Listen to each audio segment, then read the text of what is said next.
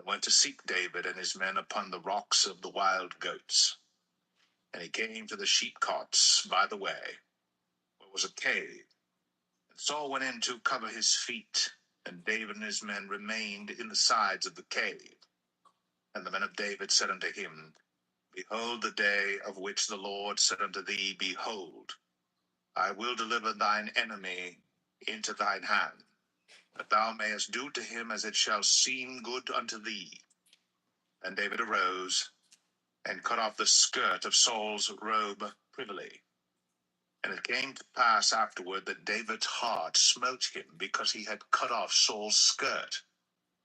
And he said unto his men, The Lord forbid that I should do this thing unto my master, the Lord's anointed, to stretch forth mine hand against him, seeing he is the anointed of the Lord.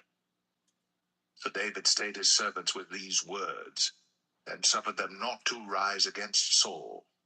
But Saul rose up out of the cave, and went on his way. David also rose afterward, and went out of the cave, and cried after Saul, saying, My lord the king. And when Saul looked behind him, David stooped with his face to the earth, and bowed himself. And David said to Saul, Wherefore hearest thou men's words, saying, Behold, David seeketh thy hurt? Behold, this day thine eyes have seen how that the Lord had delivered thee today into mine hand in the cave, and some bade me kill thee. But mine eyes spared thee, and I said, I will not put forth mine hand against my Lord, for he is the Lord's anointed. Moreover, my father, see the skirt of thy robe in my hand. For in that I cut off the skirt of thy robe, and killed thee not. Know thou, and see that there is neither evil nor transgression in mine hand, and I have not sinned against thee. Yet thou huntest my soul to take it. The Lord judge between me and thee, and the Lord avenge me of thee. But mine hand shall not be upon thee.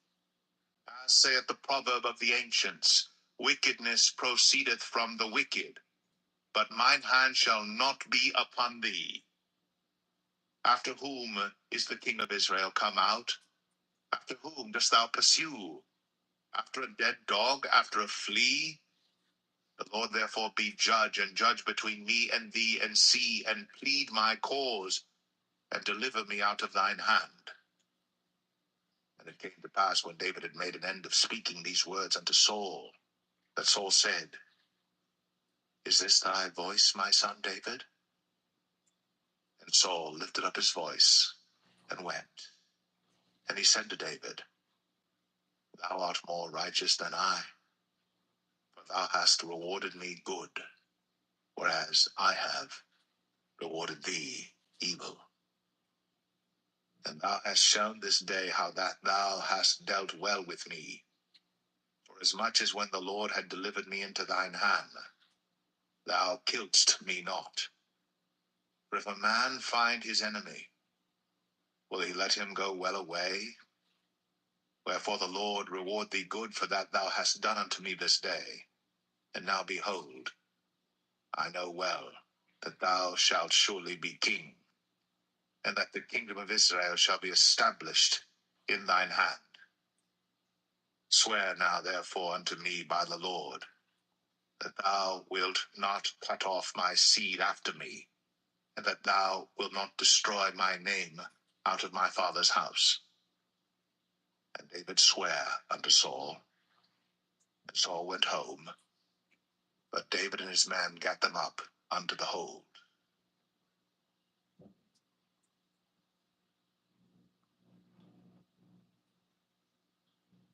1 Samuel 25. And Samuel died, and all the Israelites were gathered together, and lamented him, and buried him in his house at Ramah. And David arose and went down to the wilderness of Paran. And there was a man in Maon, whose possessions were in Carmel. And the man was very great, and he had 3,000 sheep and 1,000 goats. And he was shearing his sheep in Carmel. Now the name of the man was Nabal, and the name of his wife Abigail. And she was a woman of good understanding, and of a beautiful countenance. But the man was churlish and evil in his doings, and he was of the house of Caleb. And David heard in the wilderness that Nabal did shear his sheep. And David sent out 10 young men, and David said unto the young men, Get you up to Carmel, and go to Nabal, and greet him in my name. And thus shall ye say to him that liveth in prosperity, Peace be both to thee, and peace be to thine house, and peace be unto all that thou hast. And now I have heard that thou hast shearers. Now thy shepherds which were with us, we hurt them not, neither was there aught missing unto them all the while they were in Carmel. Ask thy young men, and they will show thee. Wherefore let the young men find favor in thine eyes, for we come in a good day. Give, I pray thee, whatsoever cometh to thine hand unto thy servants, and to thy son David. And when David's young men came, they spake to Nabal according to all those words in the name of David, and ceased. And Nabal answered David's servants, and said, Who is David? And who is the son of Jesse? There be many servants nowadays that break away every man from his master. Shall I then take my bread and my water and my flesh that I have killed for my shearers, and give it unto men whom I know not whence they be? So David's young men turned their way, and went again, and came and told him all those sayings. And David said unto his men, Gird ye on every man his sword. And they girded on every man his sword. And David also girded on his sword. And there went up after David about 400 men, and 200 abode by the stuff. But one of the young men told Abigail, Nabal's wife, saying, Behold, David sent messengers out of the wilderness to salute our master, and he railed on them. But the men were very good unto us, and we were not hurt, neither missed we anything as long as we were conversant with them when we were in the fields. They were a wall unto us both by night and day. All the while we were with them keeping the sheep. Now therefore know and consider what thou wilt do, for evil is determined against our master, and against all his household. For he is such a son of Belial, that a man cannot speak to him. Then Abigail made haste, and took 200 loaves and 2 bottles of wine, and 5 sheep ready dressed, and 5 measures of parched corn, and 100 clusters of raisins, and 200 cakes of figs, and laid them on asses. And she said unto her servants, Go on before me, behold, I come after you. But she told not her husband Nabal. And it was so, as she rode on the ass, that she came down by the covert of the hill, and behold, David and his men came down against her, and she met them. Now David had said, Surely in vain have I kept all that this fellow hath in the wilderness, so that nothing was missed of all that pertained unto him. And he hath requited me evil for good. So, and more also do God unto the enemies of David, if I leave of all that pertain to him by the morning light any that pisseth against the wall. And when Abigail saw David, she hasted, and lighted off the ass, and fell before David on her face, and bowed herself to the ground, and fell at his feet, and said, Upon me, my lord, upon me let this iniquity be, and let thine handmaid, I pray thee, speak in thine audience, and hear the words of thine handmaid. Let not, my lord, I pray thee, regard this man of Belial, even Nabal. For as his name is, so is he. Nabal is his name, and folly is with him. But I, thine handmaid, saw not the young men of my lord, whom thou didst send. Now therefore, my lord, as the Lord liveth, and as thy soul liveth, seeing the Lord hath withholden thee from coming to shed blood, and from avenging thyself with thine own hand, now let thine enemies, and they that seek evil to my lord, be as Nabal. And now this blessing which thine handmaid hath brought unto my lord, let it even be given unto the young men that follow my lord. I pray thee, forgive the trespass of thine handmaid, for the Lord will certainly make my lord a sure house, because my lord fighteth the battles of the Lord, and evil hath not been found in thee all thy days. Yet a man is risen to pursue thee, and to seek thy soul. But the soul of my Lord shall be bound in the bundle of life with the Lord thy God, and the souls of thine enemies, them shall he sling out, as out of the middle of a sling. And it shall come to pass, when the Lord shall have done to my Lord according to all the good that he hath spoken concerning thee, and shall have appointed thee ruler over Israel, that this shall be no grief unto thee, nor offense of heart unto my Lord, either that thou hast shed blood causeless, or that my Lord hath avenged himself. But when the Lord shall have dealt well with my Lord, then remember thine handmaid. And David said to Abigail, Blessed be the Lord God of Israel, which sent thee this day to meet me.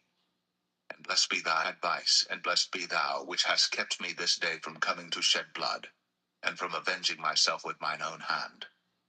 For in very deed, as the Lord God of Israel liveth, which hath kept me back from hurting thee, except thou hadst hasted and come to meet me, surely there had not been left unto Nabal by the morning light any that pisseth against the wall.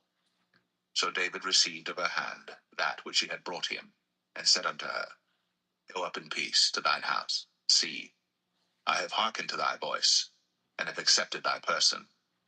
And Abigail came to Nabal, and behold, he held a feast in his house, like the feast of a king. And Nabal's heart was merry within him, for he was very drunken. Wherefore she told him nothing, less or more, until the morning light. But it came to pass in the morning, when the wine was gone out of Nabal, and his wife had told him these things, that his heart died within him, and he became as a stone. And it came to pass about 10 days after, that the Lord smote Nabal, that he died.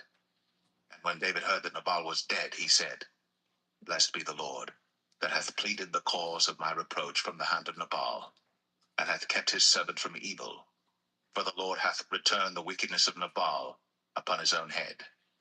And David sent and communed with Abigail, to take her to him to wife. And when the servants of David were come to Abigail to Carmel, they spake unto her, saying, David sent us unto thee, to take thee to him to wife. And she arose, and bowed herself on her face to the earth, and said, Behold, let thine handmaid be a servant to wash the feet of the servants of my lord. And Abigail hasted, and arose, and rode upon an ass, with 5 damsels of hers that went after her. And she went after the messengers of David, and became his wife. David also took Ahinoam of Jezreel, and they were also both of them his wives. But Saul had given Michal his daughter, David's wife, to Phalti, the son of Laish, which was of Galim.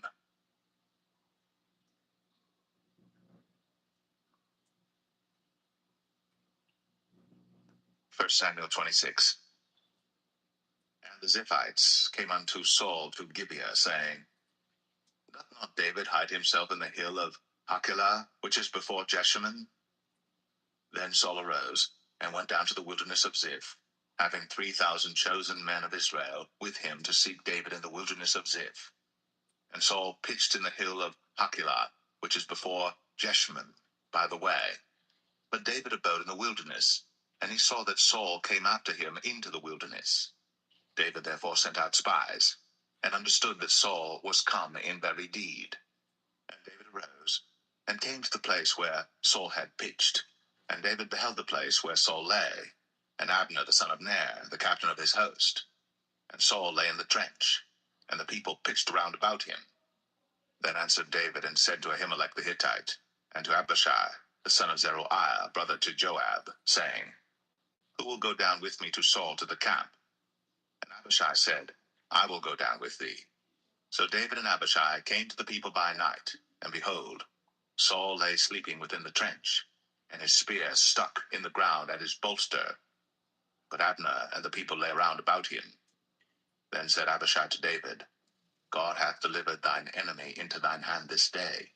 Now therefore let me smite him, I pray thee, with the spear even to the earth at once, and I will not smite him the second time. And David said to Abishai, Destroy him not, for who can stretch forth his hand against the Lord's anointed, and be guiltless? David said furthermore, As the Lord liveth, the Lord shall smite him, or his day shall come to die, or he shall descend into battle and perish. The Lord forbid that I should stretch forth mine hand against the Lord's anointed. But I pray thee, take thou now the spear that is at his bolster, and the cruse of water, and let us go.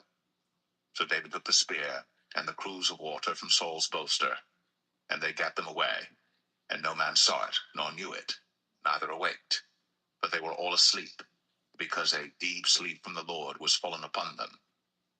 Then David went over to the other side, and stood on the top of an hill afar off, a great space being between them. And David cried to the people, and to Abner the son of Ner, saying, Answerest thou not, Abner? Then Abner answered and said, Who art thou that criest to the king? And David said to Abner, Art not thou a valiant man? And who is like to thee in Israel? Wherefore then hast thou not kept thy lord the king? For there came one of the people in to destroy the king thy lord. This thing is not good that thou hast done. As the Lord liveth, ye are worthy to die, because ye have not kept your master the Lord's anointed. And now see where the king's spear is, and the cruse of water that was at his bolster. And Saul knew David's voice, and said, Is this thy voice, my son, David? And David said, It is my voice, my lord, O king. And he said, Wherefore doth my lord thus pursue after his servant? For what have I done, or what evil is in mine hand? Now therefore, I pray thee, let my lord the king hear the words of his servant. If the Lord have stirred thee up against me, let him accept an offering. But if they be the children of men, cursed be they before the Lord, for they have driven me out this day from abiding in the inheritance of the Lord, saying, Go serve other gods. Now therefore, let not my blood fall to the earth before the face of the Lord. For the king of Israel is come out to seek a flea, as when one doth hunt a partridge in the mountains. Then said Saul, I have sinned. Return, my son David. For I will no more do thee harm, because my soul was precious in thine eyes this day. Behold, I have played the fool, and have erred exceedingly. And David answered and said, Behold the king's spear, and let one of the young men come over and fetch it. The Lord render to every man his righteousness and his faithfulness. For the Lord delivered thee into my hand today, but I would not stretch forth mine hand against the Lord's anointed. And behold, as thy life was much set by this day in mine eyes, so let my life be much set by in the eyes of the Lord, and let him deliver me out of all tribulation. Then Saul said to David, Blessed be thou, my son David. Thou shalt both do great things, and also shalt still prevail. So David went on his way, and Saul returned to his place.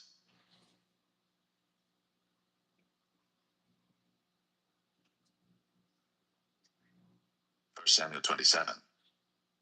And David said in his heart, I shall now perish one day by the hand of Saul. There is nothing better for me than that I should speedily escape into the land of the Philistines. And Saul shall despair of me, to seek me any more in any coast of Israel. So shall I escape out of his hand. And David rose, and he passed over with the 600 men that were with him unto Achish, the son of Maok, king of Gath.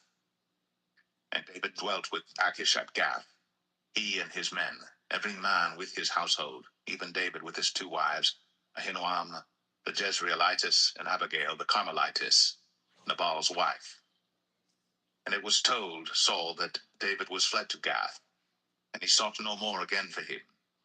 And David said unto Achish, If I have now found grace in thine eyes, let them give me a place in some town in the country, that I may dwell there. For why should thy servant dwell in the royal city with thee? Then Achish gave him Ziklag that day. Wherefore Ziklag pertaineth unto the kings of Judah unto this day. And the time that David dwelt in the country of the Philistines was a full year and 4 months. And David and his men went up, and invaded the Geshurites, and the Gezrites, and the Amalekites. For those nations were of old the inhabitants of the land, as thou goest to Shur, even unto the land of Egypt. And David smote the land, and left neither man nor woman alive, and took away the sheep and the oxen, and the asses, and the camels, and the apparel, and returned and came to Achish. And Achish said, Whither have ye made a road today? And David said, Against the south of Judah, and against the south of the Jerahmeelites, and against the south of the Kenites. And David saved neither man nor woman alive, to bring tidings to Gath, saying, Lest they should tell on us, saying, So did David, and so will be his manner all the while he dwelleth in the country of the Philistines. And Achish believed David, saying, He hath made his people Israel utterly to abhor him. Therefore he shall be my servant forever.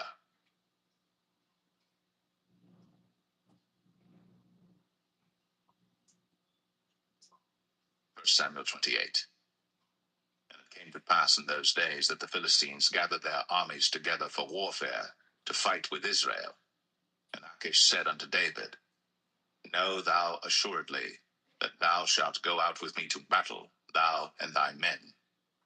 And David said to Achish, Surely thou shalt know what thy servant can do. And Achish said to David, Therefore will I make thee keeper of mine head forever.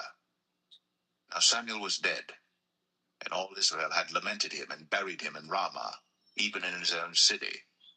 And Saul had put away those that had familiar spirits, and the wizards out of the land. And the Philistines gathered themselves together, and came and pitched in Shunem. And Saul gathered all Israel together, and they pitched in Gilboa. And when Saul saw the host of the Philistines, he was afraid, and his heart greatly trembled. And when Saul inquired of the Lord answered him not, neither by dreams, nor by Urim, nor by prophets. Then said Saul unto his servants, Seek me a woman that hath a familiar spirit, that I may go to her, and inquire of her.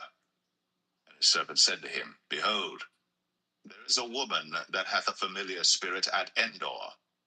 And Saul disguised himself, and put on other raiment, and he went, and 2 men with him. And they came to the woman by night. And he said, I pray thee, divine unto me by the familiar spirit, and bring me him up, whom I shall name unto thee. And the woman said unto him, Behold, thou knowest what Saul hath done, how he hath cut off those that have familiar spirits and the wizards out of the land. Wherefore then layest thou a snare for my life, to cause me to die? And Saul sware to her by the Lord, saying, As the Lord liveth, there shall no punishment happen to thee for this thing. And said the woman, Whom shall I bring up unto thee? And he said, Bring me up Samuel. And when the woman saw Samuel, she cried with a loud voice. And the woman spake to Saul, saying, Why hast thou deceived me? For thou art Saul. And the king said unto her, Be not afraid. For what sawest thou? And the woman said unto Saul, I saw gods ascending out of the earth. And he said unto her, What form is he of? And she said, An old man cometh up, and he is covered with a mantle. And Saul perceived that it was Samuel. And he stooped with his face to the ground, and bowed himself. And Samuel said to Saul, Why hast thou disquieted me to bring me up? And Saul answered, I am sore distressed, for the Philistines make war against me, and God is departed from me, and answereth me no more, neither by prophets nor by dreams. Therefore I have called thee, that thou mayest make known unto me what I shall do. Then said Samuel, Wherefore then dost thou ask of me, seeing the Lord is departed from thee, and is become thine enemy? And the Lord hath done to him as he spake by me. For the Lord hath rent the kingdom out of thine hand, and given it to thy neighbor, even to David, because thou obeyest not the voice of the Lord, nor executest his fierce wrath upon Amalek. Therefore hath the Lord done this thing unto thee this day. Moreover, the Lord will also deliver Israel with thee into the hand of the Philistines. And tomorrow shalt thou and thy sons be with me. The Lord also shall deliver the host of Israel into the hand of the Philistines.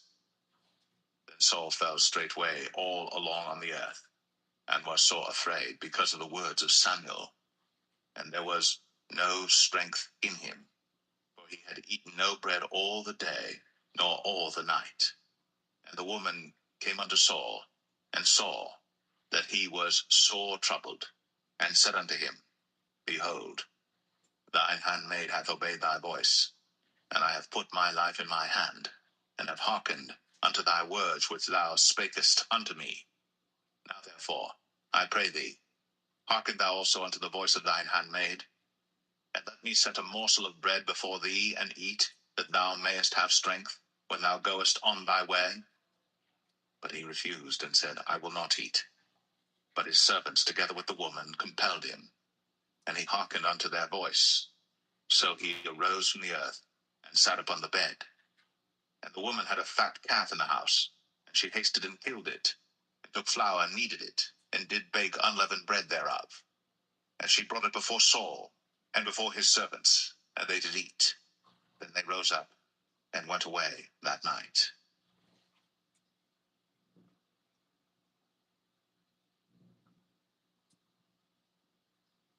Samuel 29.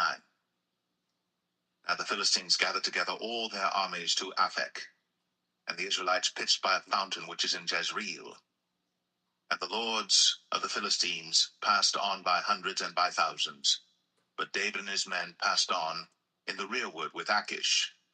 Then said the princes of the Philistines, What do these Hebrews here? And Achish said unto the princes of the Philistines, Is not this David the servant of Saul, the king of Israel, which hath been with me these days, or these years?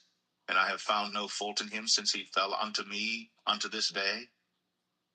And the princes of the Philistines were wroth with him. And the princes of the Philistines said unto him, Make this fellow return, that he may go again to his place which thou hast appointed him, and let him not go down with us to battle, lest in the battle he be an adversary to us. For wherewith should he reconcile himself unto his master? Should it not be with the heads of these men? Is not this David, of whom they sang one to another in dances, saying, Saul slew his thousands, and David his 10,000s? Then Achish called David and said unto him, Surely as the Lord liveth, thou hast been upright, and thy going out and thy coming in with me in the host is good in my sight. For I have not found evil in thee since the day of thy coming unto me unto this day. Nevertheless the Lord's favor thee not. Wherefore now return and go in peace, that thou displease not the lords of the Philistines.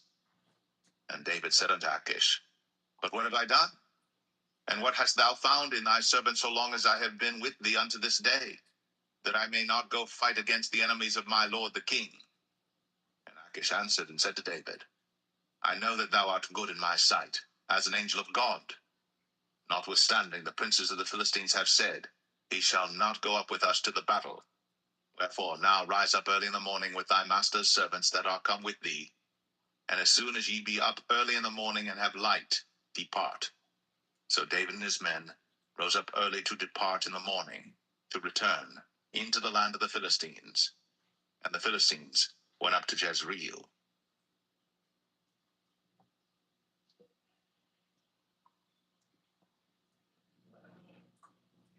1 Samuel 30. And it came to pass, when David and his men were come to Ziklag on the third day, that the Amalekites had invaded the south and Ziklag, and smitten Ziklag, and burnt it with fire, and had taken the women captives that were therein. They slew not any, either great or small, but carried them away, and went on their way. So David and his men came to the city, and behold, it was burned with fire, and their wives and their sons and their daughters were taken captives. Then David and the people that were with him lifted up their voice and wept until they had no more power to weep. And David's two wives were taken captives, Ahinoam the Jezreelitess, and Abigail the wife of Nabal the Carmelite. And David was greatly distressed. But the people spake of stoning him, because the soul of all the people was grieved, every man for his sons and for his daughters. But David encouraged himself in the Lord his God. And David said to Abiathar the priest, Ahimelech's son, I pray thee, bring me hither the ephod. And Abiathar brought thither the ephod to David. And David inquired of the Lord, saying, Shall I pursue after this troop? Shall I overtake them? And he answered him, Pursue, for thou shalt surely overtake them, and without fail recover all. So David went, he and the 600 men that were with him, and came to the brook Besor, where those that were left behind stayed. But David pursued, he and 400 men, for 200 abode behind, which were so faint that they could not go over the brook Besor. And they found an Egyptian in the field, and brought him to David, and gave him bread, and he did eat. And they made him drink water, and they gave him a piece of a cake of figs, and 2 clusters of raisins. And when he had eaten, his spirit came again to him, for he had eaten no bread, nor drunk any water 3 days and 3 nights. And David said unto him, To whom belongest thou, and whence art thou? And he said, I am a young man of Egypt, servant to an Amalekite, and my master left me, because 3 days agone I fell sick. We made an invasion upon the south of the Cherethites, and upon the coast which belongeth to Judah, and upon the south of Caleb, and we burned Ziklag with fire. And David said to him, Canst thou bring me down to this company? And he said, Swear unto me by God, that thou wilt neither kill me, nor deliver me into the hands of my master, and I will bring thee down to this company. And when he had brought him down, behold, they were spread abroad upon all the earth, eating and drinking and dancing, because of all the great spoil that they had taken out of the land of the Philistines, and out of the land of Judah. And David smote them from the twilight even unto the evening of the next day. And there escaped not a man of them, save 400 young men which rode upon camels and fled. And David recovered all that the Amalekites had carried away. And David rescued his 2 wives. And there was nothing lacking to them, neither small nor great, neither sons nor daughters, neither spoil nor anything that they had taken to them. David recovered all. And David took all the flocks and the herds, which they drave before those other cattle, and said, This is David's spoil. And David came to the 200 men, which were so faint that they could not follow David, whom they had made also to abide at the brook Besor. And they went forth to meet David, and to meet the people that were with him. And when David came near to the people, he saluted them.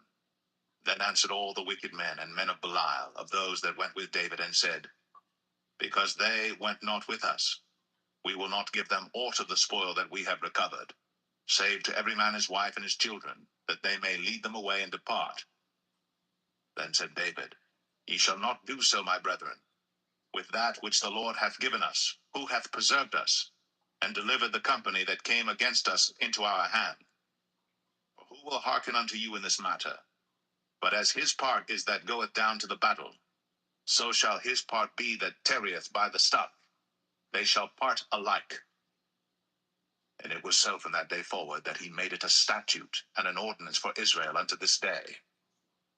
And when David came to Ziklag, he sent of the spoil unto the elders of Judah, even to his friends, saying, Behold, a present for you of the spoil of the enemies of the Lord, to them which were in Bethel, and to them which were in South Ramoth, and to them which were in Jatir, and to them which were in Aroer, and to them which were in Sipmoth, and to them which were in Eshtemoa, and to them which were in Rakal, and to them which were in the cities of the Jerahmeelites, and to them which were in the cities of the Kenites, and to them which were in Hormah, and to them which were in Chor Ashan, and to them which were in Athak, and to them which were in Hebron, and to all the places where David himself and his men were wont to haunt.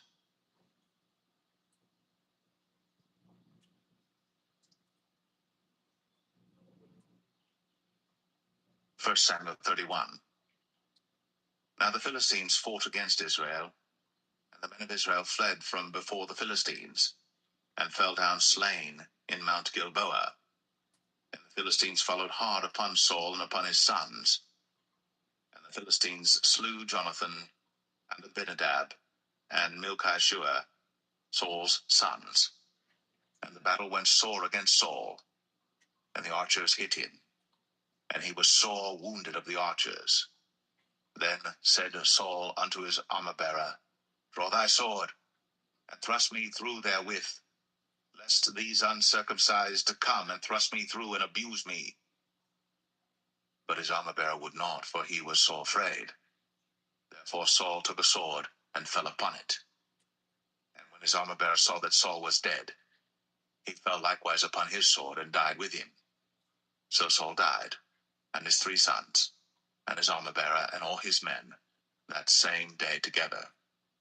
And when the men of Israel that were on the other side of the valley, and they that were on the other side Jordan, saw that the men of Israel fled, and that Saul and his sons were dead, they forsook the cities and fled. And the Philistines came and dwelt in them. And it came to pass on the morrow, when the Philistines came to strip the slain, that they found Saul and his 3 sons fallen in Mount Gilboa. And they cut off his head, and stripped off his armor, and sent into the land of the Philistines round about to publish it in the house of their idols, and among the people. And they put his armor in the house of Ashtoreth, and they fastened his body to the wall of Bethshan.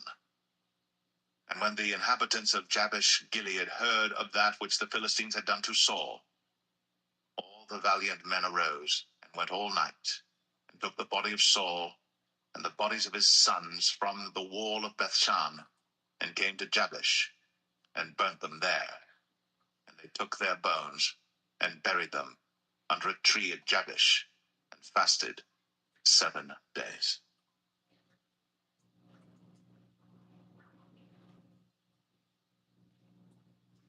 The second book of Samuel, chapter 1.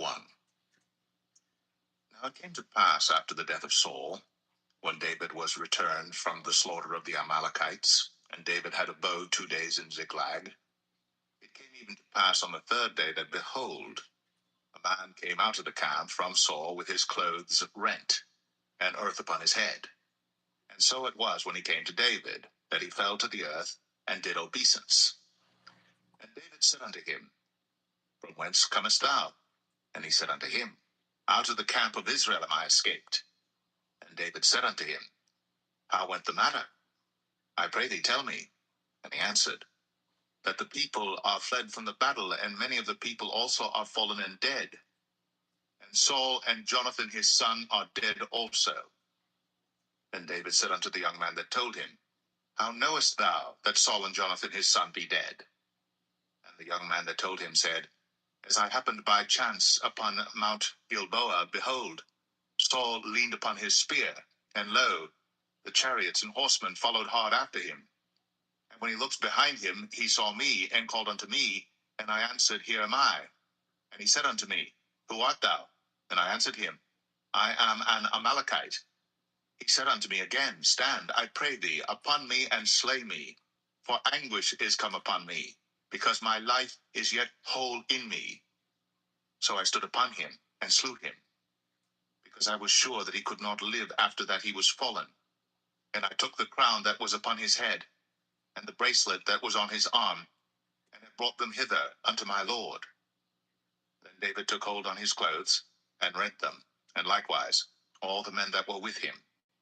And they mourned, and wept, and fasted until even, for Saul, and for Jonathan his son, and for the people of the Lord, and for the house of Israel, because they were fallen by the sword. And David said unto the young man that told him, Whence art thou?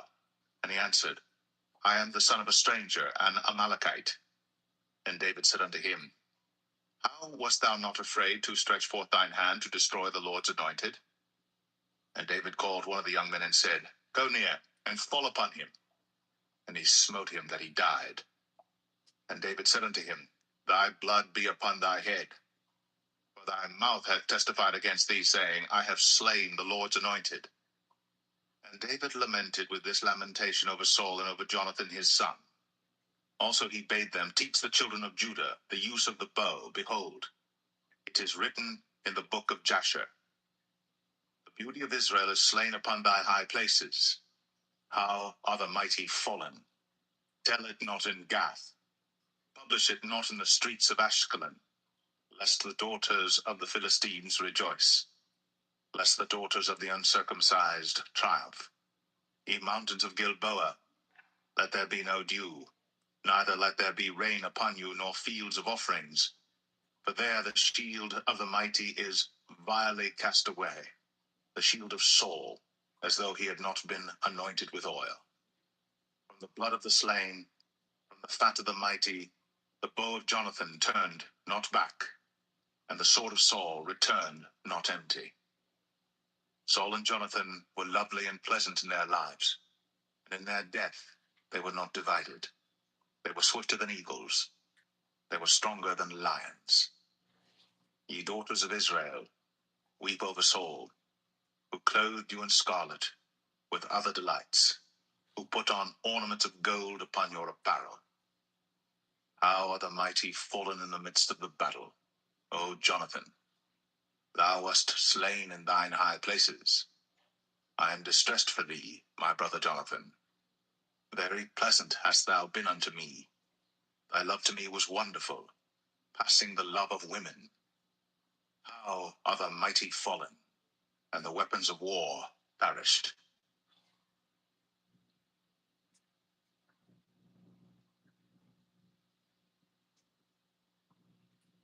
2 Samuel 2. And it came to pass after this that David inquired of the Lord, saying, shall I go up into any of the cities of Judah? And the Lord said unto him, Go up. And David said, Whither shall I go up? And he said, Unto Hebron. So David went up thither, and his two wives also, Ahinoam the Jezreelitess, and Abigail Nabal's wife, the Carmelite. And his men that were with him did David bring up, every man with his household, and they dwelt in the cities of Hebron. And the men of Judah came, and there they anointed David king over the house of Judah. And they told David, saying, that the men of Jabesh Gilead were they that buried Saul. And David sent messengers unto the men of Jabesh Gilead, and said unto them, Blessed be ye of the Lord, that ye have shown this kindness unto your Lord, even unto Saul, and have buried him. And now the Lord show kindness and truth unto you, and I also will requite you this kindness, because ye have done this thing. Therefore now let your hands be strengthened, and be ye valiant, for your master Saul is dead, and also the house of Judah have anointed me king over them. But Abner, the son of Ner, captain of Saul's host, took Ishbosheth, the son of Saul, and brought him over to Mahanaim, and made him king over Gilead, and over the Asherites, and over Jezreel, and over Ephraim, and over Benjamin, and over all Israel. Ishbosheth, Saul's son, was 40 years old when he began to reign over Israel, and reigned 2 years. But the house of Judah followed David. And the time that David was king in Hebron over the house of Judah was 7 years and 6 months. And Abner the son of Ner, and the servants of Ishbosheth the son of Saul, went out from Mahanaim to Gibeon. And Joab the son of Zeruiah, and the servants of David went out, and met together by the pool of Gibeon. And they sat down, the one on the one side of the pool, and the other on the other side of the pool. And Abner said to Joab, Let the young men now arise, and play before us. And Joab said, Let them arise. Then there arose and went over by number 12 of Benjamin, which pertained to Ishbosheth the son of Saul, and 12 of the servants of David. And they caught every one his fellow by the head, and thrust his sword in his fellow's side, so they fell down together. Wherefore that place was called Helkath Azurim, which is in Gibeon. And there was a very sore battle that day, and Abner was beaten, and the men of Israel, before the servants of David. And there were 3 sons of Zeruiah there, Joab, and Abishai, and Asahel. And Asahel was as light of foot as a wild roe. And Asahel pursued after Abner, and in going he turned not to the right hand nor to the left from following Abner. Then Abner looked behind him and said, Art thou Asahel? And he answered, I am. And Abner said to him, Turn thee aside to thy right hand or to thy left, and lay thee hold on one of the young men, and take thee his armor. But Asahel would not turn aside from following of him. And Abner said again to Asahel, Turn thee aside from following me. Wherefore should I smite thee to the ground? How then should I hold up my face to Joab thy brother? Howbeit he refused to turn aside. Wherefore Abner, with the hinder end of the spear, smote him under the 5th rib, that the spear came out behind him. And he fell down there, and died in the same place.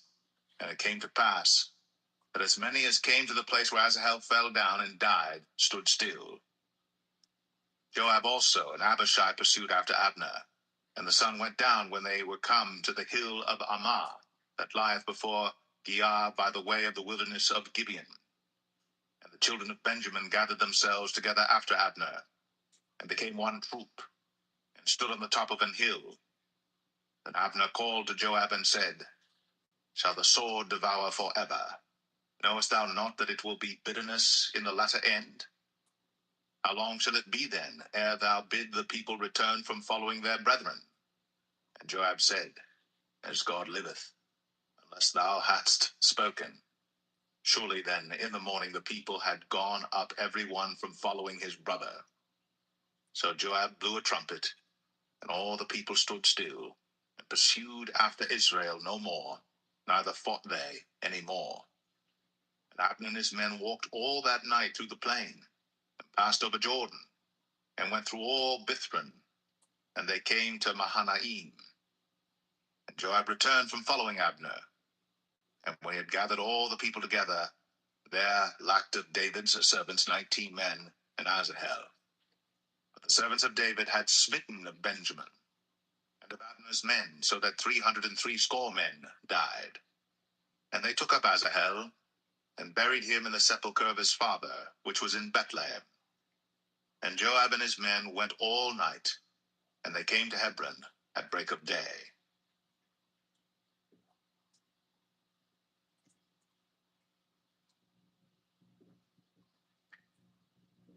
2 Samuel 3. Now there was long war between the house of Saul and the house of David. But David waxed stronger and stronger, and the house of Saul waxed weaker and weaker.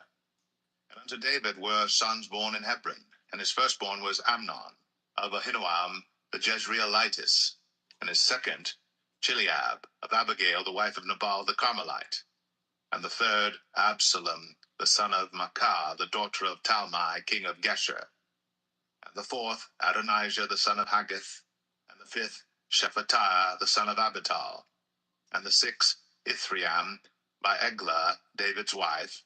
These were born to David in Hebron. And it came to pass, while there was war between the house of Saul and the house of David, that Abner made himself strong for the house of Saul. And Saul had a concubine, whose name was Rizpah, the daughter of Ai. And Ishbosheth said to Abner, Wherefore hast thou gone in unto my father's concubine? Then was Abner very wroth for the words of Ishbosheth, and said, Am I a dog's head, which against Judah do show kindness this day unto the house of Saul thy father, to his brethren, and to his friends, and have not delivered thee into the hand of David, that thou chargest me today with a fault concerning this woman? So do God to Abner, and more also, except as the Lord hath sworn to David, even so I do to him, to translate the kingdom from the house of Saul, and to set up the throne of David over Israel and over Judah, from Dan even to Beersheba. And he could not answer Abner a word again, because he feared him. And Abner sent messengers to David on his behalf, saying, Whose is the land? Saying also, Make thy league with me, and behold, my hand shall be with thee, to bring about all Israel unto thee. And he said, Well, I will make a league with thee. But one thing I require of thee, that is, thou shalt not see my face, except thou first bring Michal, Saul's daughter, when thou comest to see my face. And David sent messengers to Ishbosheth, Saul's son, saying, Deliver me my wife Michal, which I espoused to me, for 100 foreskins of the Philistines. And Ishbosheth sent and took her from her husband, even from Phaltiel, the son of Laish. And her husband went with her, along weeping, behind her to Bahurim. Then said Abner unto him, Go, return. And he returned. And Abner had communication with the elders of Israel, saying, Ye sought for David in times past to be king over you. Now then do it. For the Lord hath spoken of David, saying, By the hand of my servant David, I will save my people Israel out of the hand of the Philistines, and out of the hand of all their enemies. And Abner also spake in the ears of Benjamin. And Abner went also to speak in the ears of David in Hebron all that seemed good to Israel, and that seemed good to the whole house of Benjamin. So Abner came to David to Hebron, and 20 men with him. And David made Abner and the men that were with him a feast. And Abner said unto David, I will arise and go, and will gather all Israel unto my lord the king, that they may make a league with thee, and that thou mayest reign over all that thine heart desireth. And David sent Abner away, and he went in peace.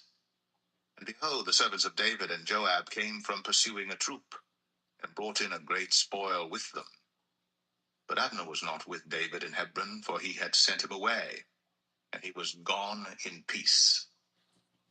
When Joab and all the host that was with him were come, they told Joab, saying, Abner the son of Ner came to the king, and he hath sent him away, and he is gone in peace. Then Joab came to the king and said, What hast thou done? Behold, Abner came unto thee? Why is it that thou hast sent him away, and he is quite gone? Thou knowest Abner the son of Ner, that he came to deceive thee, and to know thy going out and thy coming in, and to know all that thou doest. And when Joab was come out from David, he sent messengers after Abner, which brought him again from the well of Sirah. But David knew it not. And when Abner was returned to Hebron, Joab took him aside in the gate to speak with him quietly, and smote him there under the fifth rib, that he died, for the blood of Asahel his brother. And afterward, when David heard it, he said, I and my kingdom are guiltless before the Lord forever, from the blood of Abner the son of Ner. Let it rest on the head of Joab, and on all his father's house. And let there not fail from the house of Joab one that hath an issue, or that is a leper, or that leaneth on a staff, or that falleth on the sword, or that lacketh bread. So Joab and Abishai his brother slew Abner, because he had slain their brother Asahel at Gibeon in the battle. And David said to Joab and to all the people that were with him, Rend your clothes, and gird you with sackcloth, and mourn before Abner. And King David himself followed the bier. And they buried Abner in Hebron. And the king lifted up his voice, and wept at the grave of Abner. And all the people wept. And the king lamented over Abner, and said, Died Abner as a fool dieth. Thy hands were not bound, nor thy feet put into fetters. As a man falleth before wicked men, so fellest thou. And all the people wept again over him. And when all the people came to cause David to eat meat while it was yet day, David sware, saying, So do God to me, and more also, if I taste bread or aught else, till the sun be down. And all the people took notice of it, and it pleased them, as whatsoever the king did pleased all the people. For all the people and all Israel understood that day that it was not of the king to slay Abner the son of Ner. And the king said unto his servants, Know ye not that there is a prince and a great man fallen this day in Israel? And I am this day weak, though anointed king. And these men, the sons of Zeruiah, be too hard for me. The Lord shall reward the doer of evil according to his wickedness.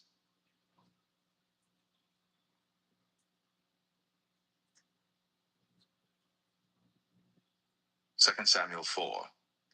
And when Saul's son heard that Abner was dead in Hebron, his hands were feeble, and all the Israelites were troubled. And Saul's son had two men that were captains of bands. The name of the one was Baanah, and the name of the other Rechab, the sons of Rimmon, a Beerothite, of the children of Benjamin. For Beeroth also was reckoned to Benjamin. And the Beerothites fled to Gittaim, and were sojourners there until this day. And Jonathan, Saul's son, had a son that was lame of his feet. He was 5 years old when the tidings came of Saul and Jonathan out of Jezreel. And his nurse took him up and fled. And it came to pass, as she made haste to flee, that he fell and became lame.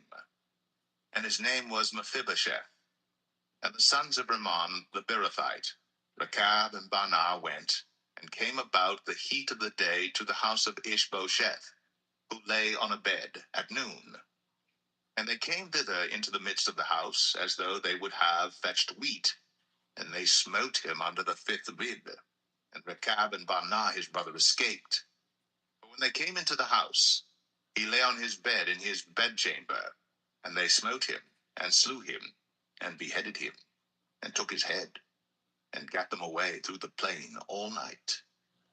And they brought the head of Ishbosheth unto David to Hebron, and said to the king, Behold, the head of Ishbosheth, the son of Saul, thine enemy, which sought thy life.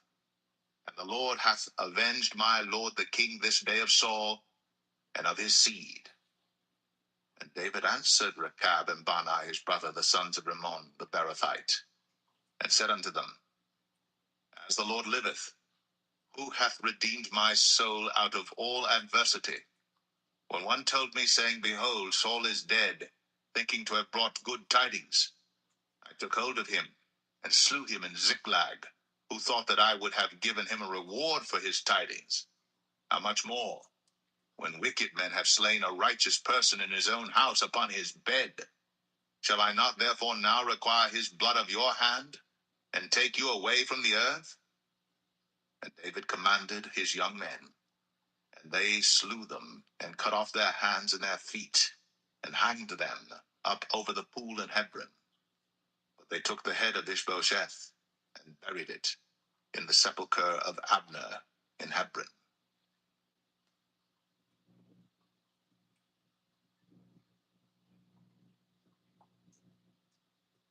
2 Samuel 5. Then came all the tribes of Israel to David unto Hebron, and spake, saying, Behold, we are thy bone and thy flesh.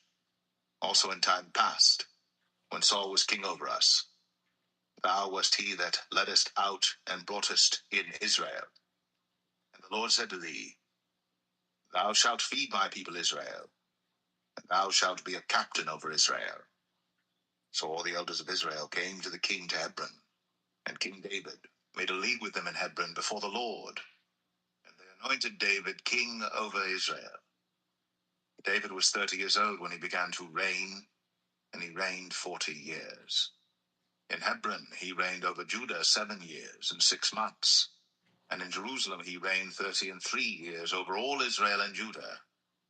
And the king and his men went to Jerusalem unto the Jebusites, the inhabitants of the land, which spake unto David, saying, Except thou take away the blind and the lame, thou shalt not come in hither, thinking, David cannot come in hither.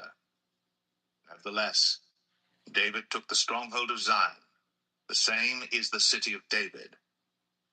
And David said on that day, Whosoever getteth up to the gutter, and smiteth the Jebusites, and the lame and the blind, that are hated of David's soul, he shall be chief and captain.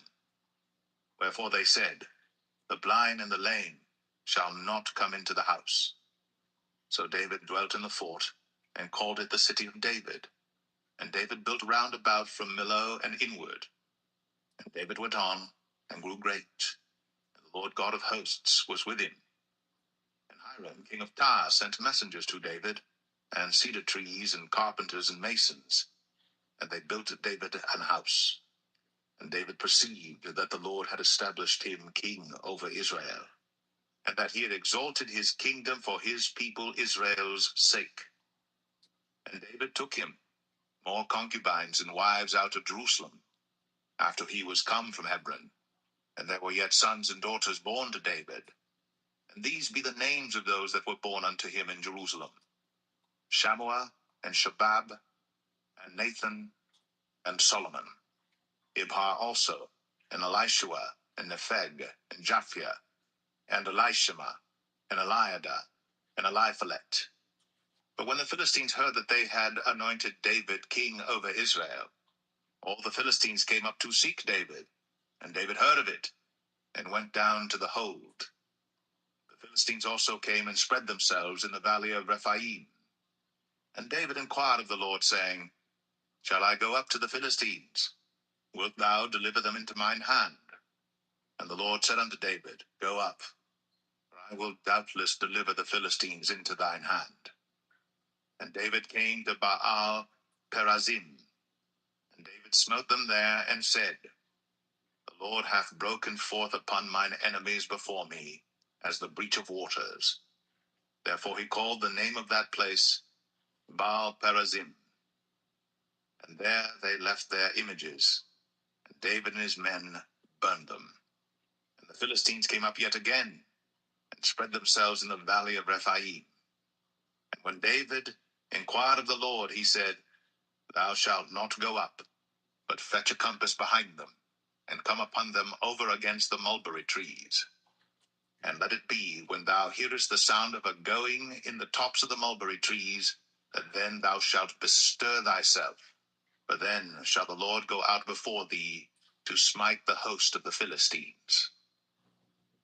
And David did so, as the Lord had commanded him, and smote the Philistines from Geba until thou come to Gazer.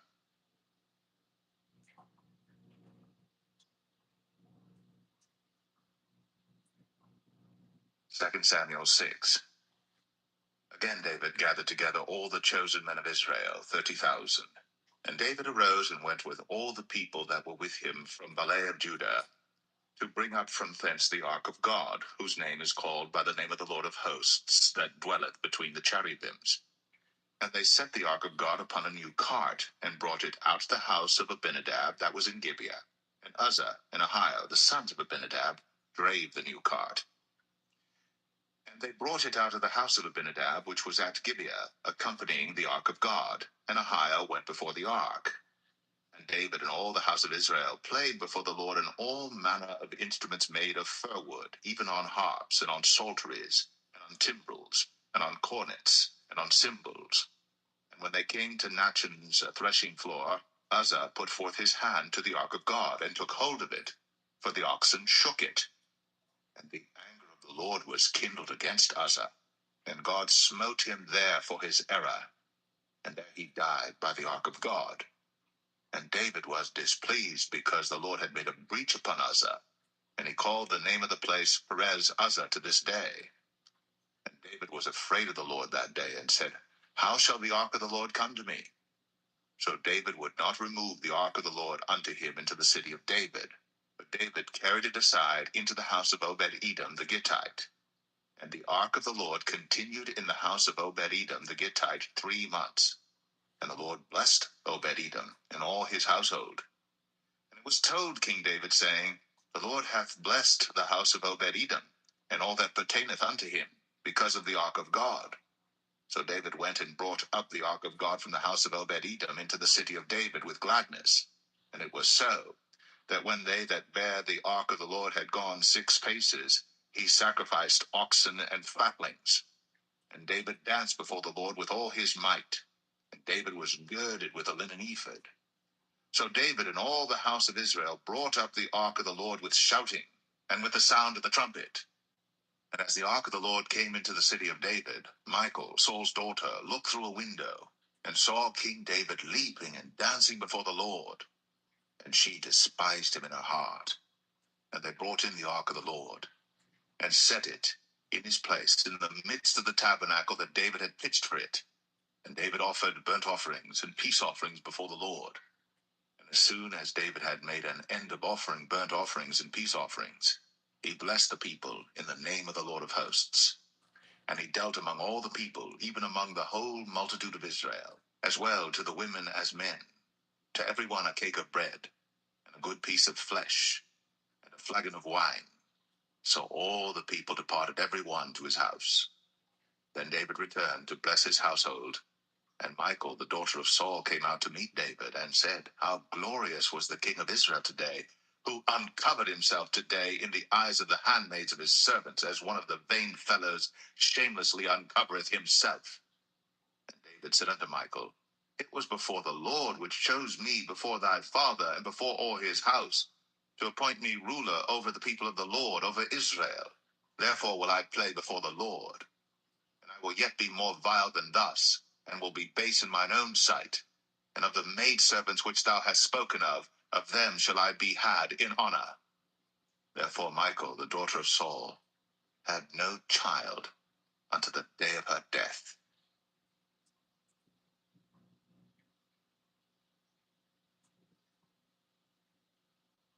2 Samuel 7. And it came to pass, when the king sat in his house, and the Lord had given him rest round about from all his enemies, that the king said unto Nathan the prophet, See now, I dwell in an house of cedar, but the ark of God dwelleth within curtains. And Nathan said to the king, Go, do all that is in thine heart, for the Lord is with thee. And it came to pass that night that the word of the Lord came unto Nathan, saying, Go and tell my servant David, Thus saith the Lord, Shalt thou build me an house for me to dwell in?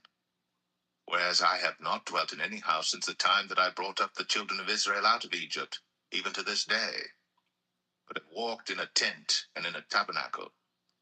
In all the places wherein I have walked with all the children of Israel, spake I a word with any of the tribes of Israel, whom I commanded to feed my people Israel, saying, Why build ye not me an house of cedar? Now therefore, So shalt thou say unto my servant David, Thus saith the Lord of hosts, I took thee from the sheepcot, from following the sheep, to be ruler over my people, over Israel. And I was with thee whithersoever thou wentest, and have cut off all thine enemies out of thy sight, and have made thee a great name, like unto the name of the great men that are in the earth. Moreover, I will appoint a place for my people Israel, and will plant them, that they may dwell in a place of their own, and move no more, neither shall the children of wickedness afflict them any more as before time. And as since the time that I commanded judges to be over my people Israel, and have caused thee to rest from all thine enemies, also the Lord telleth thee, that he will make thee an house. And when thy days be fulfilled, and thou shalt sleep with thy fathers, I will set up thy seed after thee, which shall proceed out of thy bowels, and I will establish his kingdom. He shall build an house for my name, and I will establish the throne of his kingdom forever. I will be his father, and he shall be my son. If he commit iniquity, I will chasten him with the rod of men, and with the stripes of the children of men. But my mercy shall not depart away from him, as I took it from Saul, whom I put away before thee. And thine house and thy kingdom shall be established forever before thee. Thy throne shall be established forever. According to all these words, and according to all this vision, so did Nathan speak unto David. Then went King David in, and sat before the Lord, and he said, Who am I, O Lord God? And what is my house that thou hast brought me hitherto? And this was yet a small thing in thy sight, O Lord God. But thou hast spoken also of thy servant's house for a great while to come. And is this the manner of man, O Lord God? And what can David say more unto thee? For thou, Lord God, knowest thy servant. For thy word's sake, and according to thine own heart, hast thou done all these great things, to make thy servant know them. Wherefore thou art great, O Lord God. For there is none like thee, neither is there any God beside thee, according to all that we have heard with our ears. And what one nation in the earth is like thy people, even like Israel, whom God went to redeem for a people to himself, and to make him a name, and to do for you great things and terrible for thy land, before thy people, which thou redeemedst to thee from Egypt, from the nations and their gods. For thou hast confirmed to thyself thy people Israel to be a people unto thee forever, and thou, Lord, art become their God. And now, O Lord God, the word that thou hast spoken concerning thy servant, and concerning his house, establish it forever, and do as thou hast said. And let thy name be magnified forever, saying, The Lord of hosts is the God of Israel. And let the house of thy servant David be established before thee. For thou, O Lord of hosts, God of Israel, hast revealed to thy servant, saying, I will build thee an house. Therefore hath thy servant found in his heart to pray this prayer unto thee. And now, O Lord God, thou art that God, and thy words be true. And thou hast promised this goodness unto thy servant. Therefore now, let it please thee to bless the house of thy servant, that it may continue forever before thee. For thou, O Lord God, hast spoken it, and with thy blessing let the house of thy servant be blessed forever.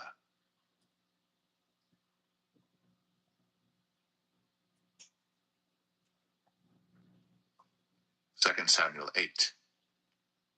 And after this, it came to pass that David smote the Philistines, and subdued them. And David took Metheg Ammah out of the hand of the Philistines. And he smote Moab, and measured them with a line, casting them down to the ground. Even with 2 lines measured he, to put to death, and with 1 full line to keep alive. And so the Moabites became David's servants, and brought gifts. David smote also Hadadezer, the son of Rehob, king of Zobah, as he went to recover his border at the river Euphrates. And David took from him 1,000 chariots, and 700 horsemen, and 20,000 footmen. And hoed all the chariot horses, but reserved of them 400 chariots. And when the Syrians of Damascus came to succor Hadadezer, king of Zobah, David slew of the Syrians 22,000 men. Then David put garrisons in Syria, Damascus, and the Syrians became servants to David and brought gifts. And the Lord preserved David whithersoever he went. And David took the shields of gold that were on the servants of Hadadezer, and brought them to Jerusalem. And from Betah and from Berothai, cities of Hadadezer, King David took exceeding much brass. When Toi, king of Hamath, heard that David had smitten all the host of Hadadezer, then Toi sent Joram his son unto King David to salute him and to bless him, because he had fought against Hadadezer and smitten him. For Hadadezer had wars with Toi, and Joram brought with him vessels of silver, and vessels of gold, and vessels of brass, which also King David did dedicate unto the Lord, with the silver and gold that he had dedicated of all nations which he subdued, of Syria, and of Moab, and of the children of Ammon, and of the Philistines, and of Amalek, and of the spoil of Hadadezer, son of Rehob, king of Zobah. And David gat him a name when he returned from smiting of the Syrians in the valley of Salt, being 18,000 men. And he put garrisons in Edom. Throughout all Edom put he garrisons, and all they of Edom became David's servants.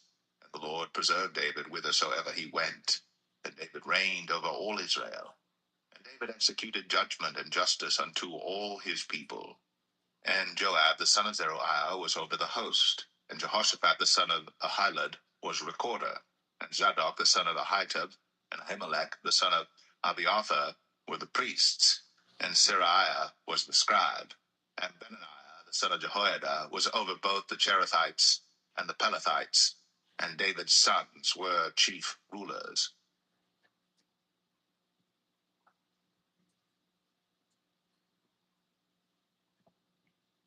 2 Samuel 9.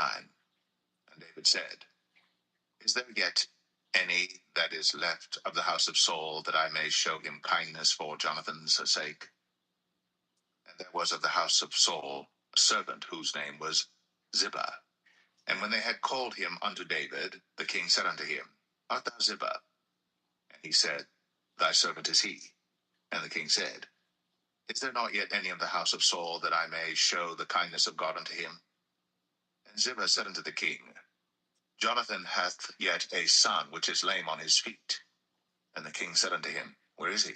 And Ziba said unto the king, Behold, he is in the house of Machir, the son of Amiel, in Lo-debar.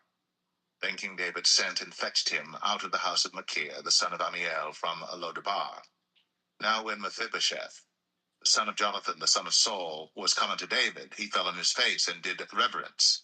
And David said, Mephibosheth. And he answered, Behold, thy servant. And David said unto him, Fear not, for I will surely show thee kindness for Jonathan thy father's sake, and will restore thee all the land of Saul thy father, and thou shalt eat bread at my table continually. And he bowed himself and said, What is thy servant, that thou shouldst look upon such a dead dog as I am? Then the king called to Ziba, Saul's servant, and said unto him, I have given unto thy master's son all that pertained to Saul, and to all his house. Thou therefore, and thy sons and thy servants, shall till the land for him, and thou shalt bring in the fruits, that thy master's son may have food to eat. But Mephibosheth, thy master's son, shall eat bread always at my table. Now Ziba had 15 sons and 20 servants. Then said Ziba unto the king, According to all that my lord the king hath commanded his servant, so shall thy servant do. As for Mephibosheth, said the king, he shall eat at my table as one of the king's sons. And Mephibosheth had a young son whose name was Micah. And all that dwelt in the house of Ziba were servants unto Mephibosheth. So Mephibosheth dwelt in Jerusalem, for he did eat continually at the king's table, and was lame on both his feet.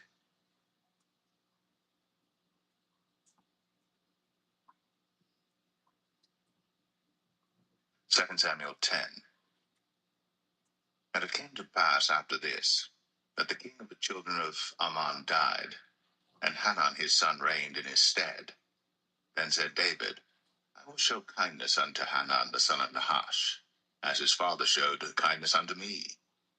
And David sent to comfort him by the hand of his servants for his father. And David's servants came into the land of the children of Ammon.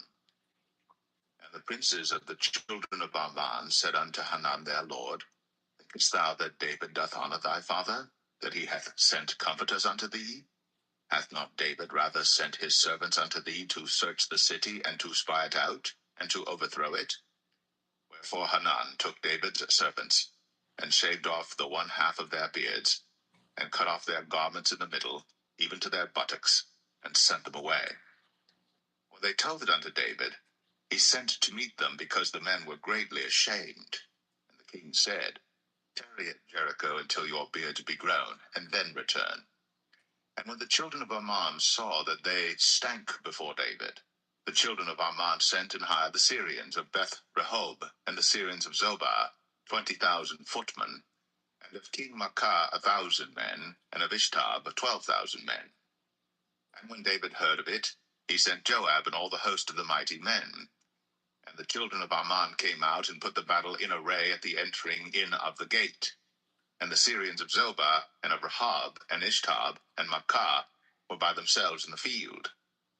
When Joab saw that the front of the battle was against him before and behind, he chose of all the choice men of Israel, and put them in array against the Syrians. And the rest of the people he delivered into the hand of Abishai his brother, that he might put them in array against the children of Ammon. And he said, If the Syrians be too strong for me, then thou shalt help me. But if the children of Ammon be too strong for thee, then I will come and help thee. Be of good courage. Let us play the men for our people, and for the cities of our God. And the Lord do that which seemeth him good. And Joab drew nigh, and the people that were with him, unto the battle against the Syrians. And they fled before him. And when the children of Ammon saw that the Syrians were fled, then fled they also before Abishai, and entered into the city. So Joab returned from the children of Ammon, and came to Jerusalem. And when the Syrians saw that they were smitten before Israel, they gathered themselves together. And Hadarezer sent, and brought out the Syrians that were beyond the river. And they came to Helam. And Shobach, the captain of the host of Hadarezer, went before them. And when it was told David, he gathered all Israel together, and passed over Jordan, and came to Helam. And the Syrians set themselves in array against David, and fought with him. And the Syrians fled before Israel. And David slew the men of 700 chariots of the Syrians, and 40,000 horsemen, and smote Shobach, the captain of their host, who died there. And when all the kings that were servants to Hadarezer saw that they were smitten before Israel, they made peace with Israel, and served them. So the Syrians feared to help the children of Ammon any more.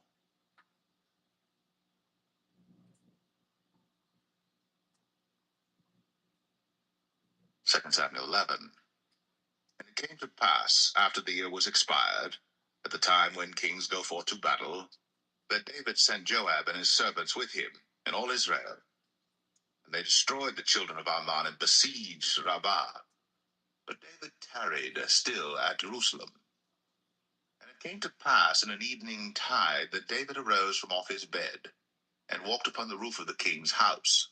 And from the roof he saw a woman washing herself, and the woman was very beautiful to look upon.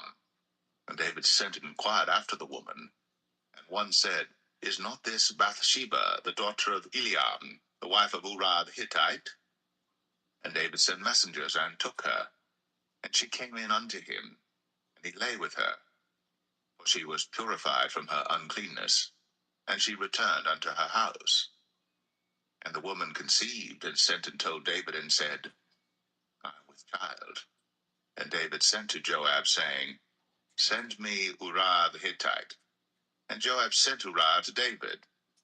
And when Uriah was come unto him, David demanded of him how Joab did, and how the people did, and how the war prospered. And David said to Uriah, Go down to thy house, and wash thy feet. And Uriah departed out of the king's house, and there followed him a mess of meat from the king. But Uriah slept at the door of the king's house with all the servants of his lord, and went not down to his house. And when they had told David, saying, Uriah went not down unto his house, David said unto Uriah, Camest thou not from thy journey? Why then didst thou not go down unto thine house? And Uriah said unto David, The ark and Israel and Judah abide in tents, and my lord Joab and the servants of my lord are encamped in the open fields. Shall I then go into mine house to eat and to drink and to lie with my wife? As thou livest, and as thy soul liveth, I will not do this thing. And David said to Uriah, Tarry here today also, and tomorrow I will let thee depart. So Uriah abode in Jerusalem that day and the morrow. And when David had called him, he did eat and drink before him, and he made him drunk. And at even he went out to lie on his bed with the servants of his lord, but went not down to his house. And it came to pass in the morning that David wrote a letter to Joab, and sent it by the hand of Uriah. And he wrote in the letter, saying, Set ye Uriah in the forefront of the hottest battle, and retire ye from him, that he may be smitten and die. And it came to pass, when Joab observed the city, that he assigned Uriah unto a place where he knew that valiant men were. And the men of the city went out, and fought with Joab, and there fell some of the people of the servants of David, and Uriah the Hittite died also. Then Joab sent and told David all the things concerning the war, and charged the messenger, saying, When thou hast made an end of telling the matters of the war unto the king, and if so be that the king's wrath arise, and he say unto thee, Wherefore approached ye so nigh unto the city when ye did fight? Knew ye not that they would shoot from the wall? Who smote Abimelech, the son of Jerubbesheth? Did not a woman cast a piece of a millstone upon him from the wall, that he died in Thebez? Why went ye nigh the wall?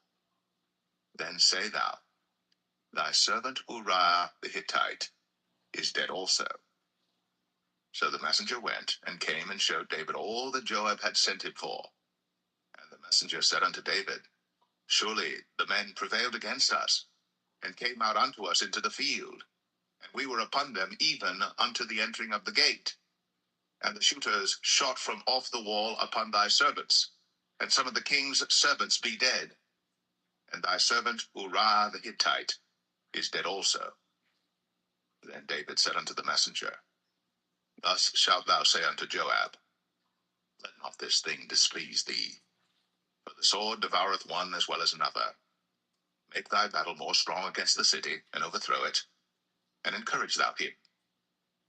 And when the wife of Uriah heard that Uriah her husband was dead, she mourned for her husband. And when the morning was past, David sent and fetched her to his house, and she became his wife, and bare him a son. But the thing that David had done displeased the Lord.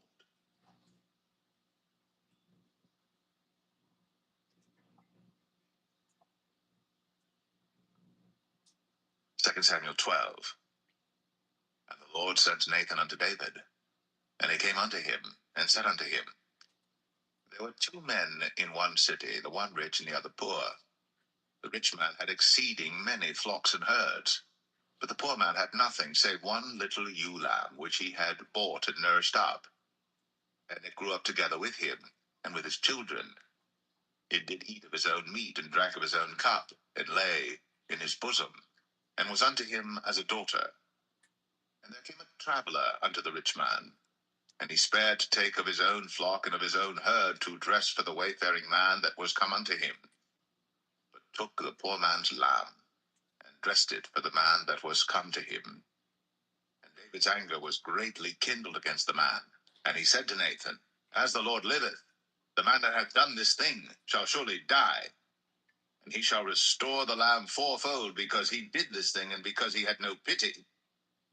And Nathan said to David, Thou art the man. Thus saith the Lord God of Israel, I anointed thee king over Israel, and I delivered thee out of the hand of Saul. And I gave thee thy master's house, and thy master's wives into thy bosom, and gave thee the house of Israel and of Judah. And if that had been too little, I would moreover have given unto thee such and such things. Wherefore hast thou despised the commandment of the Lord to do evil in his sight? Thou hast killed Uriah the Hittite with the sword, and hast taken his wife to be thy wife, and hast slain him with the sword of the children of Ammon.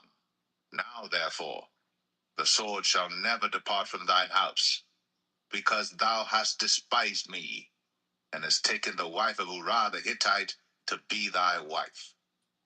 Thus saith the Lord, Behold, I will raise up evil against thee out of thine own house, and I will take thy wives before thine eyes, and give them unto thy neighbor, and he shall lie with thy wives in the sight of this sun.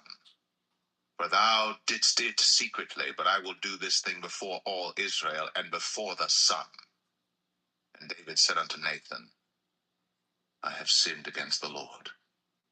And Nathan said unto David, The Lord also hath put away thy sin.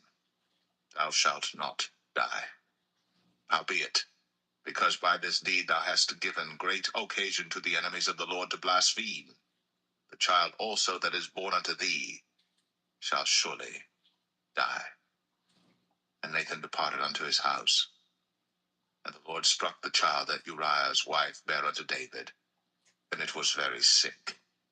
David therefore besought God for the child. And David fasted and went in, and lay all night upon the earth. And the elders of his house arose and went to him to raise him up from the earth. But he would not, neither did he eat bread with them. And it came to pass on the seventh day that the child died. And the servants of David feared to tell him that the child was dead, for they said, Behold, while the child was yet alive, we spake unto him, and he would not hearken unto our voice. How will he then vex himself, if we tell him that the child is dead? But when David saw that his servants whispered, David perceived that the child was dead. Therefore David said unto his servants, Is the child dead?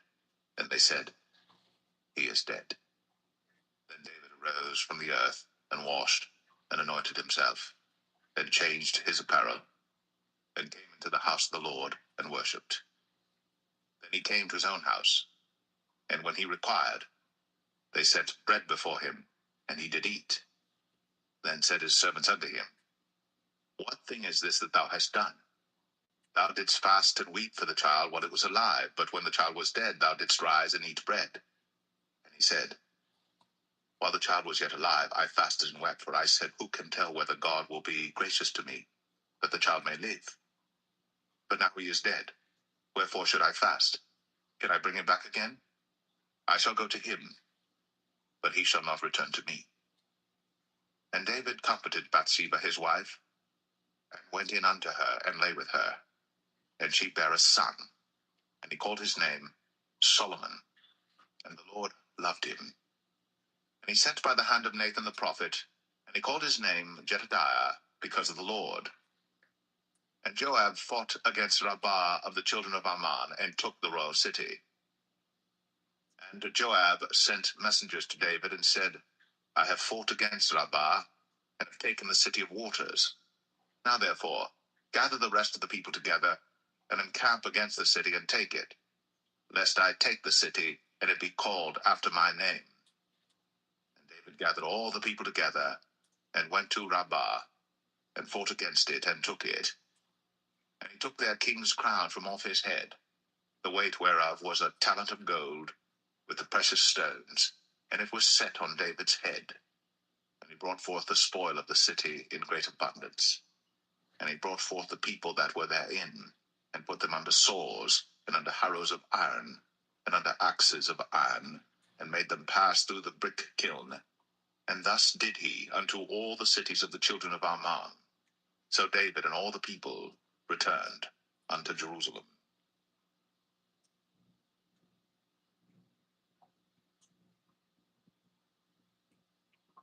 2 Samuel 13. And it came to pass after this, that Absalom the son of David had a fair sister whose name was Tamar. And Amnon the son of David loved her.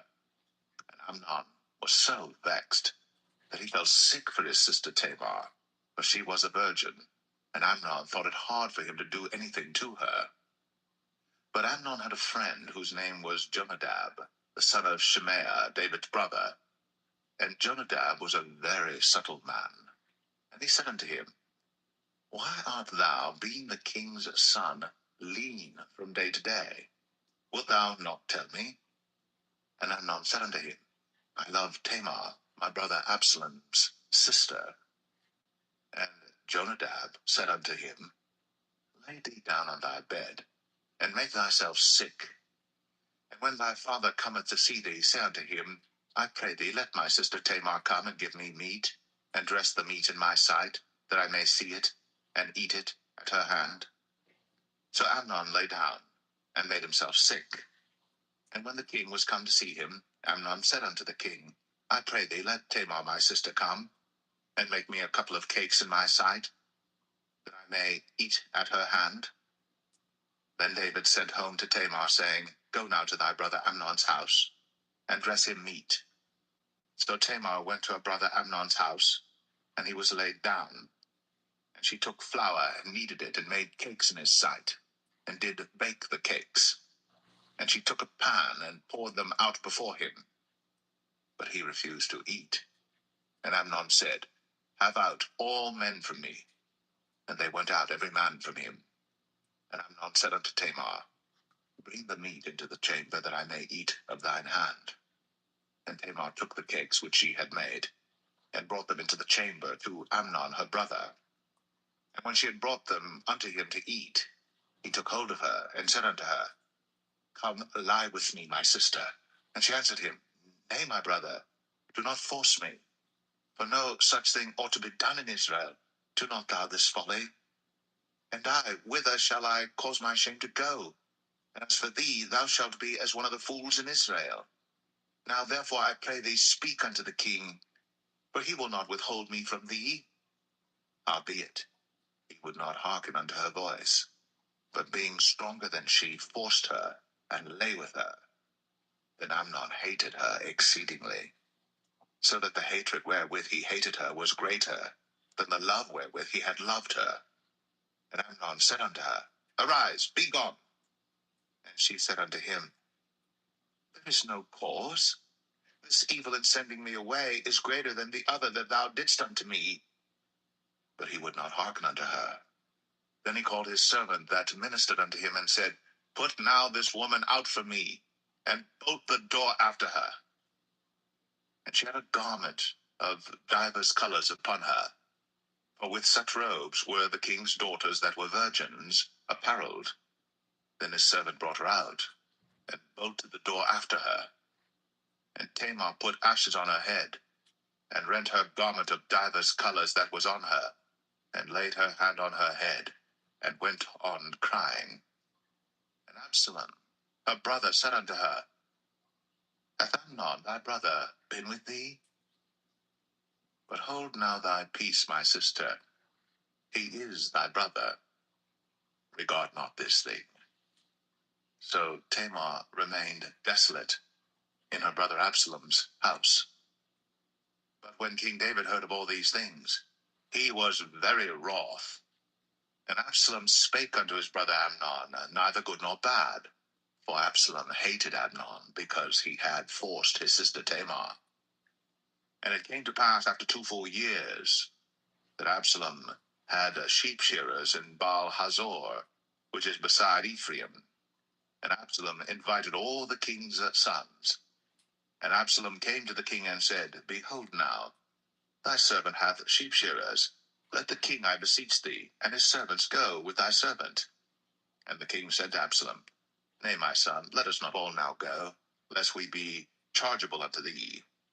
And he pressed him, howbeit he would not go, but blessed him. Then said Absalom, If not, I pray thee, let my brother Amnon go with us. And the king said unto him, Why should he go with thee? But Absalom pressed him that he let Amnon and all the king's sons go with him.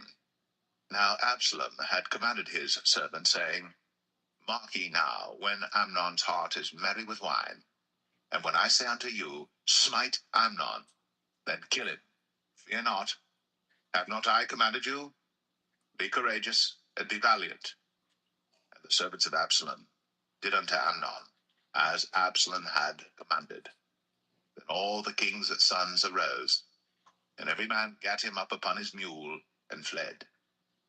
And it came to pass, while they were in the way, that tidings came to David, saying, Absalom hath slain all the king's sons, and there is not one of them left. Then the king arose, and tare his garments, and lay on the earth, and all his servants stood by with their clothes rent. And Jonadab, the son of Shemaiah, David's brother, answered and said, Let not my lord suppose that they have slain all the young men, the king's sons, for Amnon only is dead. For by the appointment of Absalom, this hath been determined from the day that he forced his sister Tamar. Now therefore, let not my lord the king take the thing to his heart, to think that all the king's sons are dead, for Amnon only is dead. But Absalom fled. And the young man that kept the watch lifted up his eyes, and looked, and behold, there came much people by the way of the hillside behind him. And Jonadab said unto the king, Behold, the king's sons come, as thy servant said, so it is. And it came to pass, as soon as he had made an end of speaking, that, behold, the king's sons came, and lifted up their voice, and wept. And the king also and all his servants wept very sore. But Absalom fled and went to Talmai, the son of Ammihud, king of Geshur. And David mourned for his son every day. So Absalom fled and went to Geshur, and was there 3 years. And the soul of King David longed to go forth unto Absalom, but he was comforted concerning Amnon, seeing he was dead.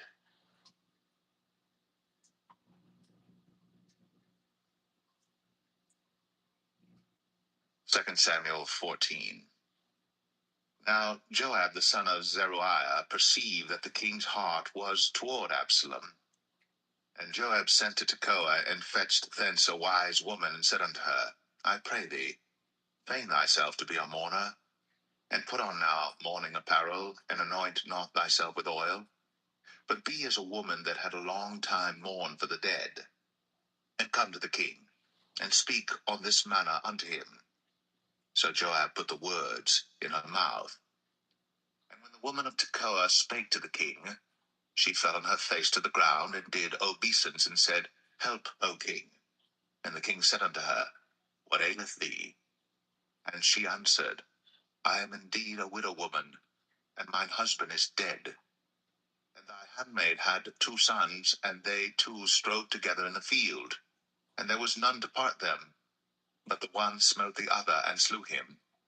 And behold, the whole family is risen against thine handmaid. And they said, Deliver him that smote his brother, that we may kill him for the life of his brother whom he slew. And we will destroy the heir also. And so they shall quench my coal which is left, and shall not leave to my husband neither name nor remainder upon the earth. And the king said unto the woman, Go to thine house, and I will give charge concerning thee. And the woman of Tekoa said unto the king, My lord, O king, the iniquity be on me, and on my father's house, and the king and his throne be guiltless. And the king said, Whosoever saith aught unto thee, bring him to me, and he shall not touch thee any more. Then said she, I pray thee, let the king remember the Lord thy God, that thou wouldst not suffer the revengers of blood to destroy any more, lest they destroy my son. And he said, As the Lord liveth, there shall not one hair of thy son fall to the earth. And the woman said, Let thine handmaid, I pray thee, speak one word unto my lord the king. And he said, Say on. And the woman said, Wherefore then hast thou thought such a thing against the people of God? For the king doth speak this thing as one which is faulty, in that the king doth not fetch home again his banished. For we must needs die, and are as water spilt on the ground, which cannot be gathered up again. Neither doth God respect any person, yet doth he devise means that his banished be not expelled from him. Now therefore that I am come to speak of this thing unto my lord the king, it is because the people have made me afraid. And thy handmaid said, I will now speak unto the king. it may be that the king will perform the request of his handmaid. For the king will hear to deliver his handmaid out of the hand of the man that would destroy me and my son together out of the inheritance of God. Then thine handmaid said, The word of my lord the king shall now be comfortable. For as an angel of God, so is my lord the king to discern good and bad. Therefore the Lord thy God will be with thee. Then the king answered and said unto the woman, Hide not from me, I pray thee, the thing that I shall ask thee. And the woman said, Let my lord the king now speak. And the king said, Is not the hand of Joab with thee in all this? And the woman answered and said, As thy soul liveth, my lord the king, none can turn to the right hand or to the left from aught that my lord the king hath spoken.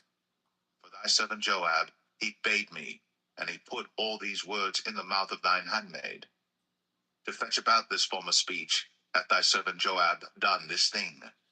And my lord is wise, according to the wisdom of an angel of God, to know all things that are in the earth. And the king said unto Joab, Behold now, I have done this thing. Go therefore, bring the young man Absalom again. And Joab fell to the ground on his face, and bowed himself, and thanked the king. And Joab said, Today thy servant knoweth that I have found grace in thy sight, my lord, O king, in that the king hath fulfilled the request of his servant. So Joab arose and went to Geshur, and brought Absalom to Jerusalem. And the king said, Let him turn to his own house, and let him not see my face. So Absalom returned to his own house, and saw not the king's face. But in all Israel there was none to be so much praised as Absalom for his beauty.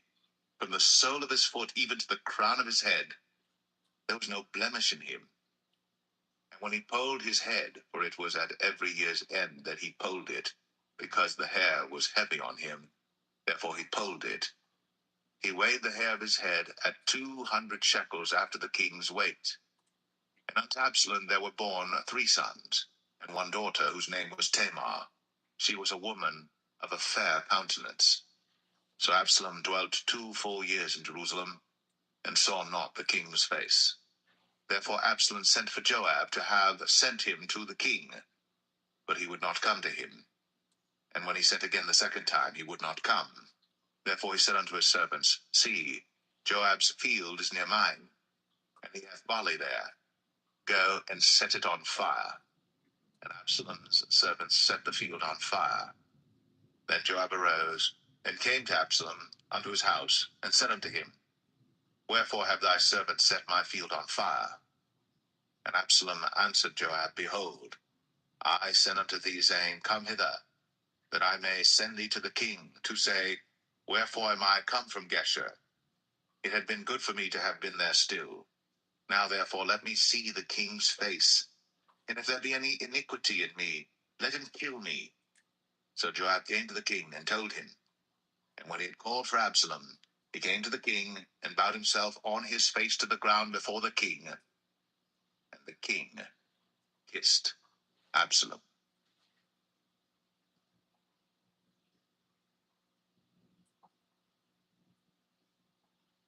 2 Samuel 15. And it came to pass after this, that Absalom prepared him chariots and horses, and 15 men to run before him.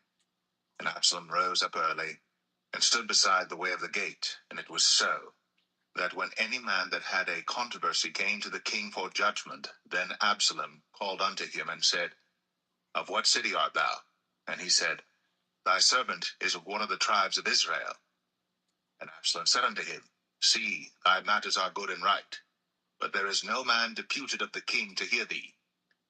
Absalom said moreover, O that I were made judge in the land, that every man which hath any suit or cause might come unto me, and I would do him justice. And it was so, that when any man came nigh to him to do him obeisance, he put forth his hand, and took him, and kissed him. And on this manner did Absalom to all Israel that came to the king for judgment. So Absalom stole the hearts of the men of Israel.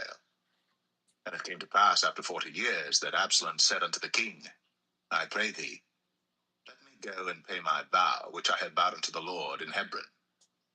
For thy Thy servant vowed a vow while I abode at Geshur in Syria, saying, If the Lord shall bring me again indeed to Jerusalem, then I will serve the Lord. And the king said unto him, Go in peace. So he arose and went to Hebron. But Absalom sent spies throughout all the tribes of Israel, saying, As soon as ye hear the sound of the trumpet, then ye shall say, Absalom reigneth in Hebron. And with Absalom went 200 men out of Jerusalem that were called, and they went in their simplicity, and they knew not anything.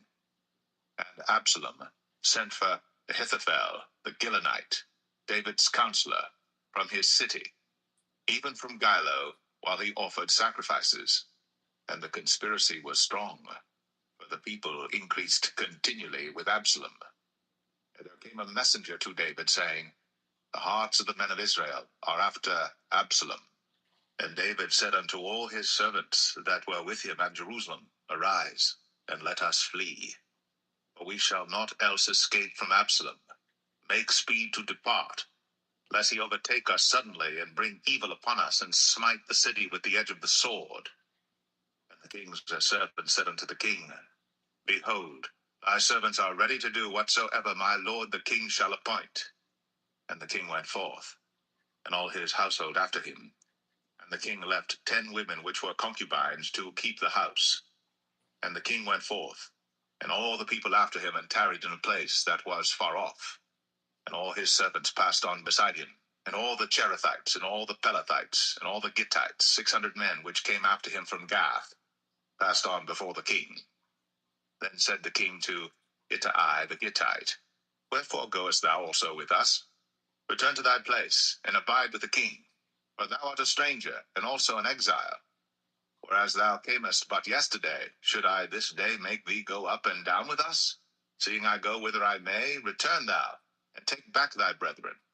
Mercy and truth be with thee. And Ittai answered the king, and said, As the Lord liveth, and as my lord the king liveth, surely in what place my lord the king shall be, whether in death or life, even there also will thy servant be. And David said to Ittai, Go and pass over. And Ittai the Gittite passed over, and all his men, and all the little ones that were with him. And all the country wept with a loud voice, and all the people passed over. The king also himself passed over the brook Kidron, and all the people passed over toward the way of the wilderness. And lo, Zadok also, and all the Levites were with him, bearing the ark of the covenant of God. And they set down the ark of God, and Abiathar went up, until all the people had done passing out of the city. And the king said unto Zadok, Carry back the ark of God into the city. If I shall find favor in the eyes of the Lord, he will bring me again, and show me both it and his habitation. But if he thus say, I have no delight in thee, behold, here am I. Let him do to me as seemeth good unto him.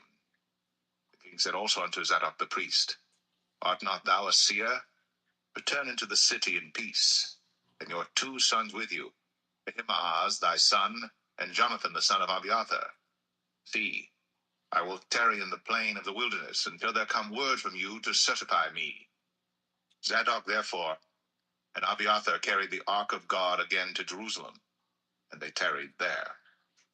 And David went up by the ascent of Mount Olivet, and wept as he went up, and had his head covered, and he went barefoot, and all the people that was with him covered every man his head, and they went up, weeping as they went up. And one told David, saying, Ahithophel is among the conspirators with Absalom. And David said, O Lord, I pray thee, turn the counsel of Ahithophel into foolishness. And it came to pass that when David was come to the top of the mount, where he worshipped God, behold, Hushai the Archite came to meet him with his coat rent, and earth upon his head. Unto whom David said, If thou passest on with me, then thou shalt be a burden unto me. But if thou return to the city, and say unto Absalom, I will be thy servant, O king, as I have been thy father's servant hitherto, so will I now also be thy servant. Then mayest thou for me defeat the counsel of Ahithophel. And hast thou not there with thee Zadok and Abiathar the priests? Therefore it shall be that what thing soever thou shalt hear out of the king's house, thou shalt tell it to Zadok and Abiathar the priests. Behold, they have there with them their two sons, Ahimaaz Zadok's son, and Jonathan Abiathar's son. And by them ye shall send unto me everything that ye can hear. So Hushai, David's friend, came into the city, and Absalom came into Jerusalem.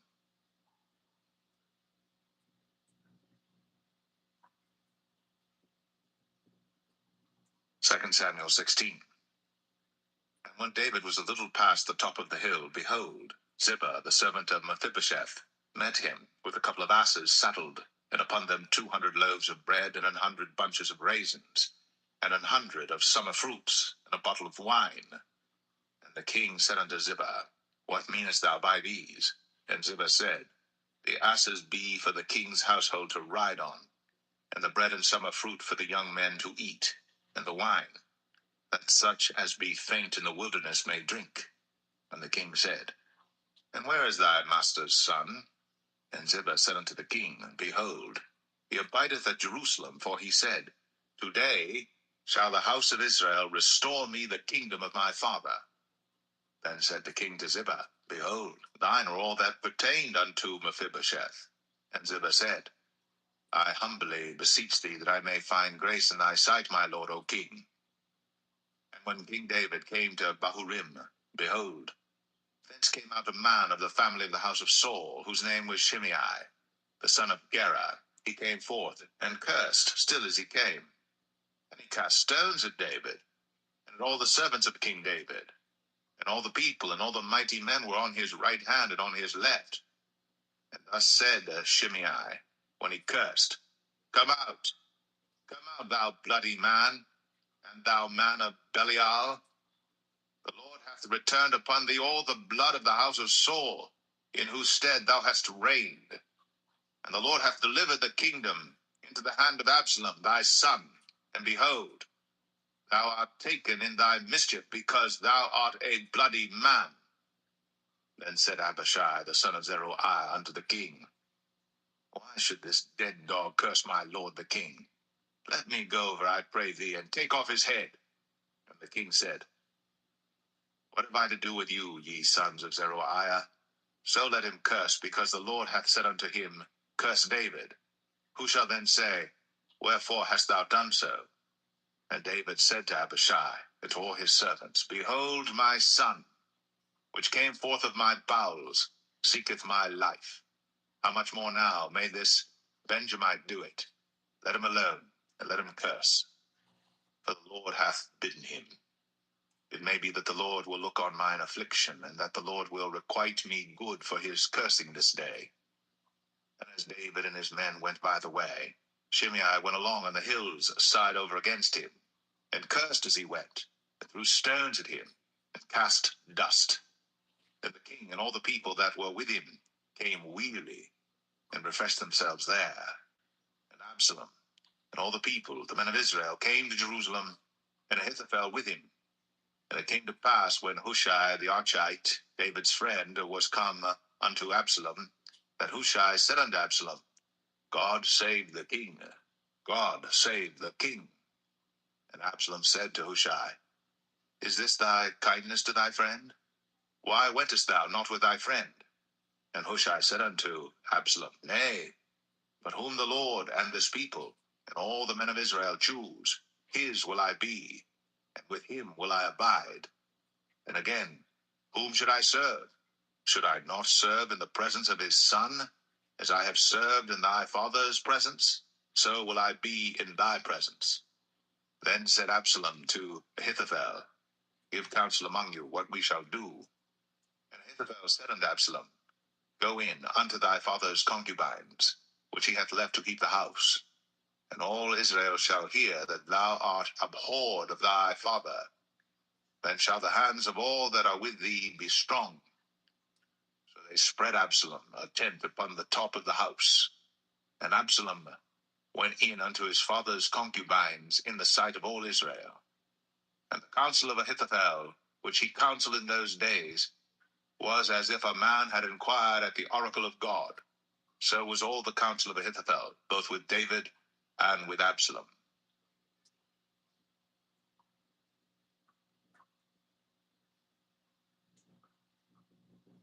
2 Samuel 17.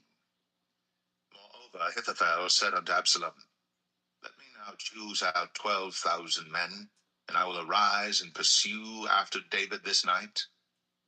And I will come upon him while he is weary and weak-handed, and will make him afraid. And all the people that are with him shall flee, and I will smite the king only. And I will bring back all the people unto thee. The man whom thou seekest is as if all returned, so all the people shall be in peace. And the saying pleased Absalom well, and all the elders of Israel. Then said Absalom, Call now Hushai the Archite also, and let us hear likewise what he saith. And when Hushai was come to Absalom, Absalom spake unto him, saying, Ahithophel hath spoken after this manner. Shall we do after his saying? If not, speak thou. And Hushai said unto Absalom, The counsel that Ahithophel hath given is not good at this time. For, said Hushai, Thou knowest thy father and his men, that they be mighty men, and they be chafed in their minds, as a bear robbed of her whelps in the field. And thy father is a man of war, and will not lodge with the people. Behold, he is hid now in some pit, or in some other place, and it will come to pass, when some of them be overthrown at the first, that whosoever heareth it will say, There is a slaughter among the people that follow Absalom. And he also that is valiant, whose heart is as the heart of a lion, shall utterly melt. For all Israel knoweth that thy father is a mighty man, and they which be with him are valiant men. Therefore I counsel that all Israel be generally gathered unto thee, from Dan even to Beersheba, as the sand that is by the sea for multitude, and that thou go to battle in thine own person.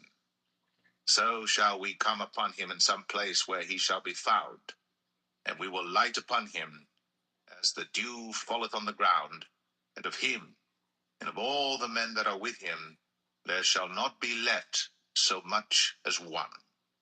Moreover, if he be gotten into a city, then shall all Israel bring ropes to that city, and we will draw it into the river, until there be not one small stone found there. And Absalom and all the men of Israel said, The counsel of Hushai the Archite is better than the counsel of Ahithophel. For the Lord had appointed to defeat the good counsel of Ahithophel, to the intent that the Lord might bring evil upon Absalom. Then said Hushai unto Zadok and to Abiathar the priests, Thus and thus did Ahithophel counsel Absalom and the elders of Israel, and thus have I counseled. Now therefore send quickly and tell David, saying, Lodge not this night in the plains of the wilderness, but speedily pass over, lest the king be swallowed up, and all the people that are with him. Now Jonathan and Ahimaaz stayed by En-Rogel, that they might not be seen to come into the city. And a wench went and told them, and they went and told King David. Nevertheless a lad saw them and told Absalom. But they went both of them away quickly, and came to a man's house in Bahurim, which had a well in his court, whither they went down. And the woman took and spread a covering over the well's mouth, and spread ground corn thereon, and the thing was not known. And when Absalom's servants came to the woman to the house, they said, Where is Ahimaaz and Jonathan? And the woman said unto them, They be gone over the brook of water. And when they had sought and could not find them, they returned to Jerusalem. And it came to pass after they were departed, that they came up out of the well, and went and told to King David, and said unto David, Arise, and pass quickly over the water, for thus hath Ahithophel counseled against you. Then David arose, and all the people that were with him, and they passed over Jordan. By the morning light there lacked not one of them that was not gone over Jordan. And when Ahithophel saw that his counsel was not followed, he saddled his ass and arose, and gat him home to his house, to his city, and put his household in order, and hanged himself, and died, and was buried in the sepulchre of his father. Then David came to Mahanaim, and Absalom passed over Jordan, he and all the men of Israel with him. And Absalom made Amasa captain of the host instead of Joab, which Amasa was a man's son, whose name was Ithra, an Israelite, that went in to Abigail, the daughter of Nahash, sister to Zeruiah, Joab's mother. So Israel and Absalom pitched in the land of Gilead. And it came to pass, when David was come to Mahanaim, that Shobai the son of Nahash of Rabbah, of the children of Ammon, and Machir the son of Amiel of Lo-debar, and Barzillai the Gileadite of Rogelim, brought beds and basins and earthen vessels and wheat and barley and flour and parched corn and beans and lentils and parched pulse and honey and butter and sheep and cheese of kine for David and for the people that were with him to eat. For they said, the people is hungry and weary and thirsty in the wilderness.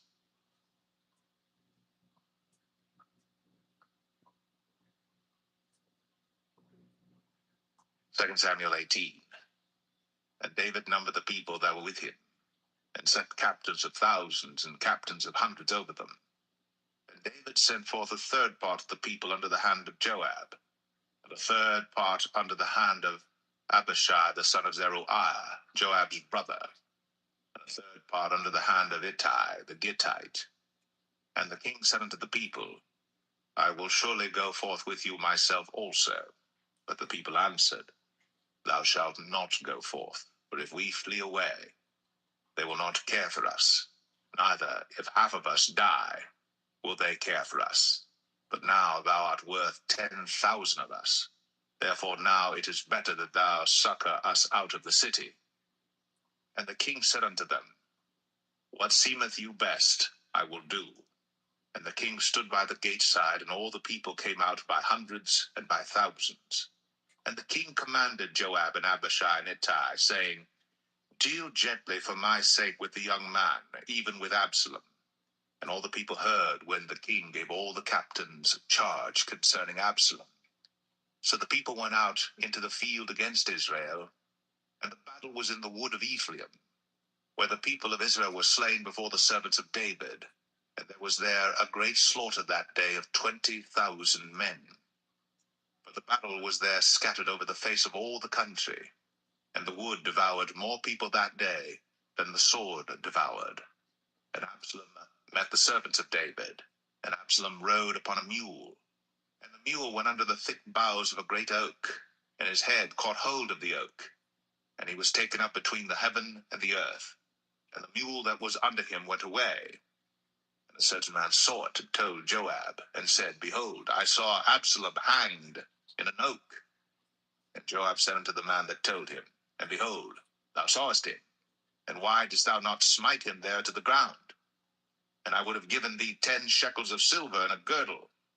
And the man said unto Joab, Though I should receive 1,000 shekels of silver in mine hand, yet would I not put forth mine hand against the king's son. For in our hearing the king charged thee and Abishai and Ittai, saying, Beware that none touch the young man Absalom.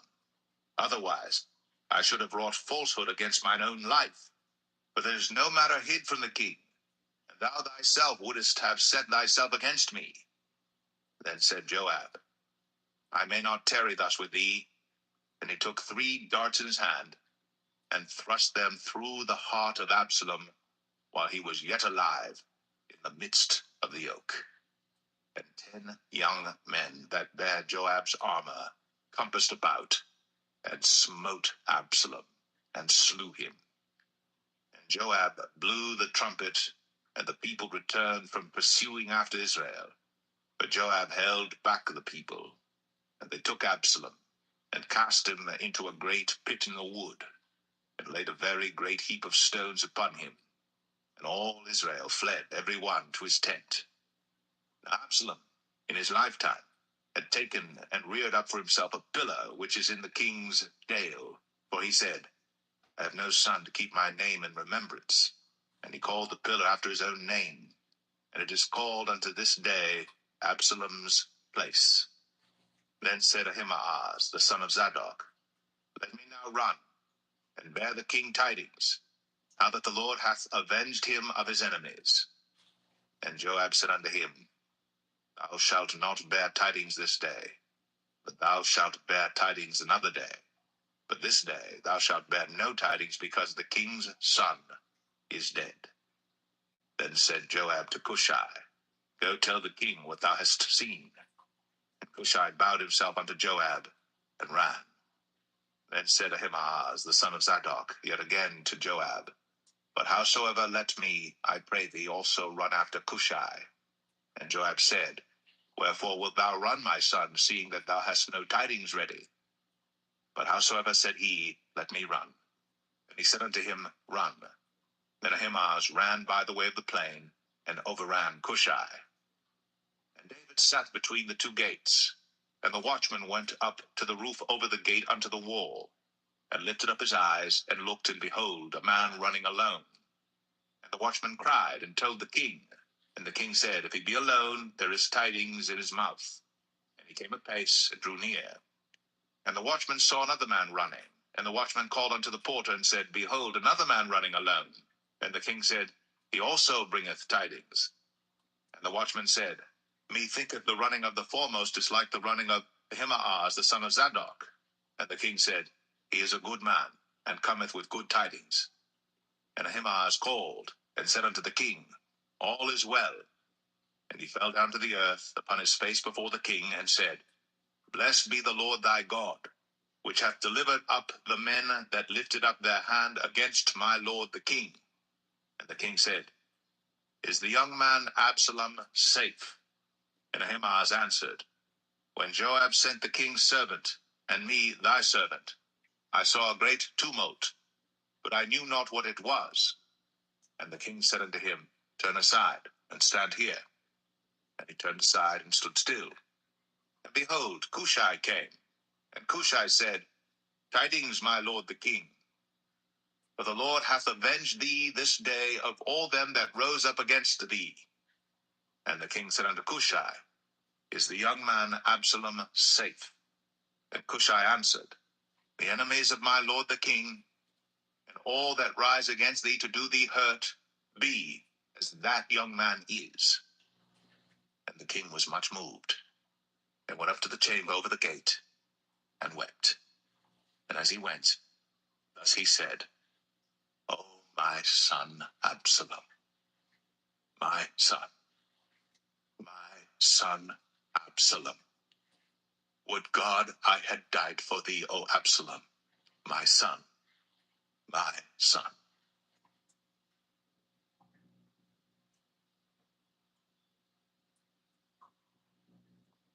2 Samuel 19. And it was told Joab, Behold, the king weepeth and mourneth for Absalom. And the victory that day was turned into mourning unto all the people, for the people heard say that day how the king was grieved for his son.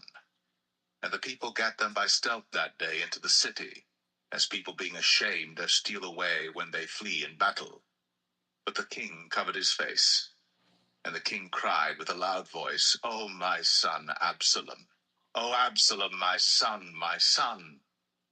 And Joab came into the house to the king, and said, Thou hast shamed this day the faces of all thy servants, which this day have saved thy life, and the lives of thy sons and of thy daughters, and the lives of thy wives, and the lives of thy concubines, in that thou lovest thine enemies, and hatest thy friends. For thou hast declared this day that thou regardest neither princes nor servants. For this day I perceive that if Absalom had lived, and all we had died this day, then it had pleased thee well. Now therefore arise, go forth, and speak comfortably unto thy servants. For I swear by the Lord, if thou go not forth, there will not tarry one with thee this night. And that will be worse unto thee than all the evil that befell thee from thy youth until now. Then the king arose and sat in the gate. And they told unto all the people, saying, Behold, the king doth sit in the gate. And all the people came before the king, for Israel had fled every man to his tent. And all the people were at strife throughout all the tribes of Israel, saying, The king saved us out of the hand of our enemies, and he delivered us out of the hand of the Philistines. And now he is fled out of the land for Absalom. And Absalom, whom we anointed over us, is dead in battle. Now therefore, why speak ye not a word of bringing the king back? And King David sent to Zadok and to Abiathar the priests, saying, Speak unto the elders of Judah, saying, Why are ye the last to bring the king back to his house, seeing the speech of all Israel is come to the king, even to his house? Ye are my brethren, ye are my bones and my flesh. Wherefore then are ye the last to bring back the king? And say ye to Amasa, Art thou not of my bone and of my flesh? God do so to me, and more also, if thou be not captain of the host before me continually in the room of Joab. And he bowed the heart of all the men of Judah, even as the heart of one man, so that they sent this word unto the king, Return thou, and all thy servants. So the king returned, and came to Jordan, and Judah came to Gilgal, to go to meet the king, to conduct the king over Jordan. And Shimei the son of Gera, a Benjamite, which was of Bahurim, hasted and came down with the men of Judah to meet King David. And there were 1,000 men of Benjamin with him, and Ziba the servant of the house of Saul, and his 15 sons and his 20 servants with him. And they went over Jordan before the king. And they went over a ferry boat to carry over the king's household, and to do what he thought good. And Shimei the son of Gera fell down before the king, as he was come over Jordan, and said unto the king, Let not my lord impute iniquity unto me, neither do thou remember that which thy servant did perversely the day that my lord the king went out of Jerusalem, that the king should take it to his heart. For thy servant doth know that I have sinned. Therefore, behold, I am come the first this day of all the house of Joseph, to go down to meet my lord the king. But Abishai the son of Zeruiah answered and said, Shall not Shimei be put to death for this, because he cursed the Lord's anointed? And David said, What have I to do with you, ye sons of Zeruiah, that ye should this day be adversaries unto me? Shall there any man be put to death this day in Israel? But do not I know that I am this day king over Israel? Therefore the king said unto Shimei, Thou shalt not die. And the king sware unto him. And Mephibosheth, the son of Saul, came down to meet the king, and had neither dressed his feet, nor trimmed his beard, nor washed his clothes, from the day the king departed until the day he came again in peace.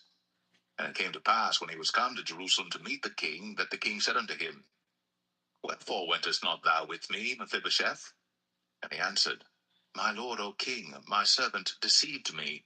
For thy servant said, I will saddle me an ass, that I may ride thereon, and go to the king, because thy servant is lame. And he hath slandered thy servant unto my lord the king. But my lord the king is as an angel of God.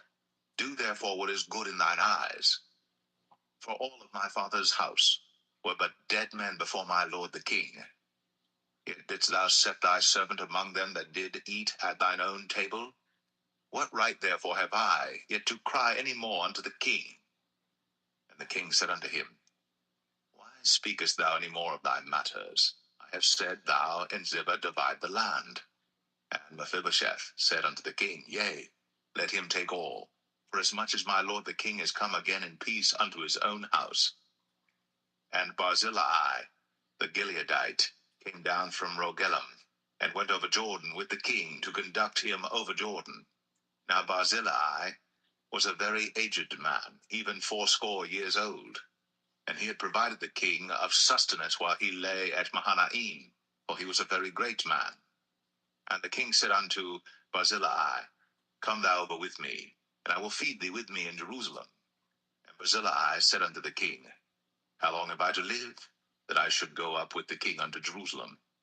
I am this day 80 years old, and can I discern between good and evil? Can thy servant taste what I eat or what I drink? Can I hear any more the voice of singing men and singing women? Wherefore then should thy servant be yet a burden unto my lord the king? Thy servant will go a little way over Jordan with the king, and why should the king recompense it me with such a reward? Let thy servant, I pray thee, turn back again, that I may die in mine own city, and be buried by the grave of my father and of my mother. But behold thy servant, Chimham, let him go over with my lord the king, and do to him what shall seem good unto thee. And the king answered, Chimham shall go over with me, and I will do to him that which shall seem good unto thee. And whatsoever thou shalt require of me, that will I do for thee. And all the people went over Jordan. And when the king was come over, the king kissed Barzillai, and blessed him, and he returned unto his own place. Then the king went on to Gilgal, and Chimham went on with him. And all the people of Judah conducted the king, and also half the people of Israel. And behold, all the men of Israel came to the king, and said unto the king, Why have our brethren the men of Judah stolen thee away, and have brought the king and his household and all David's men with him over Jordan? And all the men of Judah answered the men of Israel, Because the king is near of kin to us. Wherefore then be ye angry for this matter? Have we eaten at all of the king's cost, or hath he given us any gift? And the men of Israel answered the men of Judah, and said, We have 10 parts in the king, and we have also more right in David than ye. Why then did ye despise us, that our advice should not be first had in bringing back our king? And the words of the men of Judah were fiercer than the words of the men of Israel.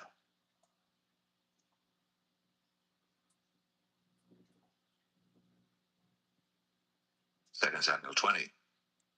And there happened to be there a man of Belial, whose name was Sheba, the son of Bichri, a Benjamite. And he blew a trumpet and said, We have no part in David, neither have we inheritance in the son of Jesse. Every man to his tents, O Israel.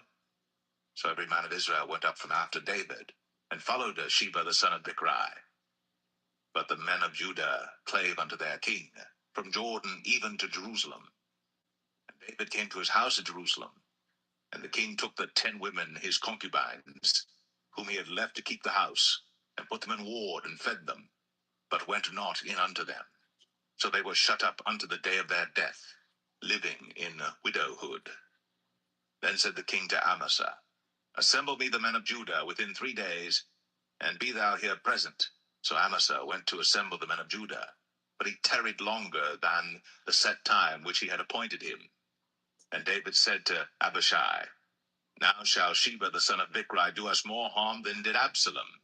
Take thou thy lord's servants, and pursue after him, lest he get him fenced cities and escape us. And there went out after him Joab's men, and the Cherethites and the Pelethites, and all the mighty men. And they went out of Jerusalem to pursue after Sheba the son of Bichri. When they were at the great stone which is in Gibeon, Amasa went before them. And Joab's garment that he had put on was girded unto him, and upon it a girdle with a sword fastened upon his loins in the sheath thereof. And as he went forth, it fell out. And Joab said to Amasa, Art thou in health, my brother? And Joab took Amasa by the beard with the right hand to kiss him. But Amasa took no heed to the sword that was in Joab's hand. So he smote him therewith in the 5th rib, and shed out his bowels to the ground, and struck him not again, and he died. So Joab and Abishai his brother pursued after Sheba the son of Bichri. And one of Joab's men stood by him, and said, He that favoreth Joab, and he that is for David, let him go after Joab. And Amasa wallowed in blood in the midst of the highway. And when the man saw that all the people stood still, he removed Amasa out of the highway into the field, and cast a cloth upon him, when he saw that every one that came by him stood still. When he was removed out of the highway, all the people went on after Joab, to pursue after Sheba the son of Bichri. And he went through all the tribes of Israel unto Abel, and to Bethmachah, and all the Berites. And they were gathered together, and went also after him. And they came and besieged him in Abel of Bethmachah. And they cast up a bank against the city, and it stood in the trench, and all the people that were with Joab battered the wall to throw it down.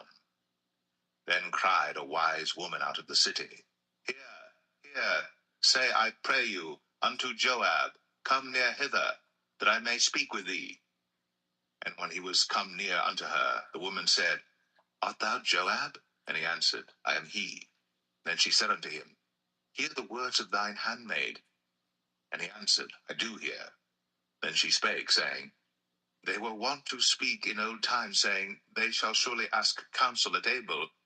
And so they ended the matter. I am one of them that are peaceable and faithful in Israel. Thou seekest to destroy a city and a mother in Israel. Why wilt thou swallow up the inheritance of the Lord? And Joab answered and said, far be it from me that I should swallow up or destroy. The matter is not so.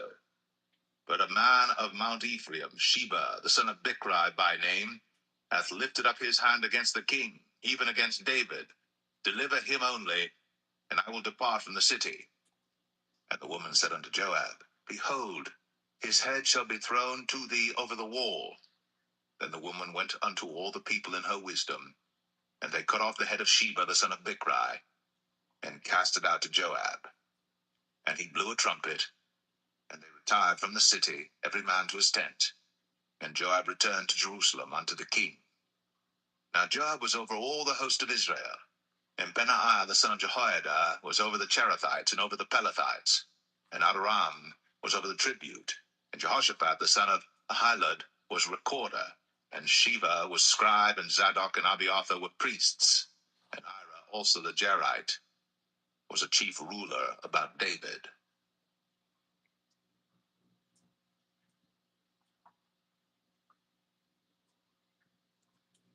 2 Samuel 21.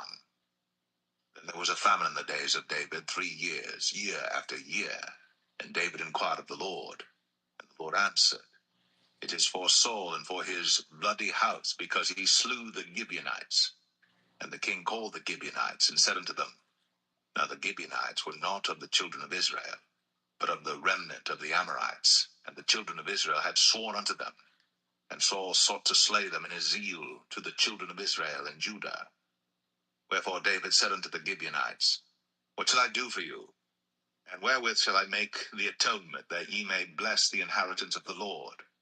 And the Gibeonites said unto him, we will have no silver nor gold of Saul, nor of his house, neither for us shalt thou kill any man in Israel. And he said, what ye shall say, that will I do for you. And they answered the king, the man that consumed us, and that devised against us, that we should be destroyed from remaining in any of the coasts of Israel, let 7 men of his sons be delivered unto us, and we will hang them up unto the Lord in Gibeah of Saul, whom the Lord did choose. And the king said, I will give them. But the king spared Mephibosheth, the son of Jonathan, the son of Saul, because of the Lord's oath that was between them, between David and Jonathan, the son of Saul. But the king took the 2 sons of Rizpah, the daughter of Aiah, whom she bare unto Saul, Armoni and Mephibosheth, and the 5 sons of Michal, the daughter of Saul, whom she brought up for Adriel, the son of Barzillai, the Maholathite. And he delivered them into the hands of the Gibeonites, and they hanged them in the hill before the Lord. And they fell all 7 together, and were put to death in the days of harvest, in the first days, in the beginning of barley harvest. And Rizpah, the daughter of Aiah, took sackcloth, and spread it for her upon the rock, from the beginning of harvest until water dropped upon them out of heaven, and suffered neither the birds of the air to rest on them by day, nor the beast of the field by night. And it was told David what Rizpah, the daughter of Aiah, the concubine of Saul, had done. And David went and took the bones of Saul, and the bones of Jonathan his son, from the men of Jabesh Gilead, which had stolen them from the street of Bethshan, where the Philistines had hanged them, when the Philistines had slain Saul in Gilboa. And he brought up from thence the bones of Saul, and the bones of Jonathan his son, and they gathered the bones of them that were hanged. And the bones of Saul and Jonathan his son buried they in the country of Benjamin in Zelah, in the sepulchre of Kish his father. And they performed all that the king commanded. And after that, God was entreated for the land. Moreover, the Philistines had yet war again with Israel. And David went down, and his servants with him, and fought against the Philistines. And David waxed faint. And Ishbi-Benob, which was of the sons of the giant, the weight of whose spear weighed 300 shekels of brass in weight, he being girded with a new sword, thought to have slain David. But Abishai the son of Zeruiah succored him, and smote the Philistine, and killed him. Then the men of David sware unto him, saying, thou shalt go no more out with us to battle, that thou quench not the light of Israel. And it came to pass after this, that there was again a battle with the Philistines at Gob. Then Sibbecai the Hushathite slew Saph, which was of the sons of the giant. And there was again a battle in Gob with the Philistines, where Elhanan the son of Jareh-Oregim, a Bethlehemite, slew the brother of Goliath the Gittite, the staff of whose spear was like a weaver's beam. And there was yet a battle in Gath, where was a man of great stature, that had on every hand 6 fingers, and on every foot 6 toes, 24 in number. And he also was born to the giant. And when he defied Israel, Jonathan the son of Shemaiah, the brother of David, slew him. These 4 were born to the giant in Gath, and fell by the hand of David, and by the hand of his servants.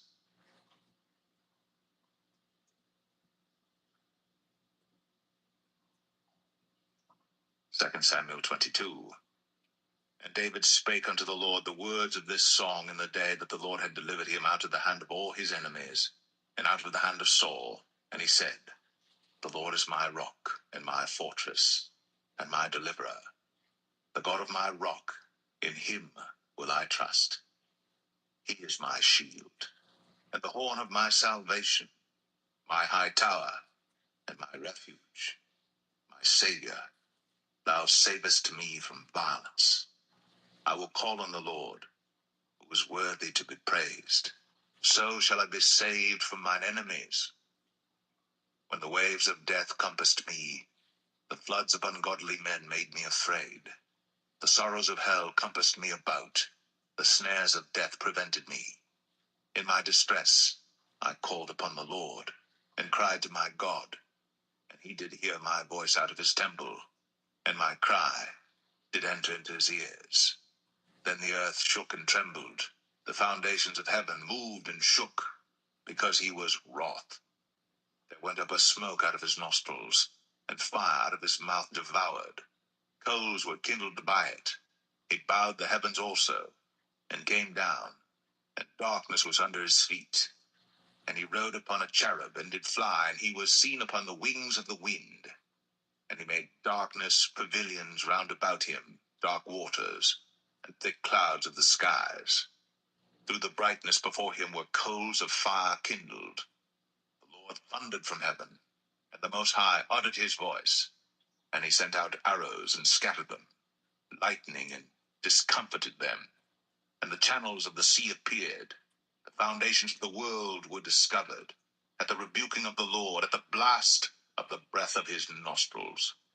He sent from above, he took me, he drew me out of many waters. He delivered me from my strong enemy, and from them that hated me. For they were too strong for me. They prevented me in the day of my calamity. But the Lord was my stay. He brought me forth also into a large place. He delivered me because he delighted in me. The Lord rewarded me according to my righteousness, according to the cleanness of my hands hath he recompensed me. For I have kept the ways of the Lord, and have not wickedly departed from my God. For his judgments were before me, and as for his statutes, I did not depart from them. I was also upright before him, and have kept myself from mine iniquity.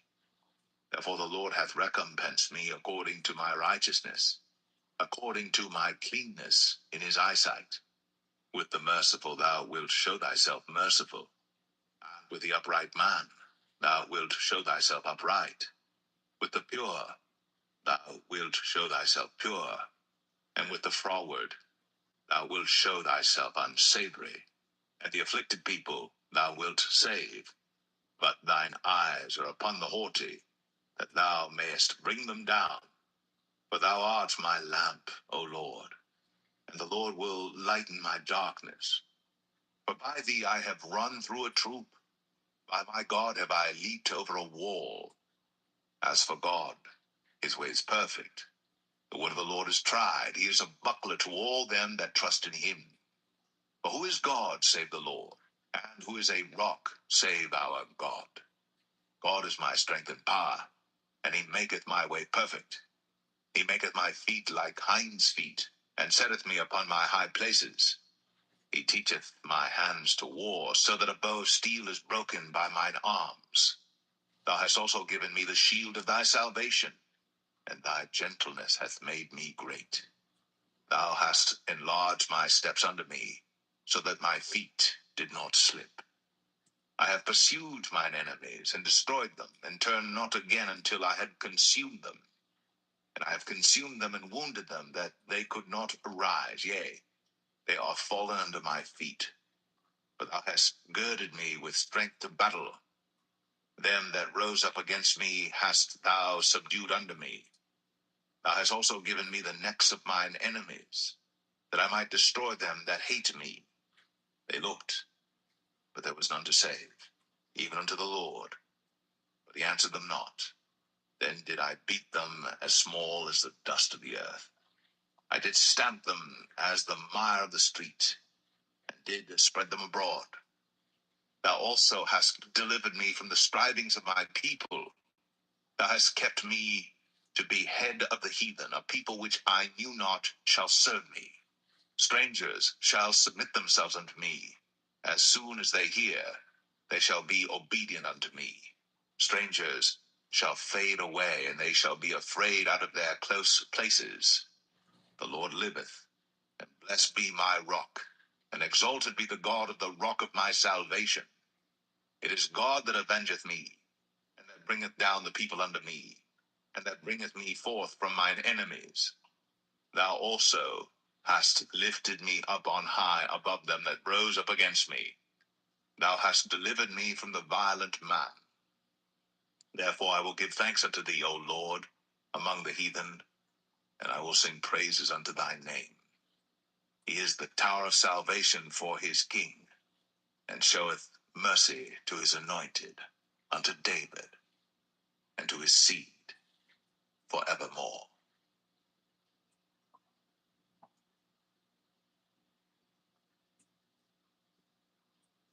2 Samuel 23. Now these be the last words of David. And David the son of Jesse said, and the man who was raised up on high, the anointed of the God of Jacob, and the sweet psalmist of Israel said, The Spirit of the Lord spake by me, and his word was in my tongue. The God of Israel said, The rock of Israel spake to me.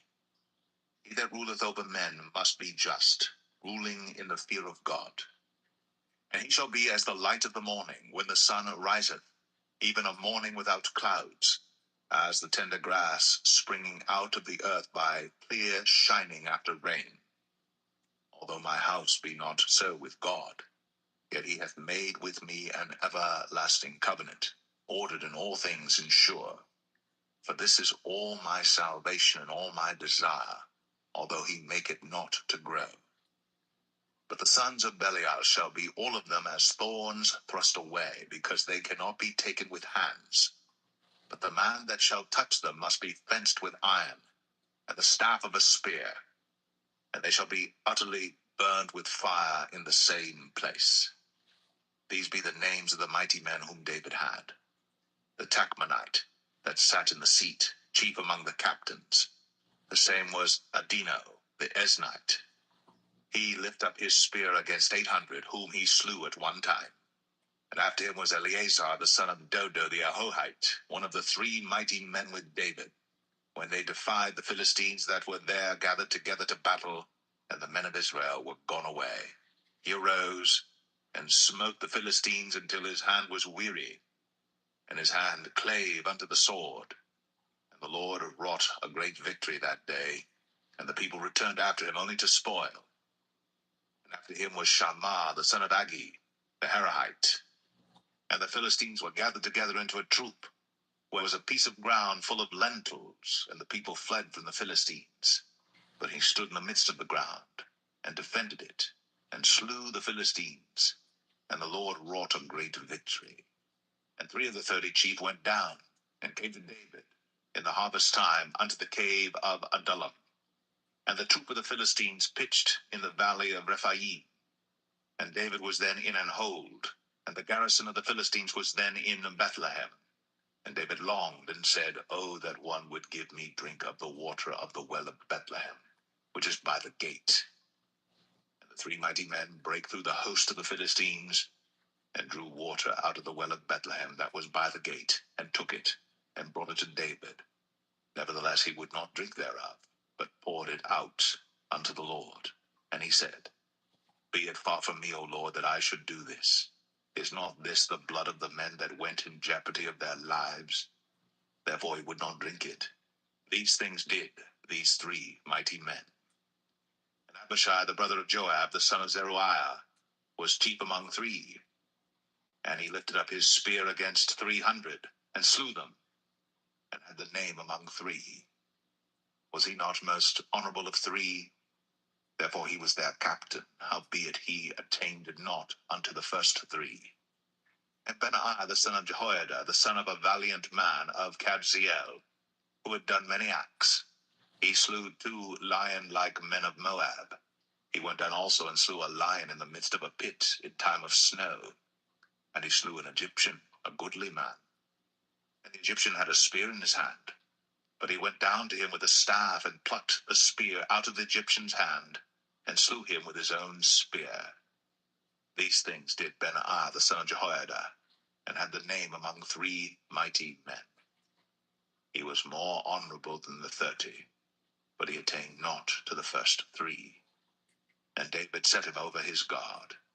Asahel the brother of Joab was one of the 30, Elhanan the son of Dodo of Bethlehem, Shammah the Harodite, Elika the Harodite, Elez the Paltite, Ira the son of Ikesh the Tekoite, Abiezer the Anathothite, Mebunai the Hushathite, Zalman the Ahohite, Maharai the Netophathite, Heleb the son of Baanah, a Netophathite, Ittai the son of Ribai, out of Gibeah of the children of Benjamin, Benaiah the Parathonite, Hiddai of the brooks of Gaash, Abialbon the Arbathite, Asmaveth the Bahumite, Eliabah the Shaalbanite, of the sons of Jashan, Jonathan, Shammah the Hararite, Ahiam the son of Sharah the Hararite, Eliphalet the son of Ahasbai, the son of the Maacathite, Eliam the son of Ahithophel the Gelonite,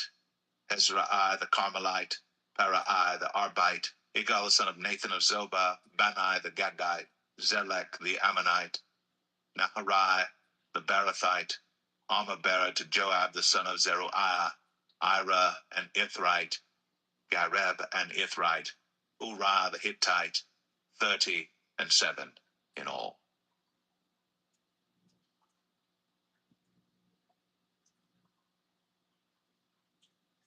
2 Samuel 24.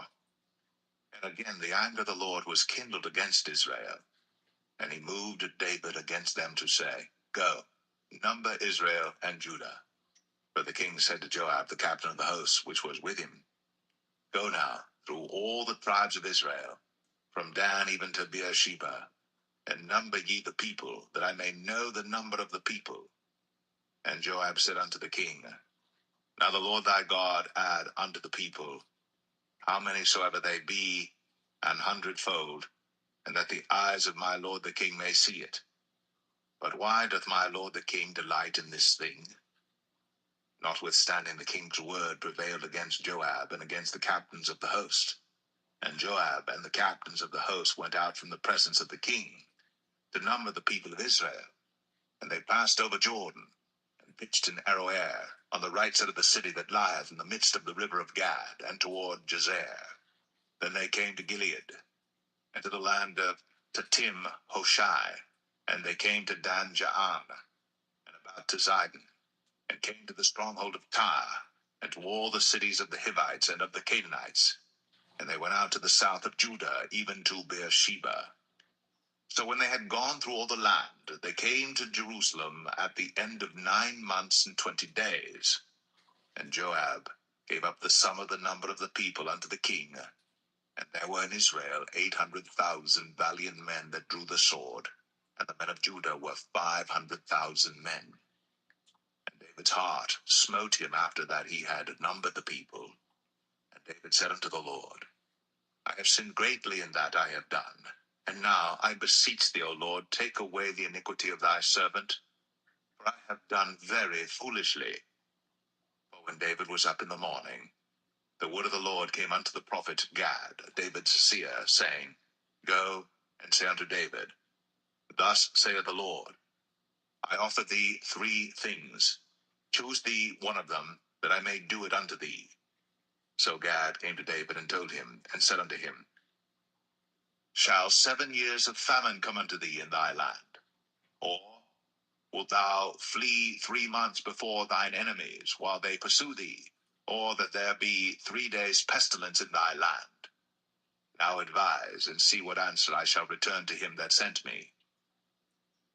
And David said unto Gad, I am in a great strait. Let us fall now into the hand of the Lord, for his mercies are great, and let me not fall into the hand of man. So the Lord sent a pestilence upon Israel, from the morning even to the time appointed. And there died of the people from Dan even to Beersheba 70,000 men. And when the angel stretched out his hand upon Jerusalem to destroy it, the Lord repented him of the evil, and said to the angel that destroyed the people, It is enough. Stay now thine hand. And the angel of the Lord was by the threshing place of Araunah the Jebusite. And David spake unto the Lord when he saw the angel that smote the people, and said, Lo, I have sinned, and I have done wickedly. But these sheep, what have they done? Let thine hand, I pray thee, be against me, and against my father's house. And Gad came that day to David, and said unto him, Go up, rear an altar unto the Lord in the threshing floor of Araunah the Jebusite. And David, according to the saying of Gad, went up as the Lord commanded. And Araunah looked, and saw the king and his servants coming on toward him. And Araunah went out, and bowed himself before the king on his face upon the ground. And Araunah said, Wherefore is my lord the king come to his servant? And David said, To buy the threshing floor of thee, to build an altar unto the Lord, that the plague may be stayed from the people. And Araunah said unto David, Let my lord the king take and offer up what seemeth good unto him. Behold, here be oxen for burnt sacrifice, and threshing instruments, and other instruments of the oxen for wood. All these things did Araunah as a king give unto the king.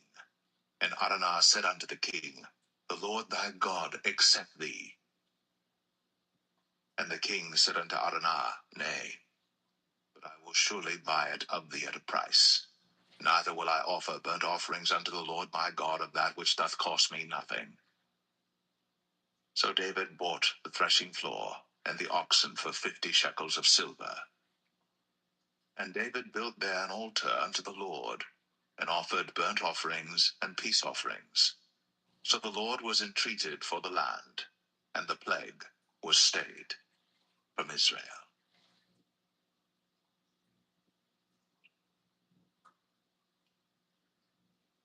The first book of Kings, chapter 1. Now King David was old, and stricken in years, and they covered him with clothes, but he gat no heat. Wherefore his servant said unto him, Let there be sought for my lord the king a young virgin, and let her stand before the king, and let her cherish him, and let her lie in thy bosom, that my lord the king may get heat. So they sought for a fair damsel throughout all the coasts of Israel, and found Abishag, a Shunammite, and brought her to the king. And the damsel was very fair, and cherished the king, and ministered to him. But the king knew her not. Then Adonijah the son of Haggith exalted himself, saying, I will be king. And he prepared him chariots and horsemen, and 50 men to run before him. And his father had not displeased him at any time in saying, Why hast thou done so? And he also was a very goodly man. And his mother bare him after Absalom. And he conferred with Joab the son of Zeruiah, and with Abiathar the priest, and they, following Adonijah, helped him. But Zadok the priest, and Benaiah the son of Jehoiada, and Nathan the prophet, and Shimei, and Rei, and the mighty men which belonged to David, were not with Adonijah. And Adonijah slew sheep and oxen and fat cattle by the stone of Zoheleth, which is by Enrogel, and called all his brethren, the king's sons, and all the men of Judah, the king's servants. But Nathan the prophet, and Benaiah, and the mighty men, and Solomon his brother, he called not.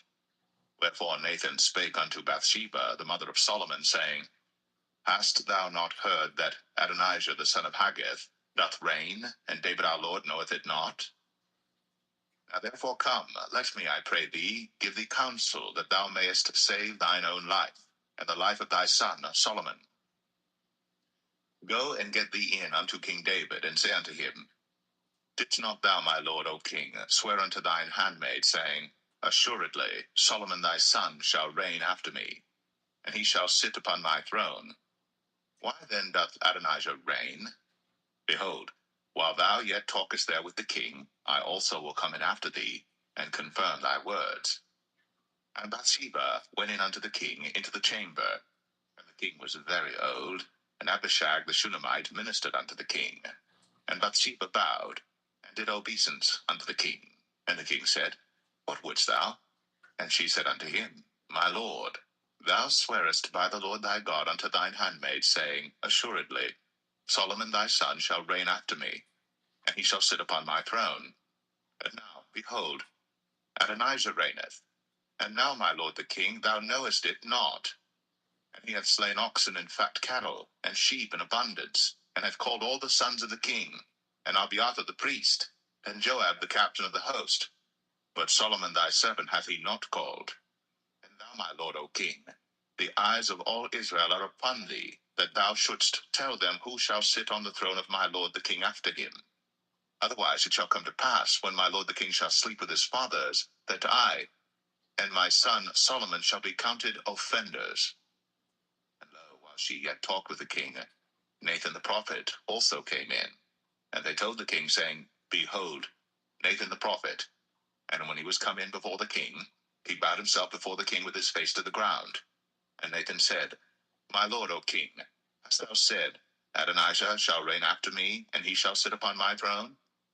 For he is gone down this day, and hath slain oxen and fat cattle and sheep in abundance, and hath called all the king's sons, and the captains of the host, and Abiathar the priest, and behold, they eat and drink before him, and say, God save King Adonijah. But me, even me thy servant, and Zadok the priest, and Benaiah the son of Jehoiada, and thy servant Solomon, hath he not called. Is this thing done by my lord the king?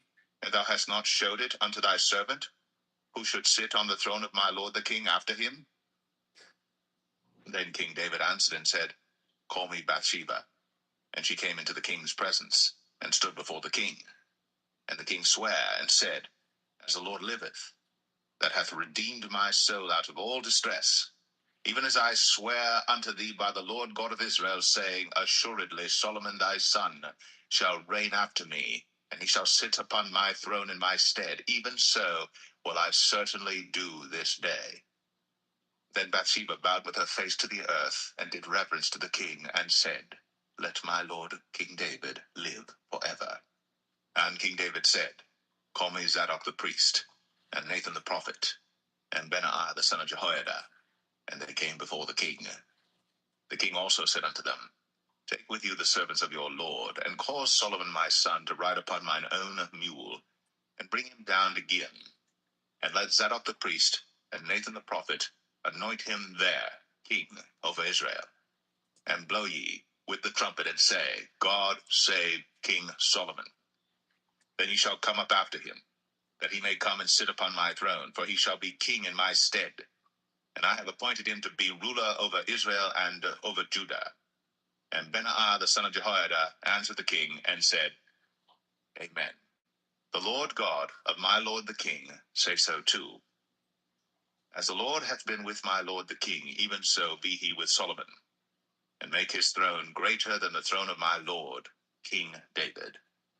So Zadok the priest, and Nathan the prophet, and Benaiah the son of Jehoiada, and the Cherethites, and the Pelethites, went down, and caused Solomon to ride upon King David's mule, and brought him to Gihon.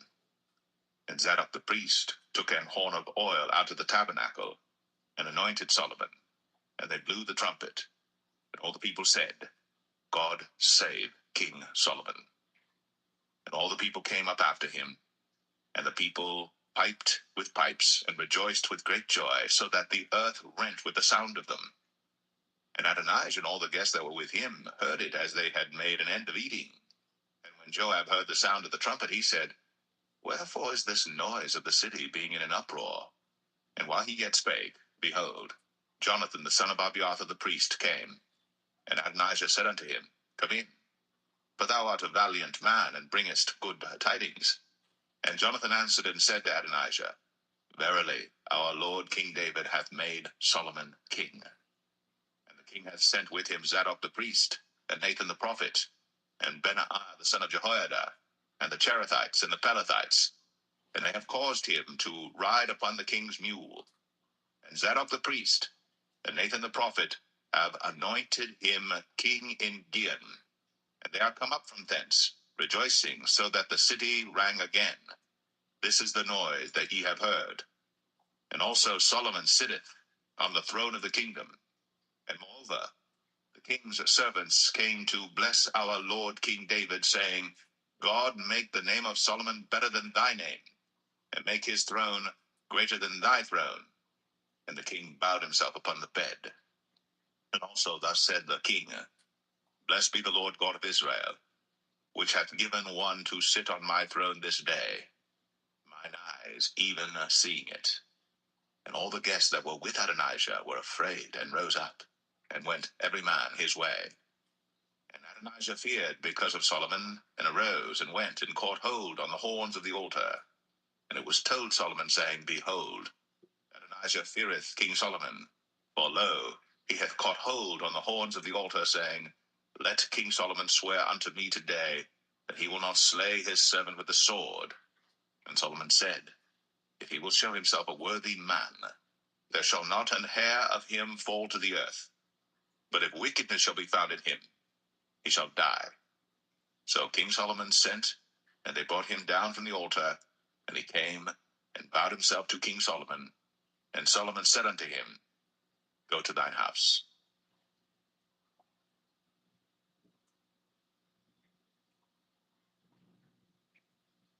1 Kings 2. Now the days of David drew nigh, that he should die. And he charged Solomon his son, saying, I go the way of all the earth. Be thou strong therefore, and show thyself a man, and keep the charge of the Lord thy God, to walk in his ways, to keep his statutes, and his commandments, and his judgments, and his testimonies, as it is written in the law of Moses, that thou mayest prosper in all that thou doest, and whithersoever thou turnest thyself, that the Lord may continue his word which he spake concerning me, saying, If thy children take heed to their way, to walk before me in truth with all their heart and with all their soul, there shall not fail thee, said he, a man on the throne of Israel. Moreover, thou knowest also what Joab the son of Zeruiah did to me, and what he did to the two captains of the host of Israel, unto Abner the son of Ner, and unto Amasa the son of Jether, whom he slew, and shed the blood of war in peace, and put the blood of war upon his girdle that was about his loins, and in his shoes that were on his feet. Do therefore according to thy wisdom, and let not his hoar head go down to the grave in peace, but show kindness unto the sons of Barzillai the Gileadite, and let them be of those that eat at thy table. For so they came to me when I fled because of Absalom thy brother. And behold, thou hast with thee Shimei the son of Gera, a Benjamite of Bahurim, which cursed me with a grievous curse in the day when I went to Mahanaim. But he came down to meet me at Jordan. I swear to him by the Lord, saying, I will not put thee to death with the sword. Now therefore hold him not guiltless, for thou art a wise man, and knowest what thou oughtest to do unto him. But his hoar head bring thou down to the grave with blood. So David slept with his fathers, and was buried in the city of David. And the days that David reigned over Israel were 40 years. 7 years reigned he in Hebron, and 3 years reigned he in Jerusalem. Then sat Solomon upon the throne of David his father, and his kingdom was established greatly. And Adonijah, the son of Haggith, came to Bathsheba, the mother of Solomon, and she said, Comest thou peaceably? And he said, Peaceably. He said, Moreover, I have somewhat to say unto thee. And she said, Say on.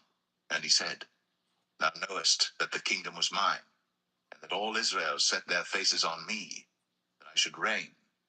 Howbeit the kingdom is turned about, and is become my brother's, for it was his from the Lord. And now I ask one petition of thee, deny me not. And she said unto him, Say on. And he said, Speak, I pray thee, unto Solomon the king. For he will not say thee nay, that he give me Abishag the Shunammite to wife. And Bathsheba said, Well, I will speak for thee unto the king. Bathsheba therefore went unto King Solomon, to speak unto him for Adonijah. And the king rose up to meet her, and bowed himself unto her, and sat down on his throne, and caused a seat to be set for the king's mother. And she sat on his right hand. Then she said, I desire one small petition of thee. I pray thee, say me not nay. And the king said unto her, Ask on, my mother, for I will not say thee nay. And she said, Let Abishag the Shunammite be given to Adonijah thy brother to wife. And King Solomon answered and said unto his mother, And why dost thou ask Abishag the Shunammite for Adonijah? Ask for him the kingdom also, for he is mine elder brother, even for him, and for Abiathar the priest, and for Joab the son of Zeruiah. Then King Solomon sware by the Lord, saying, God do so to me, and more also, if Adonijah have not spoken this word against his own life. Now therefore, as the Lord liveth, which hath established me, and set me on the throne of David my father, and who hath made me an house, as he promised, Adonijah shall be put to death this day. And King Solomon sent by the hand of Benaiah the son of Jehoiada, and he fell upon him, that he died. And unto Abiathar the priest said the king, Get thee to Anathoth, unto thine own fields, for thou art worthy of death. But I will not at this time put thee to death, because thou bearest the ark of the Lord God before David my father, and because thou hast been afflicted in all wherein my father was afflicted. So Solomon thrust out Abiathar from being priest unto the Lord, that he might fulfill the word of the Lord, which he spake concerning the house of Eli in Shiloh. Then tidings came to Joab. But Joab had turned after Adonijah, though he turned not after Absalom. And Joab fled unto the tabernacle of the Lord, and caught hold on the horns of the altar. And it was told King Solomon that Joab was fled unto the tabernacle of the Lord, and behold, he is by the altar. Then Solomon sent Benaiah the son of Jehoiada, saying, Go, fall upon him. And Benaiah came to the tabernacle of the Lord, and said unto him, Thus saith the king, Come forth. And he said, Nay, but I will die here. And Benaiah brought the king word again, saying, Thus said Joab. And thus he answered me. And the king said unto him, Do as he hath said, and fall upon him, and bury him, that thou mayest take away the innocent blood, which Joab shed from me, and from the house of my father. And the Lord shall return his blood upon his own head, who fell upon 2 men more righteous and better than he, and slew them with the sword. My father David, not knowing thereof, to wit, Abner the son of Ner, captain of the host of Israel, and Amasa the son of Jether, captain of the host of Judah. Their blood shall therefore return upon the head of Joab, and upon the head of his seed forever. But upon David, and upon his seed, and upon his house, and upon his throne, shall there be peace forever from the Lord. So Benaiah the son of Jehoiada went up, and fell upon him, and slew him. And he was buried in his own house, in the wilderness. And the king put Benaiah the son of Jehoiada in his room over the host, and Zadok the priest did the king put in the room of Abiathar. And the king sent and called for Shimei, and said unto him, Build thee an house in Jerusalem, and dwell there, and go not forth thence any whither. For it shall be, that on the day thou goest out, and passest over the brook Kidron, Thou shalt know for certain that thou shalt surely die. Thy blood shall be upon thine own head. And Shimei said unto the king, The saying is good. As my lord the king hath said, so will thy servant do. And Shimei dwelt in Jerusalem many days. And it came to pass at the end of 3 years, that 2 of the servants of Shimei ran away unto Achish, son of Maachah, king of Gath. And they told Shimei, saying, Behold, thy servants be in Gath. And Shimei arose, and saddled his ass, and went to Gath to Achish to seek his servants. And Shimei went, and brought his servants from Gath. And it was told Solomon that Shimei had gone from Jerusalem to Gath, and was come again. And the king sent and called for Shimei, and said unto him, Did I not make thee to swear by the Lord, and protested unto thee, saying, Know for a certain, on the day thou goest out, and walkest abroad any whither, that thou shalt surely die? And thou saidst unto me, The word that I have heard is good. Why then hast thou not kept the oath of the Lord, and the commandment that I have charged thee with?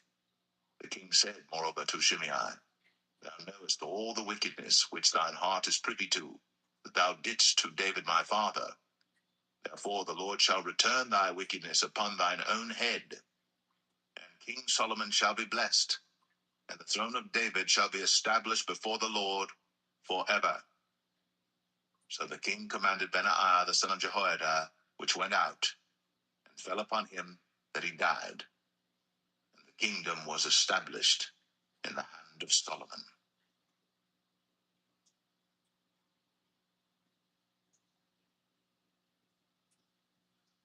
1 Kings 3. And Solomon made affinity with Pharaoh king of Egypt, and took Pharaoh's daughter, and brought her into the city of David, until he had made an end of building his own house, and the house of the Lord, and the wall of Jerusalem round about. Only the people sacrificed in high places, because there was no house built unto the name of the Lord, until those days. And Solomon loved the Lord, walking in the statutes of David his father. Only he sacrificed and burnt incense in high places. And the king went to Gibeon to sacrifice there, for that was the great high place. 1,000 burnt offerings did Solomon offer upon that altar. In Gibeon, the Lord appeared to Solomon in a dream by night, and God said, Ask what I shall give thee. And Solomon said, Thou hast shown unto thy servant David my father great mercy, according as he walked before thee in truth, and in righteousness, and in uprightness of heart with thee. And thou hast kept for him this great kindness, that thou hast given him a son, to sit on his throne, as it is this day. And now, O Lord my God, thou hast made thy servant king, instead of David my father, and I am but a little child. I know not how to go out or come in. And thy servant is in the midst of thy people, which thou hast chosen, a great people, that cannot be numbered nor counted for multitude.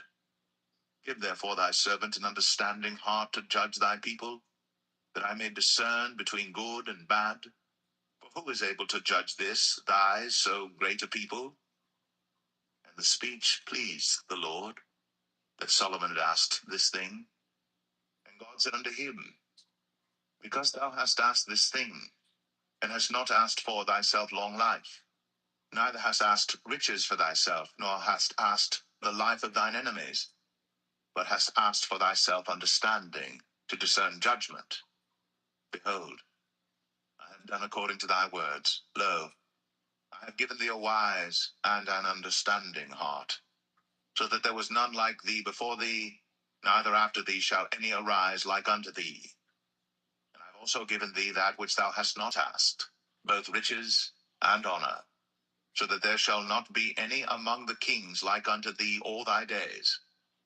And if thou wilt walk in my ways, to keep my statutes and my commandments, as thy father David did walk, then I will lengthen thy days. And Solomon awoke, and behold, it was a dream. And he came to Jerusalem, and stood before the ark of the covenant of the Lord, and offered up burnt offerings, and offered peace offerings, and made a feast to all his servants. Then came there 2 women that were harlots unto the king, and stood before him. And the one woman said, O my lord, I and this woman dwell in one house, and I was delivered of a child with her in the house.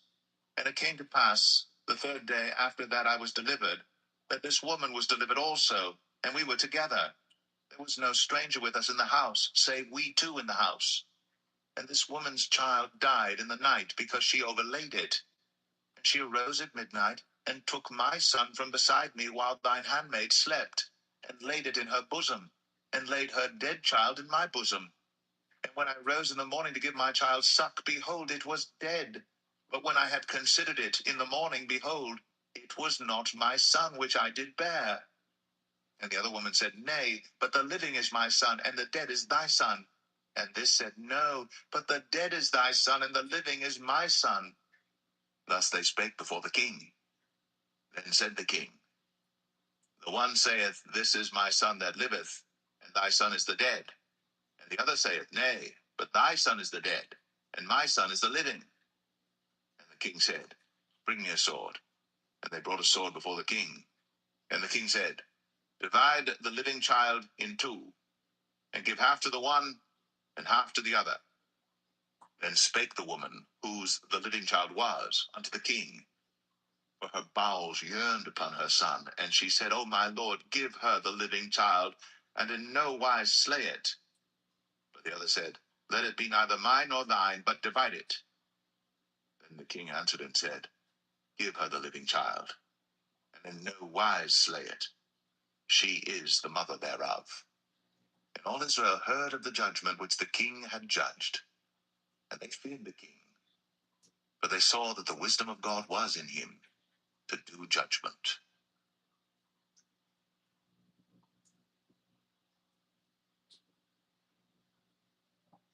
1 Kings 4.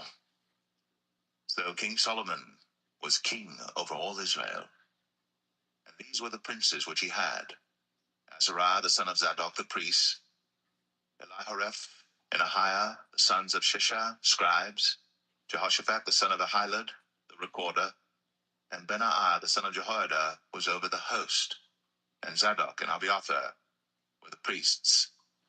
And Azariah the son of Nathan was over the officers, and Zabud the son of Nathan was principal officer, and the king's friend. And Ahisha was over the household, and Adoniram the son of Abda was over the tribute. And Solomon had 12 officers over all Israel, which provided victuals for the king and his household.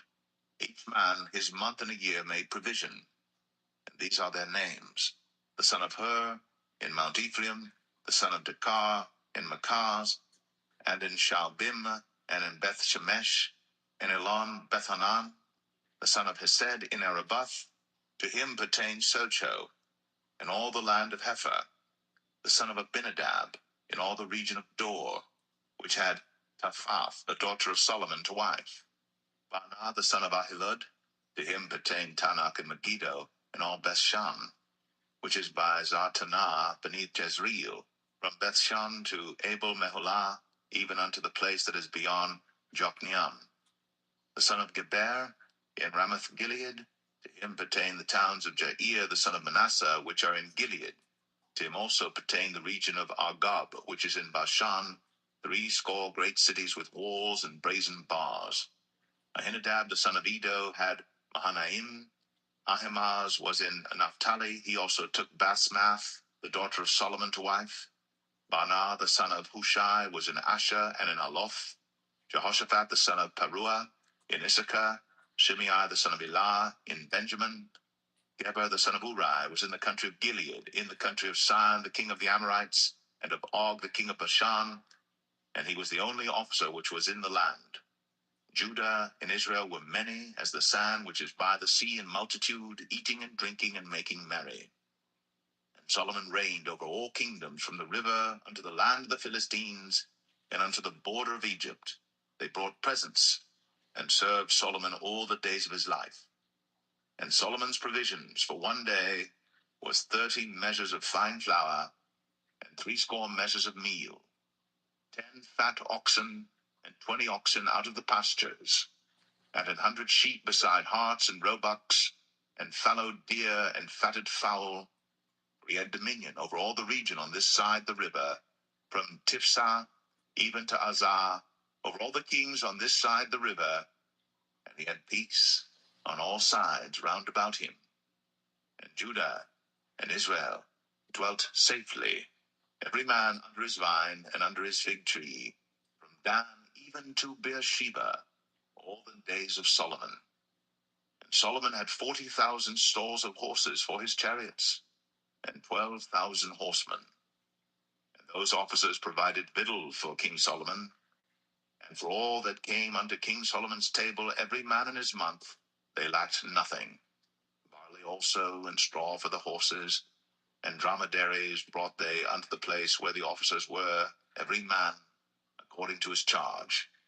And God gave Solomon wisdom and understanding exceeding much, and largeness of heart, even as the sand that is on the seashore. And Solomon's wisdom excelled the wisdom of all the children of the east country, and all the wisdom of Egypt. For he was wiser than all men, than Ethan the Ezrahite, and Heman, and Chalcol, and Darda, the sons of Mahol, and his fame was in all nations round about. And he spake 3,000 proverbs, and his songs were 1,005. And he spake of trees, from the cedar tree that is in Lebanon, even unto the hyssop that springeth out of the wall. He spake also of beasts, and of fowl, and of creeping things, and of fishes. And there came of all people to hear the wisdom of Solomon, from all kings of the earth, which had heard of his wisdom.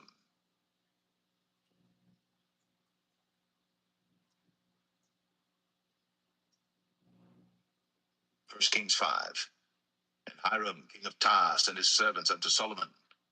For he had heard that they had anointed him king in the room of his father, for Hiram was ever a lover of David. And Solomon sent to Hiram, saying, Thou knowest how that David my father could not build an house unto the name of the Lord his God for the wars which were about him on every side, until the Lord put them under the soles of his feet. But now the Lord my God hath given me rest on every side, so that there is neither adversary nor evil occurrent. And behold, I purpose to build an house unto the name of the Lord my God, as the Lord spake unto David my father, saying, Thy son, whom I will set upon thy throne in thy room, he shall build an house unto my name. Now therefore command thou that they hew me cedar trees out of Lebanon, and my servants shall be with thy servants, and unto thee will I give hire for thy servants according to all that thou shalt appoint. For thou knowest that there is not among us any that can skill to hew timber like unto the Sidonians. And it came to pass, when Hiram heard the words of Solomon, that he rejoiced greatly, and said, Blessed be the Lord this day, which hath given unto David a wise son over this great people.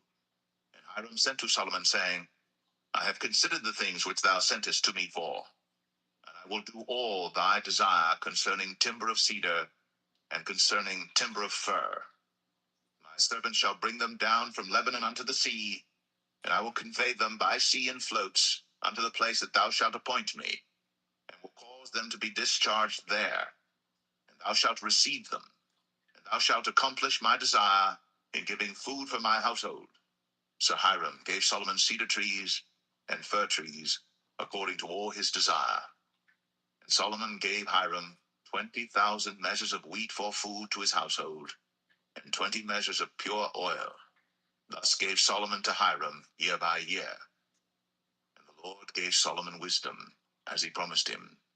And there was peace between Hiram and Solomon, and they two made a league together. And King Solomon raised a levy out of all Israel, and the levy was 30,000 men. And he sent them to Lebanon, 10,000 a month by courses. A month they were in Lebanon, and 2 months at home, and Adoniram was over the levy. And Solomon had 70,010 that bare burdens, and 80,000 hewers in the mountains, beside the chief of Solomon's officers which were over the work, 3,300 which ruled over the people that wrought in the work. And the king commanded, and they brought great stones, costly stones, and hewed stones, to lay the foundation of the house. And Solomon's builders and Hiram's builders did hew them, and the stone squarers, so they prepared timber and stones, to build the house.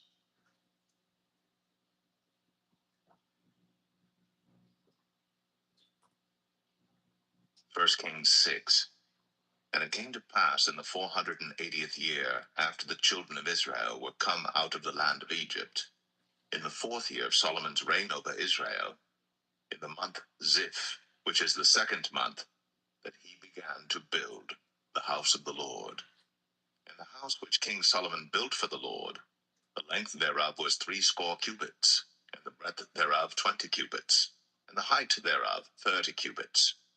And the porch before the temple of the house 20 cubits was the length thereof, according to the breadth of the house, and 10 cubits was the breadth thereof before the house. And for the house he made windows of narrow lights. And against the wall of the house he built chambers round about, against the walls of the house round about, both of the temple and of the oracle, and he made chambers round about. The nethermost chamber was 5 cubits broad, and the middle was 6 cubits broad, and the third was 7 cubits broad. For without, in the wall of the house, he made narrowed rests round about, that the beams should not be fastened in the walls of the house. And the house, when it was in building, was built of stone made ready before it was brought thither, so that there was neither hammer nor axe nor any tool of iron heard in the house, while it was in building. The door for the middle chamber was in the right side of the house, and they went up with winding stairs into the middle chamber, and out of the middle into the third. So he built the house, and finished it, and covered the house with beams and boards of cedar. And then he built chambers against all the house, 5 cubits high, and they rested on the house with timber of cedar. And the word of the Lord came to Solomon, saying, Concerning this house, which thou art in building, if thou wilt walk in my statutes, and execute my judgments, and keep all my commandments to walk in them, then will I perform my word with thee, which I spake unto David thy father, and I will dwell among the children of Israel, and will not forsake my people Israel. So Solomon built the house, and finished it. And he built the walls of the house within with boards of cedar, both the floor of the house and the walls of the ceiling. And he covered them on the inside with wood, and covered the floor of the house with planks of fir. And he built 20 cubits on the sides of the house, both the floor and the walls with boards of cedar, even built them for it within, even for the oracle, even for the most holy place. And the house, that is, the temple before it, was 40 cubits long. And the cedar of the house within was carved with knobs and open flowers. All was cedar. There was no stone seen. And the oracle he prepared in the house within, to set there the ark of the covenant of the Lord. And the oracle in the forepart was 20 cubits in length, and 20 cubits in breadth, and 20 cubits in the height thereof. And he overlaid it with pure gold, and so covered the altar which was of cedar. So Solomon overlaid the house within with pure gold, and he made a partition by the chains of gold before the oracle, and he overlaid it with gold.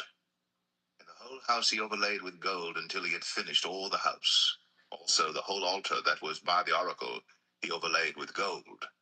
And within the oracle he made 2 cherubims of olive tree, each 10 cubits high, and 5 cubits was the one wing of the cherub, and 5 cubits the other wing of the cherub. From the uttermost part of the one wing unto the uttermost part of the other were 10 cubits, and the other cherub was 10 cubits. Both the cherubims were of one measure and one size. The height of the one cherub was 10 cubits, and so was it of the other cherub. And he set the cherubims within the inner house, and they stretched forth the wings of the cherubims, so that the wing of the one touched the one wall, and the wing of the other cherub touched the other wall, and their wings touched one another in the midst of the house. And he overlaid the cherubims with gold, and he carved all the walls of the house round about with carved figures of cherubims and palm trees and open flowers, within and without. And the floor of the house he overlaid with gold, within and without. And for the entering of the oracle he made doors of olive tree. The lintel and side posts were a 5th part of the wall. The 2 doors also were of olive tree, and he carved upon them carvings of cherubims and palm trees and open flowers, and overlaid them with gold, and spread gold upon the cherubims and upon the palm trees. So also made he for the door of the temple posts of olive tree, a fourth part of the wall. And the two doors were of fir tree. The two leaves of the one door were folding, and the two leaves of the other door were folding. And he carved thereon cherubims and palm trees and open flowers, and covered them with gold, fitted upon the carved work. And he built the inner court with 3 rows of hewed stone, and a row of cedar beams. In the 4th year was the foundation of the house of the Lord laid, in the month Ziph, and in the 11th year, in the month Bul, which is the 8th month, was the house finished throughout all the parts thereof, and according to all the fashion of it, so was he 7 years in building it.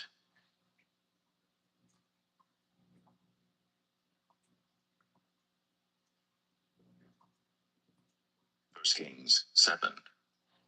But Solomon was building his own house 13 years, and he finished all his house. He built also the house of the forest of Lebanon.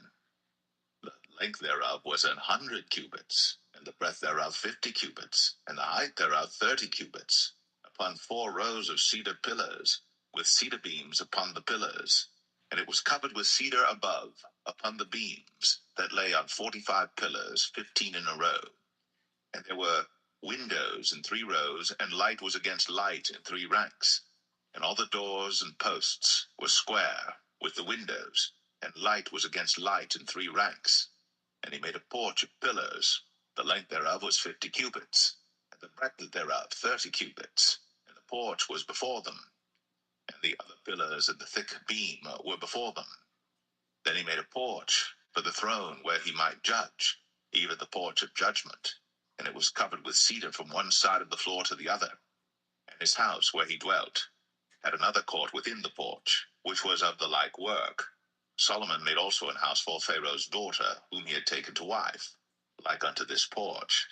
All these were of costly stones, according to the measures of hewed stones, sawed with saws, within and without, even from the foundation unto the coping, and so on the outside toward the great court. And the foundation was of costly stones, even great stones, stones of 10 cubits, and stones of 8 cubits. And above were costly stones after the measures of hewed stones and cedars. And the great court round about was with 3 rows of hewed stones, and a row of cedar beams, both for the inner court of the house of the Lord, and for the porch of the house. And King Solomon sent and fetched Hiram out of Tyre. He was a widow's son of the tribe of Naphtali, and his father was a man of Tyre, a worker in brass, and he was filled with wisdom and understanding and cunning, to work all works in brass. And he came to King Solomon, and wrought all his work. For he cast 2 pillars of brass of 18 cubits high apiece, and a line of 12 cubits did compass either of them about. And he made 2 chapiters of molten brass, to set upon the tops of the pillars.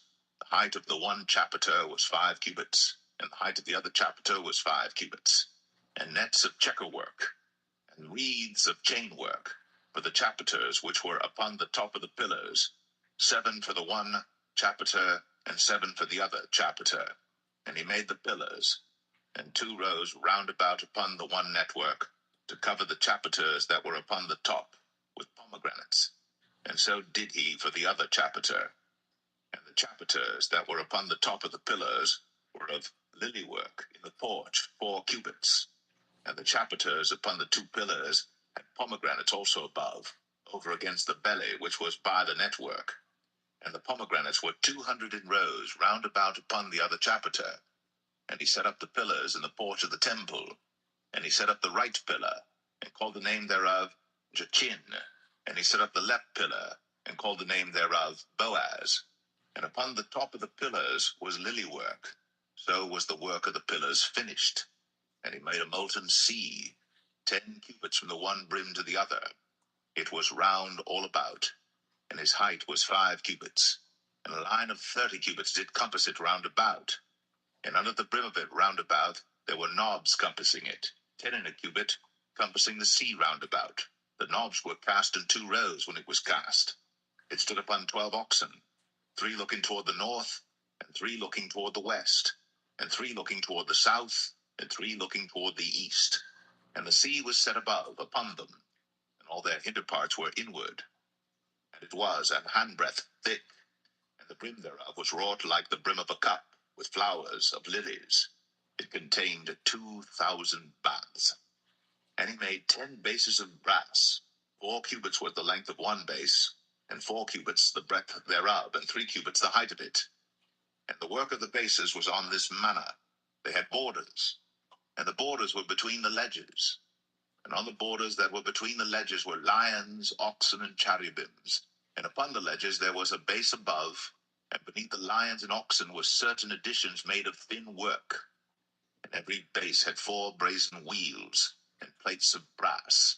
And the 4 corners thereof had undersetters. Under the laver were undersetters molten, at the side of every addition. And the mouth of it within the chapiter, and above was a cubit. But the mouth thereof was round after the work of the base, a cubit and an half. And also upon the mouth of it were gravings, with their borders 4 square, not round. And under the borders were 4 wheels, and the axle trees of the wheels were joined to the base. And the height of a wheel was a cubit and a half a cubit. And the work of the wheels was like the work of a chariot wheel. Their axle trees and their naves and their felloes and their spokes were all molten. And there were 4 undersetters to the 4 corners of one base, and the undersetters were of the very base itself. And in the top of the base was there a round compass of half a cubit high, and on the top of the base the ledges thereof, and the borders thereof were of the same. For on the plates of the ledges thereof, and on the borders thereof, he graved cherubims, lions, and palm trees, according to the proportion of every one, and additions round about. After this manner he made the 10 bases. All of them had 1 casting, 1 measure, and 1 size. Then made he 10 labors of brass. 1 labor contained 40 baths, and every labor was 4 cubits. And upon every one of the 10 bases 1 labor. And he put 5 bases on the right side of the house, and 5 on the left side of the house. And he set the sea on the right side of the house eastward, over against the south. And Hiram made the labors, and the shovels, and the basins. So Hiram made an end of doing all the work that he made King Solomon for the house of the Lord.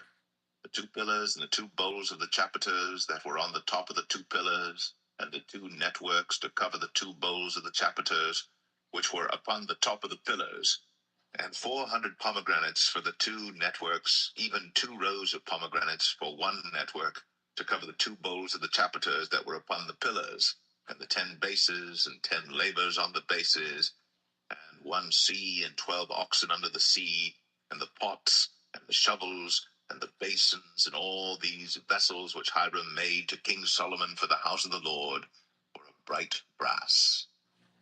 In the plain of Jordan did the king cast them, in the clay ground between Succoth and Zarthan. And Solomon left all the vessels unweighed, because they were exceeding many. Neither was the weight of the brass found out. And Solomon made all the vessels that pertain unto the house of the Lord. The altar of gold and the table of gold whereupon the showbread was, and the candlesticks of pure gold, 5 on the right side and 5 on the left, before the oracle, with the flowers and the lamps and the tongs of gold, and the bowls and the snuffers and the basins and the spoons and the censers of pure gold, and the hinges of gold, both for the doors of the inner house, the most holy place, and for the doors of the house, to wit, of the temple. So was ended all the work that King Solomon made for the house of the Lord. And Solomon brought in the things which David his father had dedicated, even the silver, and the gold, and the vessels, did he put among the treasures of the house of the Lord.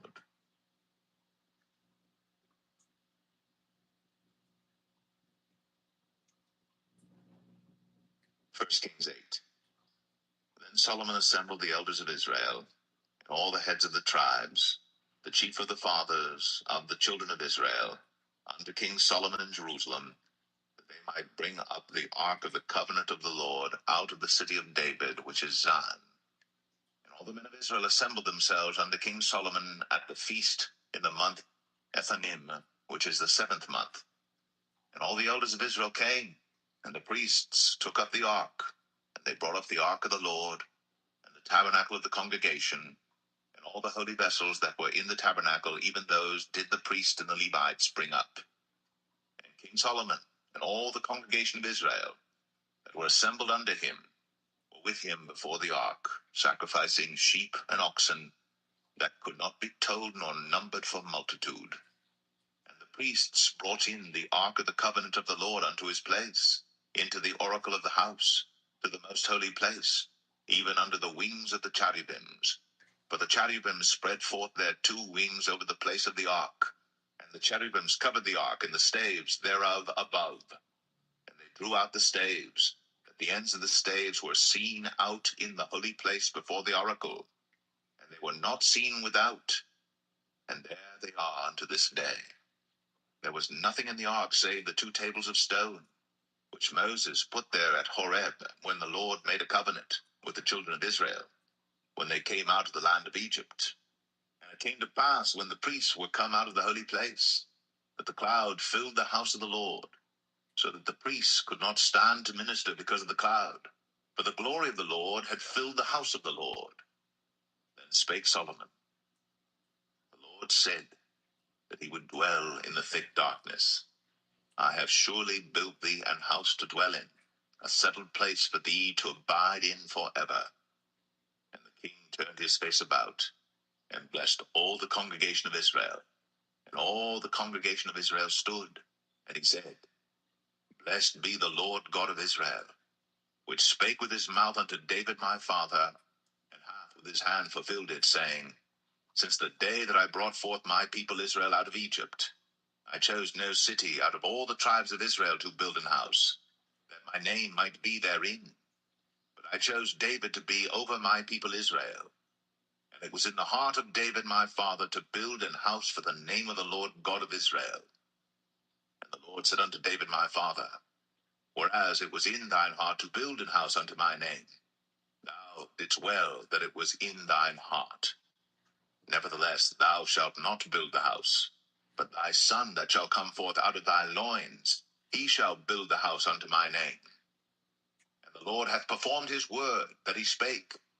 And I am risen up in the room of David my father, and sit on the throne of Israel, as the Lord promised, and have built an house for the name of the Lord God of Israel.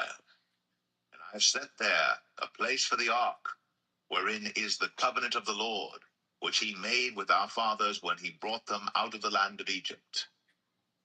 And Solomon stood before the altar of the Lord in the presence of all the congregation of Israel, and spread forth his hands toward heaven, and he said, Lord God of Israel, there is no God like thee, in heaven above, or on earth beneath, who keepest covenant and mercy with thy servants that walk before thee with all their heart, who hast kept with thy servant David my father, that thou promised him. Thou spakest also with thy mouth, and hast fulfilled it with thine hand, as it is this day. Therefore now, Lord God of Israel, keep with thy servant David my father, that thou promised him, saying, There shall not fail thee a man in my sight to sit on the throne of Israel, so that thy children take heed to their way, that they walk before me as thou hast walked before me. And now, O God of Israel, let thy word, I pray thee, be verified, which thou spakest unto thy servant David my father. But will God indeed dwell on the earth? Behold, the heaven and heaven of heavens cannot contain thee. How much less this house that I have builded? Yet have thou respect unto the prayer of thy servant, and to his supplication, O Lord my God, to hearken unto the cry and to the prayer which thy servant prayeth before thee today, that thine eyes may be open toward this house night and day, even toward the place of which thou hast said, My name shall be there, that thou mayest hearken unto the prayer which thy servant shall make toward this place. And hearken thou to the supplication of thy servant, and of thy people Israel, when they shall pray toward this place. And hear thou in heaven thy dwelling place, and when thou hearest, forgive. If any man trespass against his neighbor, and an oath be laid upon him to cause him to swear, and the oath come before thine altar in this house, then hear thou in heaven, and do and judge thy servants, condemning the wicked, to bring his way upon his head, and justifying the righteous, to give him according to his righteousness. When thy people Israel be smitten down before the enemy, because they have sinned against thee, and shall turn again to thee, and confess thy name, and pray, and make supplication unto thee in this house, then hear thou in heaven, and forgive the sin of thy people Israel, and bring them again unto the land which thou gavest unto their fathers. When heaven is shut up, and there is no rain because they have sinned against thee, if they pray toward this place, and confess thy name, and turn from their sin, when thou afflictest them, then hear thou in heaven, and forgive the sin of thy servants, and of thy people Israel, that thou teach them the good way wherein they should walk, and give rain upon thy land, which thou hast given to thy people for an inheritance. If there be in the land famine, if there be pestilence, blasting, mildew, locust, or if there be caterpillar, if their enemy besiege them in the land of their cities, whatsoever plague, whatsoever sickness there be, what prayer and supplication soever be made by any man, or by all thy people Israel, which shall know every man the plague of his own heart, and spread forth his hands toward this house, then hear thou in heaven thy dwelling place, and forgive and do and give to every man according to his ways, whose heart thou knowest, for thou, even thou only, knowest the hearts of all the children of men, that they may fear thee all the days that they live in the land, which thou gavest unto our fathers.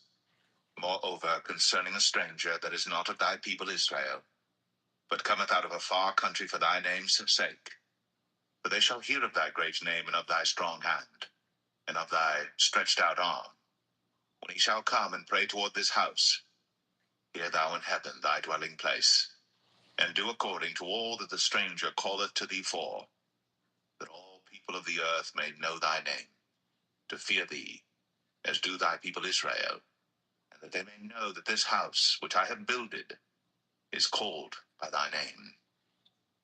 If thy people go out to battle against their enemy, whithersoever thou shalt send them, and shall pray unto the Lord toward the city which thou hast chosen, and toward the house that I have built for thy name, then hear thou in heaven their prayer, and their supplication, and maintain their cause.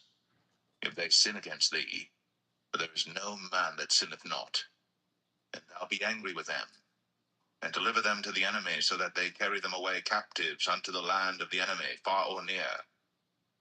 Yet, if they shall bethink themselves in the land whither they were carried captives, and repent, and make supplication unto thee in the land of them that carried them captives, saying, We have sinned, and have done perversely, we have committed wickedness, and so return unto thee with all their heart, and with all their soul, in the land of their enemies, which led them away captive, and pray unto thee toward their land, which thou gavest unto their fathers, the city which thou hast chosen, and the house which I have built for thy name, then hear thou their prayer and their supplication in heaven thy dwelling place, and maintain their cause, and forgive thy people that have sinned against thee, and all their transgressions wherein they have transgressed against thee, and give them compassion before them who carry them captive, that they may have compassion on them. For they be thy people, and thine inheritance, which thou broughtest forth out of Egypt, from the midst of the furnace of iron, that thine eyes may be open unto the supplication of thy servant, and unto the supplication of thy people Israel, to hearken unto them in all that they call for unto thee. For thou didst separate them from among all the people of the earth to be thine inheritance, as thou spakest by the hand of Moses thy servant, when thou broughtest our fathers out of Egypt, O Lord God. And it was so that when Solomon had made an end of praying all this prayer and supplication unto the Lord, he arose from before the altar of the Lord, from kneeling on his knees with his hands spread up to heaven. And he stood, and blessed all the congregation of Israel with a loud voice, saying, Blessed be the Lord, that hath given rest unto his people Israel, according to all that he promised. There hath not failed one word of all his good promise, which he promised by the hand of Moses his servant. The Lord our God be with us, as he was with our fathers. Let him not leave us nor forsake us, that he may incline our hearts unto him, to walk in all his ways, and to keep his commandments and his statutes and his judgments, which he commanded our fathers. And let these my words wherewith I have made supplication before the Lord be nigh unto the Lord our God day and night, that he maintain the cause of his servant and the cause of his people Israel at all times, as the matter shall require, that all the people of the earth may know that the Lord is God, and that there is none else. Let your heart therefore be perfect with the Lord our God, to walk in his statutes, and to keep his commandments, as at this day. And the king and all Israel with him offered sacrifice before the Lord. And Solomon offered a sacrifice of peace offerings, which he offered unto the Lord, 22,000 oxen, and 120,000 sheep.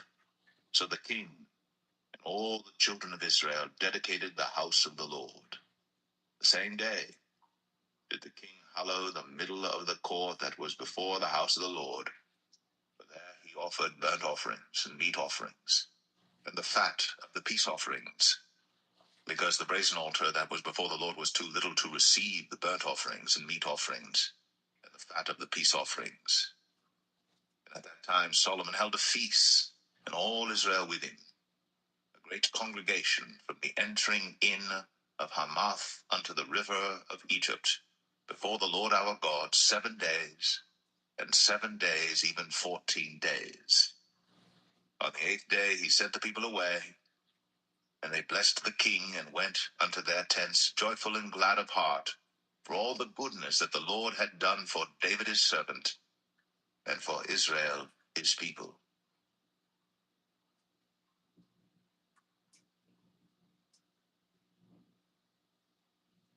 1 Kings 9. And it came to pass, when Solomon had finished the building of the house of the Lord, and the king's house, and all Solomon's desire which he was pleased to do, that the Lord appeared to Solomon the second time, as he had appeared unto him at Gibeon. And the Lord said unto him, I have heard thy prayer and thy supplication that thou hast made before me. I have hallowed this house which thou hast built, to put my name there for ever, and mine eyes and mine heart shall be there perpetually. And if thou wilt walk before me, as David thy father walked, in integrity of heart, and in uprightness, to do according to all that I have commanded thee, and wilt keep my statutes and my judgments, then I will establish the throne of thy kingdom upon Israel forever, as I promised to David thy father, saying, There shall not fail thee a man upon the throne of Israel. But if ye shall at all turn from following me, ye or your children, and will not keep my commandments and my statutes which I have set before you, but go and serve other gods and worship them, then will I cut off Israel out of the land which I have given them, and this house which I have hallowed for my name will I cast out of my sight, and Israel shall be a proverb and a byword among all people. And at this house which is high, every one that passeth by it shall be astonished, and shall hiss, and they shall say, Why hath the Lord done thus unto this land, and to this house? And they shall answer, Because they forsook the Lord their God, who brought forth their fathers out of the land of Egypt, and had taken hold upon other gods, and have worshipped them, and served them. Therefore hath the Lord brought upon them all this evil. And it came to pass at the end of 20 years, when Solomon had built the 2 houses, the house of the Lord, and the king's house. Now Hiram the king of Tyre had furnished Solomon with cedar trees and fir trees, and with gold, according to all his desire. That then King Solomon gave Hiram 20 cities in the land of Galilee. And Hiram came out from Tyre to see the cities which Solomon had given him, and they pleased him not. And he said, What cities are these which thou hast given me, my brother? And he called them the land of Kabul unto this day. And Hiram said to the king, 60 talents of gold. And this is the reason of the levy which King Solomon raised, for to build the house of the Lord, and his own house, and Millo, and the wall of Jerusalem, and Hazor, and Megiddo, and Gezer. For Pharaoh king of Egypt had gone up and taken Gezer, and burnt it with fire. and slain the Canaanites that dwelt in the city, and given it for a present unto his daughter Solomon's wife. And Solomon built Gezer, and Beth-horon, the nether, and Baalath, and Tadmor in the wilderness in the land, and all the cities of store that Solomon had, and cities for his chariots, and cities for his horsemen, and that which Solomon desired to build in Jerusalem, and in Lebanon, and in all the land of his dominion. And all the people that were left of the Amorites, Hittites, Perizzites, Hivites, and Jebusites, which were not of the children of Israel, their children that were left after them in the land, whom the children of Israel also were not able utterly to destroy. Upon those did Solomon levy a tribute of bond service unto this day. But of the children of Israel did Solomon make no bondmen, but they were men of war, and his servants, and his princes, and his captains, and rulers of his chariots, and his horsemen. These were the chief of the officers that were over Solomon's work, 550, which bare rule over the people that wrought in the work. But Pharaoh's daughter came up out of the city of David unto her house, which Solomon had built for her. Then did he build below. And 3 times in a year did Solomon offer burnt offerings and peace offerings upon the altar which he built unto the Lord. And he burnt incense upon the altar that was before the Lord. So he finished the house. And King Solomon made a navy of ships in Ezion-Geber, which is beside Eloth, on the shore of the Red Sea, in the land of Edom. And Hiram sent in the navy his servants, shipmen that had knowledge of the sea, with the servants of Solomon. And they came to Ophir, and fetched from thence gold 420 talents, and brought it to King Solomon.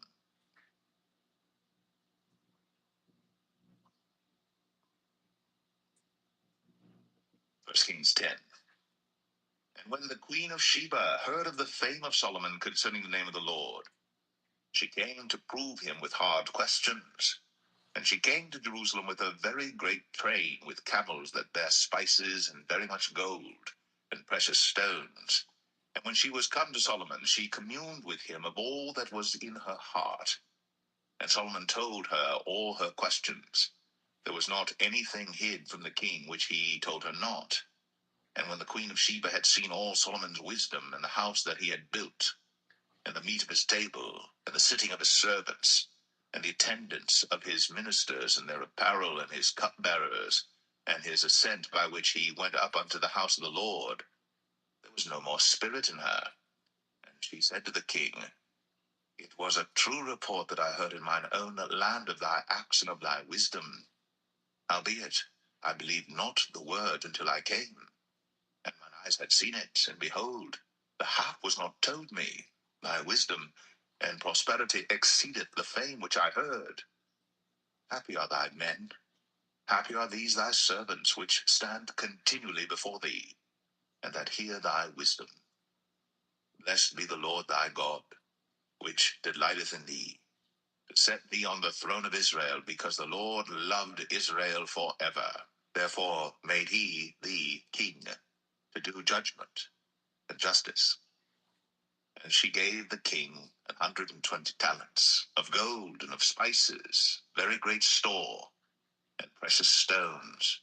There came no more such abundance of spices as these which the queen of Sheba gave to King Solomon. And the navy also of Hiram that brought gold from Ophir, brought in from Ophir great plenty of almug trees and precious stones. And the king made of the almug trees pillars for the house of the Lord, and for the king's house, harps also, and psalteries for singers. There came no such almug trees, nor were seen unto this day. And King Solomon gave unto the queen of Sheba all her desire, whatsoever she asked, beside that which Solomon gave her of his royal bounty. So she turned, and went to her own country, she and her servants. Now the weight of gold that came to Solomon in 1 year was 666 talents of gold. Beside that he had of the merchantmen, and of the traffic of the spice merchants, and of all the kings of Arabia, and of the governors of the country. And King Solomon made 200 targets of beaten gold. 600 shekels of gold went into 1 target. And he made 300 shields of beaten gold. 3 pound of gold went to 1 shield, and the king put them in the house of the forest of Lebanon. Moreover, the king made a great throne of ivory, and overlaid it with the best gold. The throne had 6 steps, and the top of the throne was round behind, and there were stays on either side on the place of the seat, and 2 lions stood beside the stays, and 12 lions stood there on the one side, and on the other upon the 6 steps. There was not the like made in any kingdom. And all King Solomon's drinking vessels were of gold, and all the vessels of the house of the forest of Lebanon were of pure gold. None were of silver. It was nothing accounted of in the days of Solomon. For the king had at sea a navy of Tarshish, with the navy of Hiram. Once in 3 years came the navy of Tarshish, bringing gold and silver, ivory, and apes and peacocks. So King Solomon exceeded all the kings of the earth for riches and for wisdom. And all the earth sought to Solomon to hear his wisdom, which God had put in his heart. And they brought every man his present, vessels of silver, and vessels of gold, and garments, and armor, and spices, horses, and mules, a rate year by year. And Solomon gathered together chariots and horsemen, and he had 1,400 chariots, and 12,000 horsemen, whom he bestowed in the cities for chariots, and with the king at Jerusalem. And the king made silver to be in Jerusalem as stones, and cedars made he to be as the sycamore trees that are in the vale for abundance. And Solomon had horses brought out of Egypt, and linen yarn. The king's merchants received the linen yarn at a price. And a chariot came up and went out of Egypt for 600 shekels of silver, and an horse for 150. And so for all the kings of the Hittites, and for the kings of Syria, did they bring them out by their means.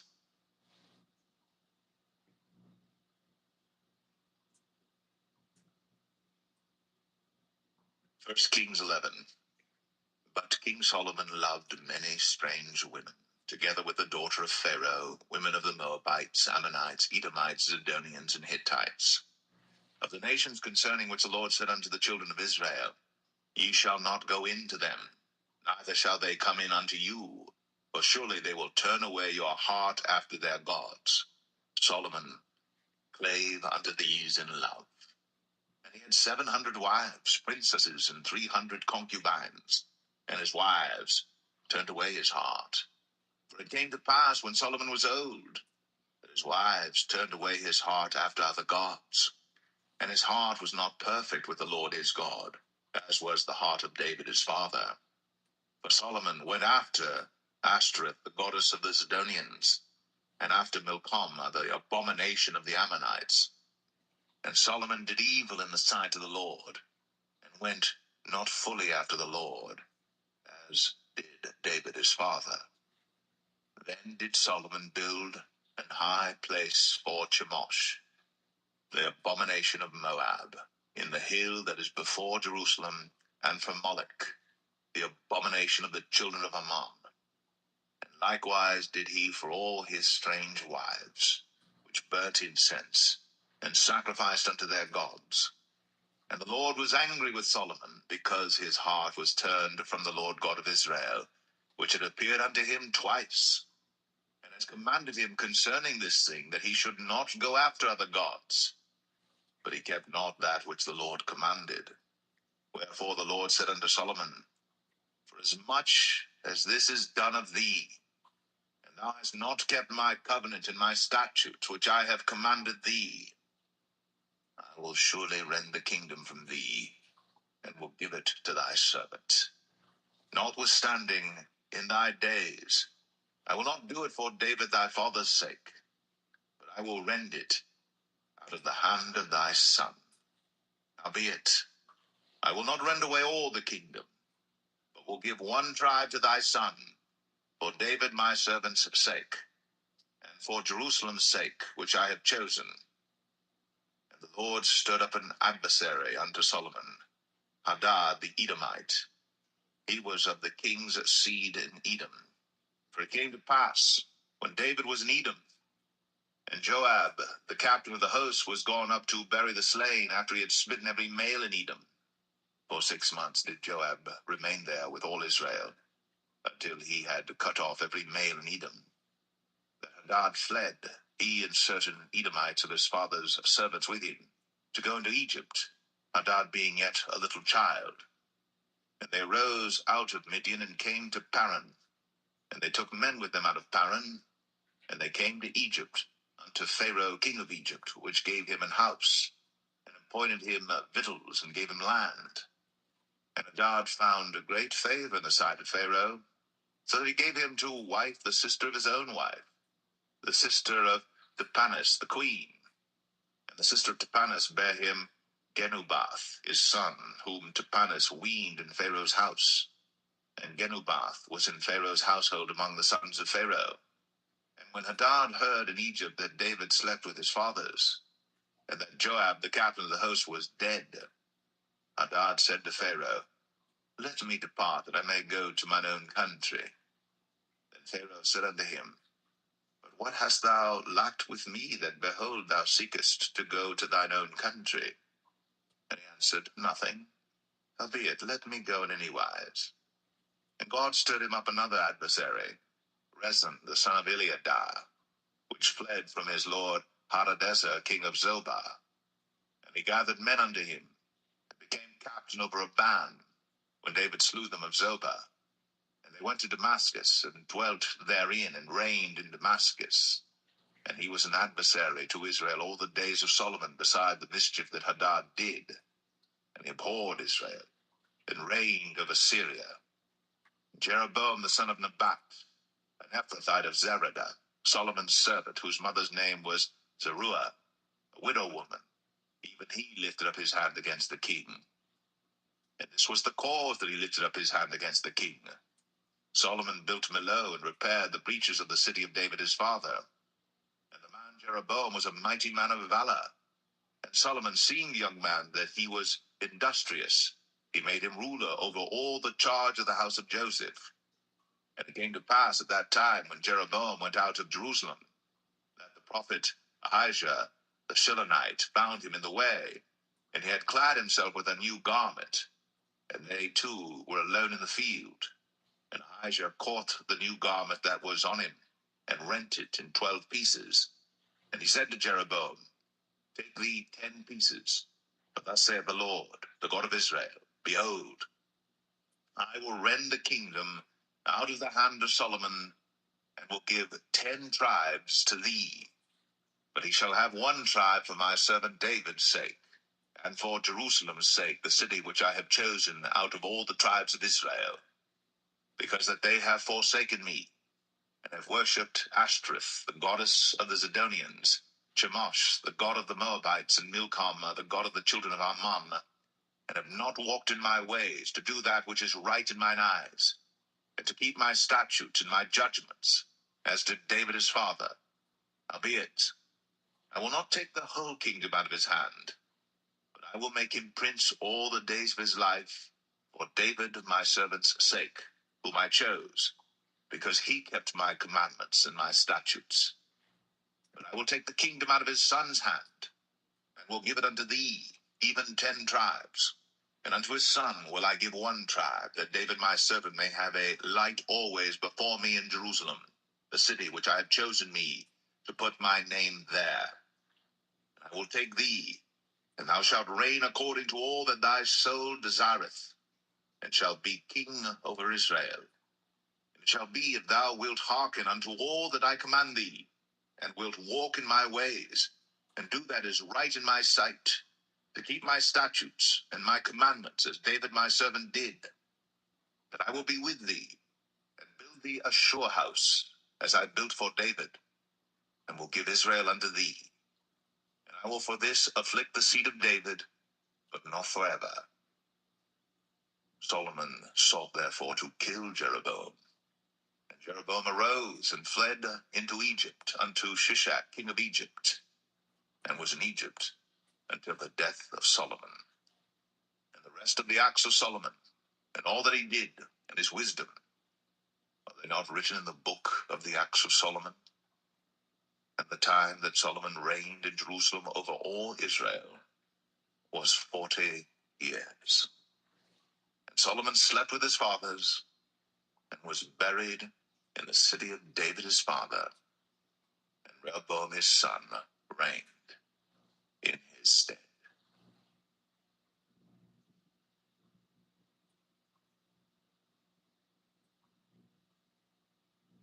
1 Kings 12. And Rehoboam went to Shechem, for all Israel were come to Shechem to make him king. And it came to pass, when Jeroboam the son of Nebat, who was yet in Egypt, heard of it, for he was fled from the presence of King Solomon, and Jeroboam dwelt in Egypt, that they sent and called him. And Jeroboam and all the congregation of Israel came and spake unto Rehoboam, saying, Thy father made our yoke grievous. Now therefore make thou the grievous service of thy father, and his heavy yoke which he put upon us lighter, and we will serve thee. And he said unto them, Depart yet for 3 days, then come again to me. And the people departed. And King Rehoboam consulted with the old men that stood before Solomon his father while he yet lived, and said, How do ye advise that I may answer this people? And they spake unto him, saying, If thou wilt be a servant unto this people this day, and wilt serve them, and answer them, and speak good words to them, then they will be thy servants forever. But he forsook the counsel of the old men which they had given him, and consulted with the young men that were grown up with him, and which stood before him. And he said unto them, What counsel give ye that we may answer this people who have spoken to me, saying, Make the yoke which thy father did put upon us lighter? And the young men that were grown up with him spake unto him, saying, Thus shalt thou speak unto this people that spake unto thee, saying, Thy father made our yoke heavy, but make thou it lighter unto us. Thus shalt thou say unto them, My little finger shall be thicker than my father's loins. And now, whereas my father delayed you with a heavy yoke, I will add to your yoke. My father hath chastised you with whips, but I will chastise you with scorpions. So Jeroboam and all the people came to Rehoboam the 3rd day, as the king had appointed, saying, Come to me again the 3rd day. And the king answered the people roughly, and forsook the old men's counsel that they gave him, and spake to them after the counsel of the young men, saying, My father made your yoke heavy, and I will add to your yoke. My father also chastised you with whips, but I will chastise you with scorpions. Wherefore the king hearkened not unto the people, for the cause was from the Lord, that he might perform his saying, which the Lord spake by Ahijah the Shilonite unto Jeroboam the son of Nebat. So when all Israel saw that the king hearkened not unto them, the people answered the king, saying, What portion have we in David? Neither have we inheritance in the son of Jesse. To your tents, O Israel. Now see to thine own house, David. So Israel departed unto their tents. But as for the children of Israel which dwelt in the cities of Judah, Rehoboam reigned over them. Then King Rehoboam sent Adoram, who was over the tribute, and all Israel stoned him with stones that he died. Therefore King Rehoboam made speed to get him up to his chariot, to flee to Jerusalem. So Israel rebelled against the house of David unto this day. And it came to pass, when all Israel heard that Jeroboam was come again, that they sent and called him unto the congregation, and made him king over all Israel. There was none that followed the house of David, but the tribe of Judah only. And when Rehoboam was come to Jerusalem, he assembled all the house of Judah with the tribe of Benjamin, 180,000 chosen men which were warriors, to fight against the house of Israel, to bring the kingdom again to Rehoboam the son of Solomon. But the word of God came unto Shemaiah the man of God, saying, Speak unto Rehoboam the son of Solomon, king of Judah, and unto all the house of Judah and Benjamin, and to the remnant of the people, saying, Thus saith the Lord, Ye shall not go up, nor fight against your brethren the children of Israel. Return every man to his house, for this thing is from me. They hearkened therefore to the word of the Lord, and returned to depart according to the word of the Lord.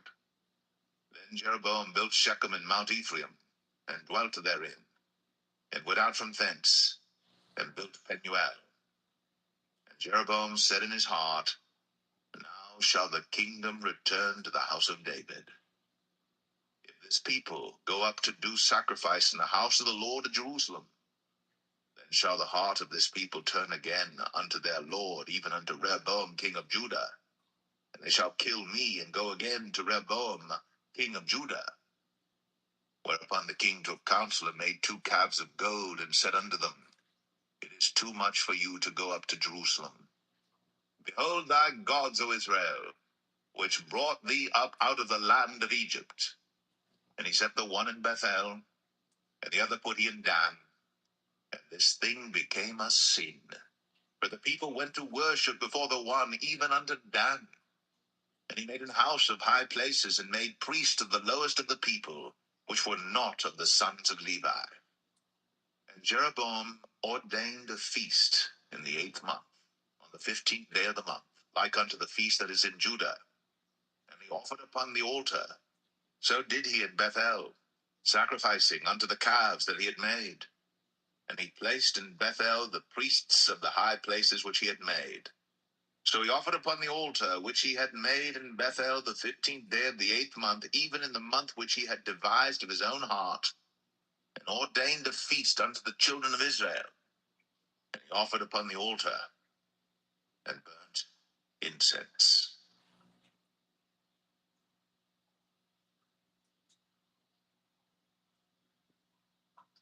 1 Kings 13. And behold, there came a man of God out of Judah by the word of the Lord unto Bethel. And Jeroboam stood by the altar to burn incense. And he cried against the altar in the word of the Lord, and said, O altar, altar, thus saith the Lord, Behold, a child shall be born unto the house of David, Josiah by name. And upon thee shall he offer the priests of the high places that burn incense upon thee, and men's bones shall be burnt upon thee. And he gave a sign the same day, saying, This is the sign which the Lord hath spoken. Behold, the altar shall be rent, and the ashes that are upon it shall be poured out. And it came to pass, when King Jeroboam heard the saying of the man of God, which had cried against the altar in Bethel, that he put forth his hand from the altar, saying, Lay hold on him. And his hand, which he put forth against him, dried up, so that he could not pull it in again to him. The altar also was rent, and the ashes poured out from the altar, according to the sign which the man of God had given by the word of the Lord. And the king answered and said unto the man of God, Entreat now the face of the Lord thy God, and pray for me, that my hand may be restored me again. And the man of God besought the Lord, and the king's hand was restored him again, and became as it was before.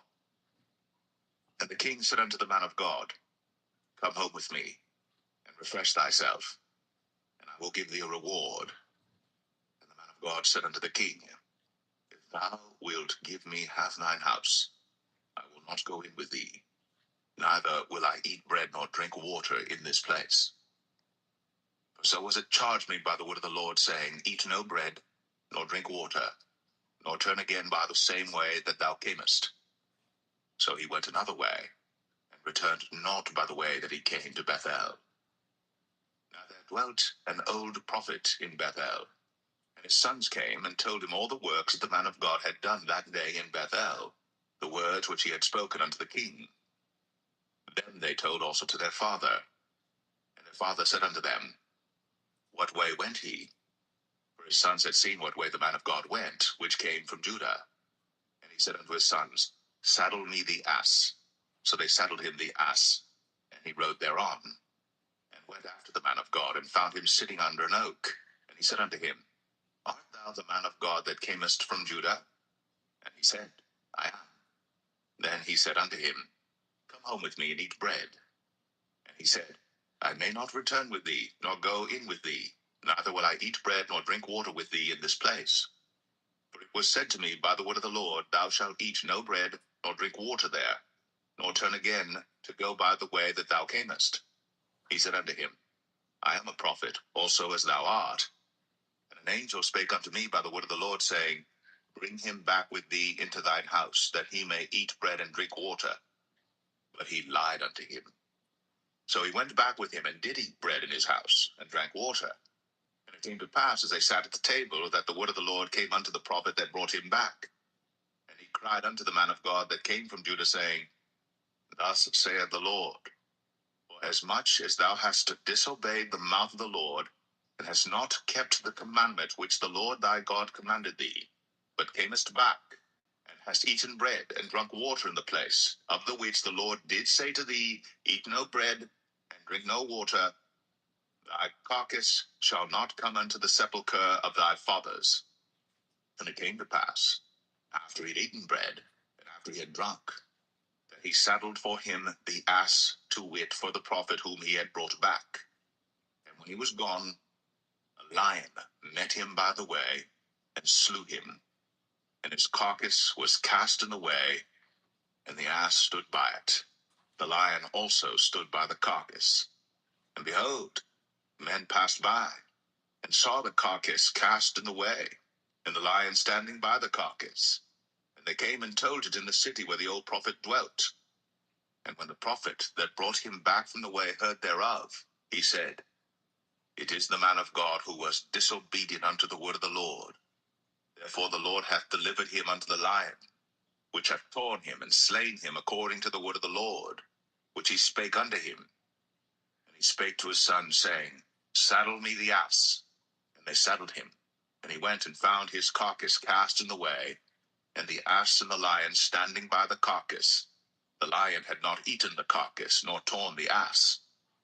And the prophet took up the carcass of the man of God, and laid it upon the ass, and brought it back. And the old prophet came to the city to mourn and to bury him. And he laid his carcass in his own grave. And they mourned over him, saying, Alas, my brother.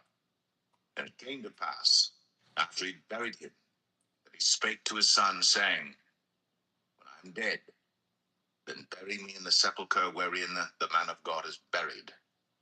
Lay my bones beside his bones. For the saying which he cried by the word of the Lord against the altar in Bethel, and against all the houses of the high places which are in the cities of Samaria, shall surely come to pass. After this thing Jeroboam returned not from his evil way, but made again of the lowest of the people priests of the high places. Whosoever would, he consecrated him, and he became one of the priests of the high places. And this thing became sin unto the house of Jeroboam, even to cut it off, and to destroy it from off the face of the earth.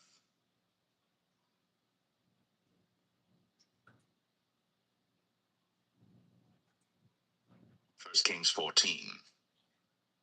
At that time Abijah, the son of Jeroboam, fell sick. And Jeroboam said to his wife, Arise, I pray thee, and disguise thyself, that thou be not known to be the wife of Jeroboam, and get thee to Shiloh. Behold, there is Ahijah the prophet, which told me that I should be king over this people. And take with thee 10 loaves and cracknels, and a cruse of honey, and go to him. He shall tell thee what shall become of the child. And Jeroboam's wife did so, and arose, and went to Shiloh, and came to the house of Ahijah. But Ahijah could not see, for his eyes were set by reason of his age. And the Lord said unto Ahijah, Behold, the wife of Jeroboam cometh to ask a thing of thee for her son, for he is sick. Thus and thus shalt thou say unto her, for it shall be, when she cometh in, that she shall feign herself to be another woman. And it was so, when Ahijah heard the sound of her feet, as she came in at the door, that he said, Come in, thou wife of Jeroboam. Why feignest thou thyself to be another? For I am sent to thee with heavy tidings. Go, tell Jeroboam, Thus saith the Lord God of Israel, Forasmuch as I exalted thee from among the people, and made thee prince over my people Israel, and rent the kingdom away from the house of David, and gave it thee, and yet thou hast not been as my servant David, who kept my commandments, and who followed me with all his heart, to do that only which was right in mine eyes. but hast done evil above all that were before thee. For thou hast gone and made thee other gods, and molten images, to provoke me to anger, and hast cast me behind thy back. Therefore, behold, I will bring evil upon the house of Jeroboam, and will cut off from Jeroboam him that pisseth against the wall, and him that is shut up and left in Israel, and will take away the remnant of the house of Jeroboam as a man taketh away dung, till it be all gone. Him that dieth of Jeroboam in the city shall the dogs eat, and him that dieth in the field shall the fowls of the air eat. For the Lord hath spoken it. Arise thou therefore, get thee to thine own house, and when thy feet enter into the city, the child shall die. And all Israel shall mourn for him, and bury him. For he only of Jeroboam shall come to the grave, because in him there is found some good thing toward the Lord God of Israel in the house of Jeroboam. Moreover, the Lord shall raise him up a king over Israel, who shall cut off the house of Jeroboam that day. But what? Even now. For the Lord shall smite Israel, as a reed is shaken in the water, and he shall root up Israel out of this good land, which he gave to their fathers, and shall scatter them beyond the river, because they have made their groves, provoking the Lord to anger. And he shall give Israel up, because of the sins of Jeroboam, who did sin, and who made Israel to sin. And Jeroboam's wife arose and departed, and came to Tirzah. And when she came to the threshold of the door, the child died, and they buried him. And all Israel mourned for him according to the word of the Lord, which he spake by the hand of his servant Ahijah the prophet. And the rest of the acts of Jeroboam, how he warred and how he reigned, behold, they are written in the book of the Chronicles of the kings of Israel. And the days which Jeroboam reigned were 22 years, and he slept with his fathers, and Nadab his son reigned in his stead. And Rehoboam, the son of Solomon, reigned in Judah. Rehoboam was 41 years old when he began to reign, and he reigned 17 years in Jerusalem, the city which the Lord did choose out of all the tribes of Israel, to put his name there. And his mother's name was Naamah, an Ammonitess. And Judah did evil in the sight of the Lord, and they provoked him to jealousy with their sins which they had committed, above all that their fathers had done. But they also built them high places and images and groves on every high hill, and under every green tree. And there were also Sodomites in the land, and they did according to all the abominations of the nations which the Lord cast out before the children of Israel. And it came to pass in the 5th year of King Rehoboam, that Shishak, king of Egypt, came up against Jerusalem. And he took away the treasures of the house of the Lord, and the treasures of the king's house, even took away all, and he took away all the shields of gold which Solomon had made. And King Rehoboam made in their stead brazen shields, and committed them unto the hands of the chief of the guard which kept the door of the king's house. And it was so, when the king went into the house of the Lord, that the guard bare them and brought them back into the guard chamber. Now the rest of the acts of Rehoboam, and all that he did, are they not written in the book of the Chronicles of the kings of Judah? And there was war between Rehoboam and Jeroboam all their days. And Rehoboam slept with his fathers, and was buried with his fathers in the city of David. But his mother's name was Naamah, an Ammonitess, and Abijam, his son, reigned in his stead.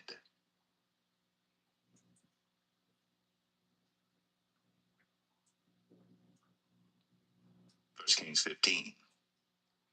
Now in the 18th year of King Jeroboam, the son of Nebat, reigned Abijam over Judah. 3 years reigned he in Jerusalem, and his mother's name was Maachah, the daughter of Abishalom. And he walked in all the sins of his father which he had done before him, and his heart was not perfect with the Lord his God, as the heart of David his father. Nevertheless, for David's sake did the Lord his God give him a lamp in Jerusalem to set up his son after him, and to establish Jerusalem. Because David did that which was right in the eyes of the Lord, and turned not aside from anything that he commanded him all the days of his life, save only in the matter of Uriah the Hittite. And there was war between Rehoboam and Jeroboam all the days of his life. Now the rest of the acts of Abijam, and all that he did, are they not written in the book of the Chronicles of the kings of Judah? And there was war between Abijam and Jeroboam. And Abijam slept with his fathers, and they buried him in the city of David. And Asa, his son, reigned in his stead. And in the 20th year of Jeroboam, king of Israel, reigned Asa over Judah. And 41 years reigned he in Jerusalem. And his mother's name was Maachah, the daughter of Abishalom. And Asa did that which was right in the eyes of the Lord, as did David his father. And he took away the Sodomites out of the land, and removed all the idols that his fathers had made. And also Maachah his mother, even her he removed from being queen, because she had made an idol in the grove. And Asa destroyed her idol, and burned it by the brook Kidron. But the high places were not removed. Nevertheless, Asa's heart was perfect with the Lord all his days. And he brought in the things which his father had dedicated, and the things which himself had dedicated, into the house of the Lord, silver and gold and vessels. And there was war between Asa and Baasha, king of Israel, all their days. And Baasha, king of Israel, went up against Judah, and built Ramah, that he might not suffer any to go out or come in to Asa, king of Judah. Then Asa took all the silver and the gold that were left in the treasures of the house of the Lord, and the treasures of the king's house, and delivered them into the hand of his servants. And King Asa sent them to Ben-Hadad, the son of Tabramon, the son of Hezion, king of Syria, that dwelt at Damascus, saying, There is a league between me and thee, and between my father and thy father. Behold, I have sent unto thee a present of silver and gold. Come, and break thy league with Baasha, king of Israel, that he may depart from me. So Ben-Hadad hearkened unto King Asa, and sent the captains of the hosts which he had against the cities of Israel, and smote Ijon and Dan and Abel Beth-Maachah, and all Cinneroth, with all the land of Naphtali. And it came to pass, when Baasha heard thereof, that he left off building of Ramah, and dwelt in Tirzah. Then King Asa made a proclamation throughout all Judah, none was exempted. And they took away the stones of Ramah, and the timber thereof, wherewith Baasha had builded. And King Asa built with them Geba of Benjamin, and Mizpah. The rest of all the acts of Asa, and all his might, and all that he did, and the cities which he built, are they not written in the book of the Chronicles of the kings of Judah? Nevertheless, in the time of his old age, he was diseased in his feet. And Asa slept with his fathers, and was buried with his fathers in the city of David his father, and Jehoshaphat his son reigned in his stead. And Nadab the son of Jeroboam began to reign over Israel in the 2nd year of Asa king of Judah, and reigned over Israel 2 years. And he did evil in the sight of the Lord, and walked in the way of his father, and in his sin wherewith he made Israel to sin. And Baasha the son of Ahijah of the house of Issachar conspired against him. And Baasha smote him at Gibbethon, which belonged to the Philistines. For Nadab and all Israel laid siege to Gibbethon. Even in the 3rd year of Asa king of Judah did Baasha slay him, and reigned in his stead. And it came to pass when he reigned, that he smote all the house of Jeroboam. He left not to Jeroboam any that breathed, until he had destroyed him, according unto the saying of the Lord, which he spake by his servant Ahijah the Shilonite, because of the sins of Jeroboam which he sinned, and which he made Israel sin, by his provocation wherewith he provoked the Lord God of Israel to anger. Now the rest of the acts of Nadab, and all that he did, are they not written in the book of the Chronicles of the kings of Israel? And there was war between Asa and Baasha, king of Israel, all their days. In the 3rd year of Asa king of Judah began Baasha the son of Ahijah to reign over all Israel in Tirzah 24 years. And he did evil in the sight of the Lord, and walked in the way of Jeroboam, and in his sin wherewith he made Israel to sin.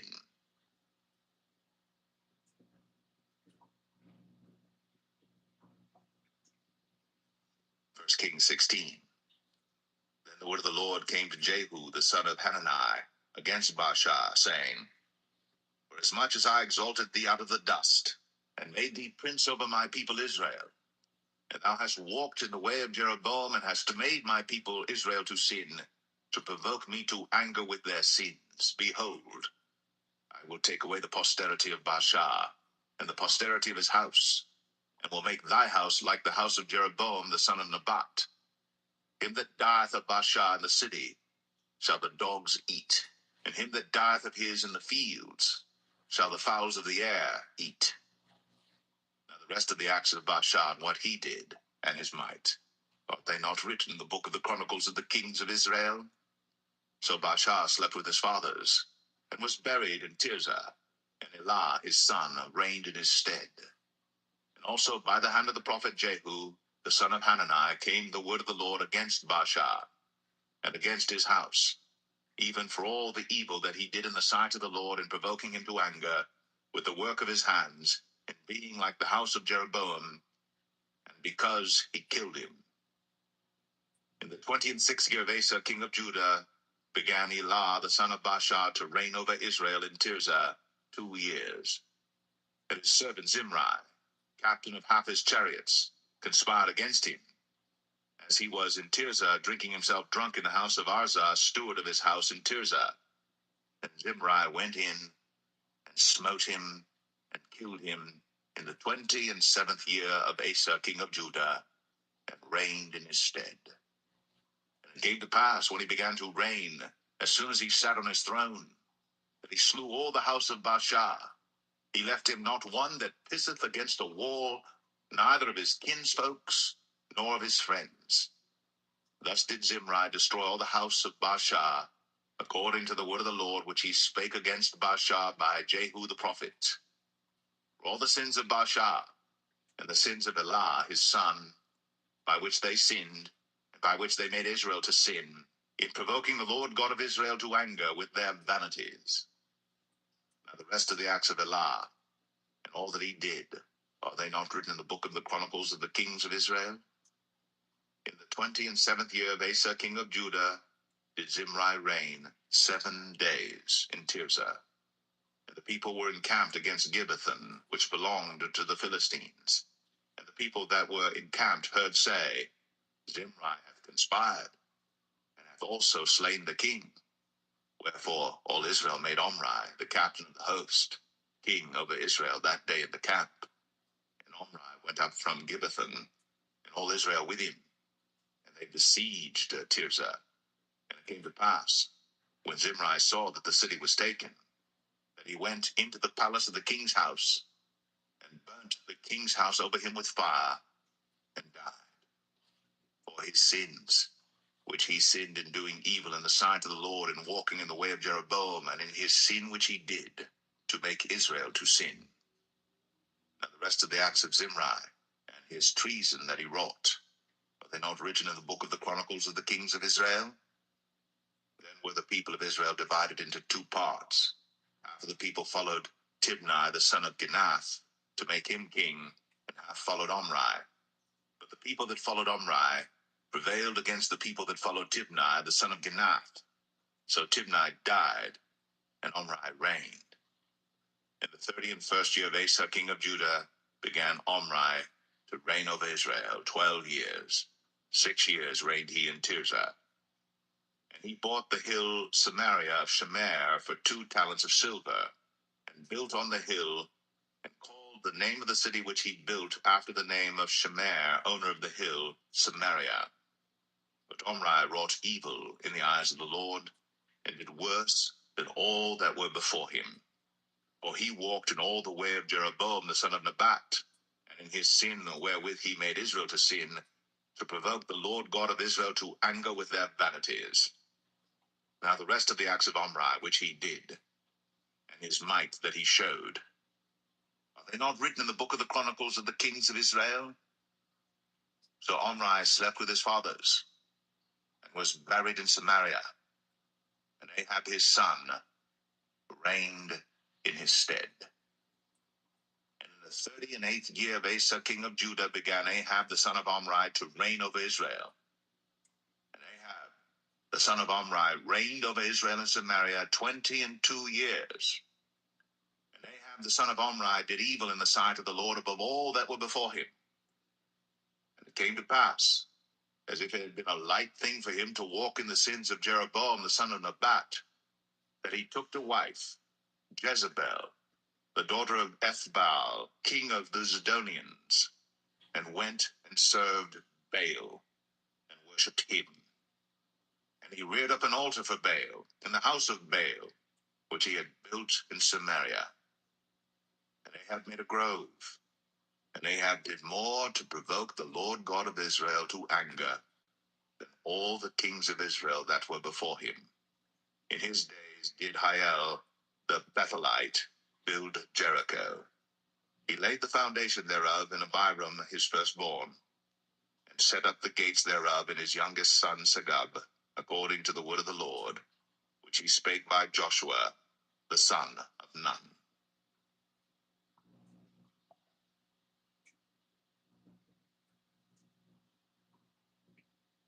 1 Kings 17.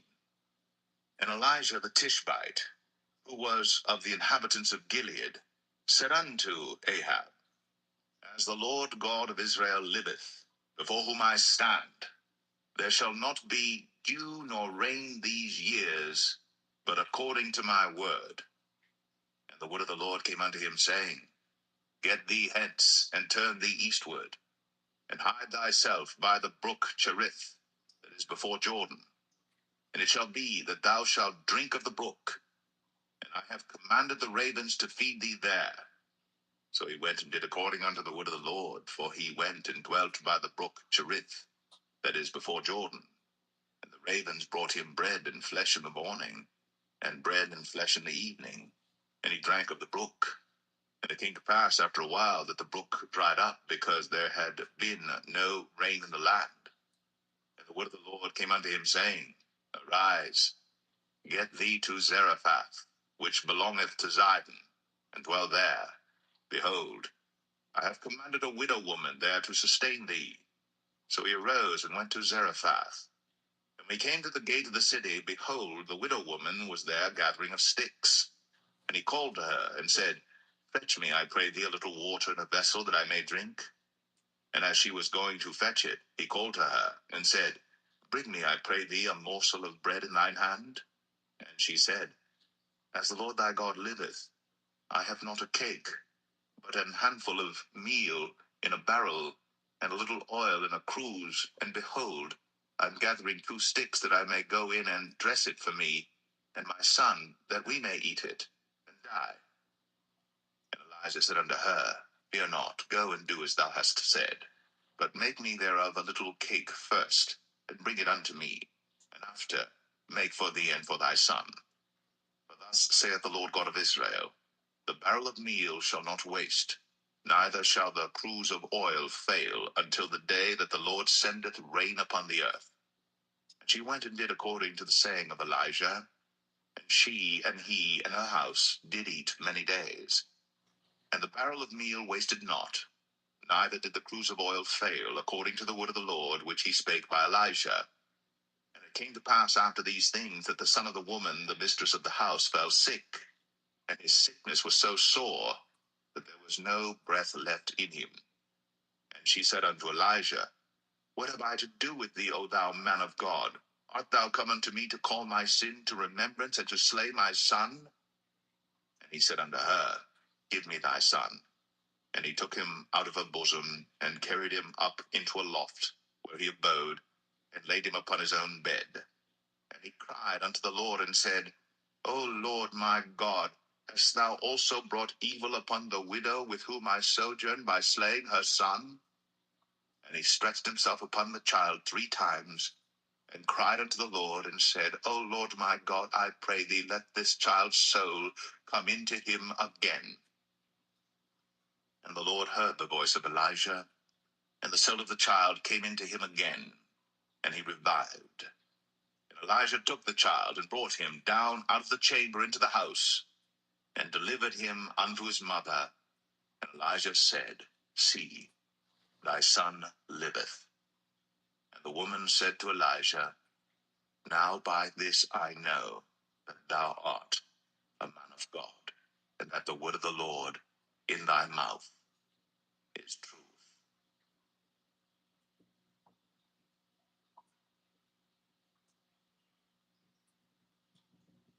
1 Kings 18. And it came to pass after many days that the word of the Lord came to Elijah in the 3rd year, saying, Go, show thyself unto Ahab, and I will send rain upon the earth. And Elijah went to show himself unto Ahab, and there was a sore famine in Samaria.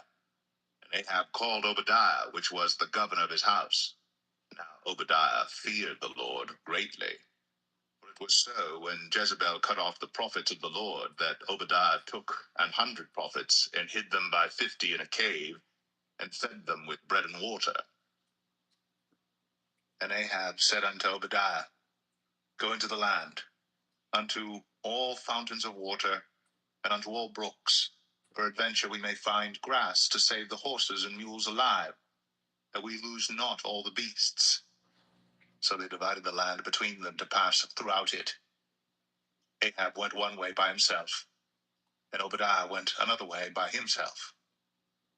And as Obadiah was in the way, behold, Elijah met him, and he knew him, and fell on his face and said, Art thou that my lord Elijah?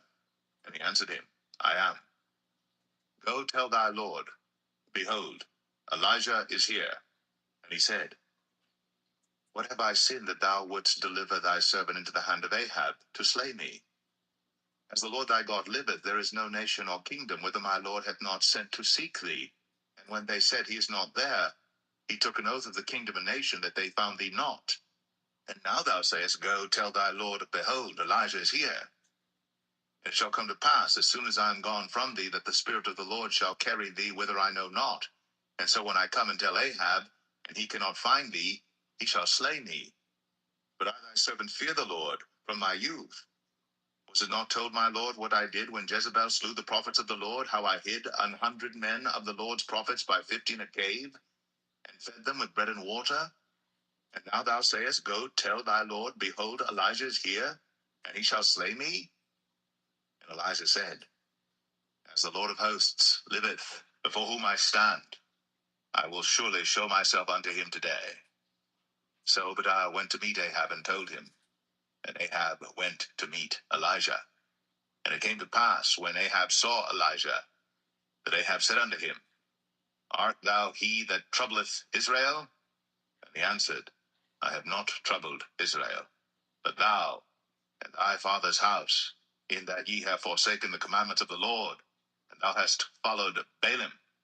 Now therefore send and gather to me all Israel unto Mount Carmel, and the prophets of Baal 450, and the prophets of the groves 400, which eat at Jezebel's table. So Ahab sent unto all the children of Israel, and gathered the prophets together unto Mount Carmel.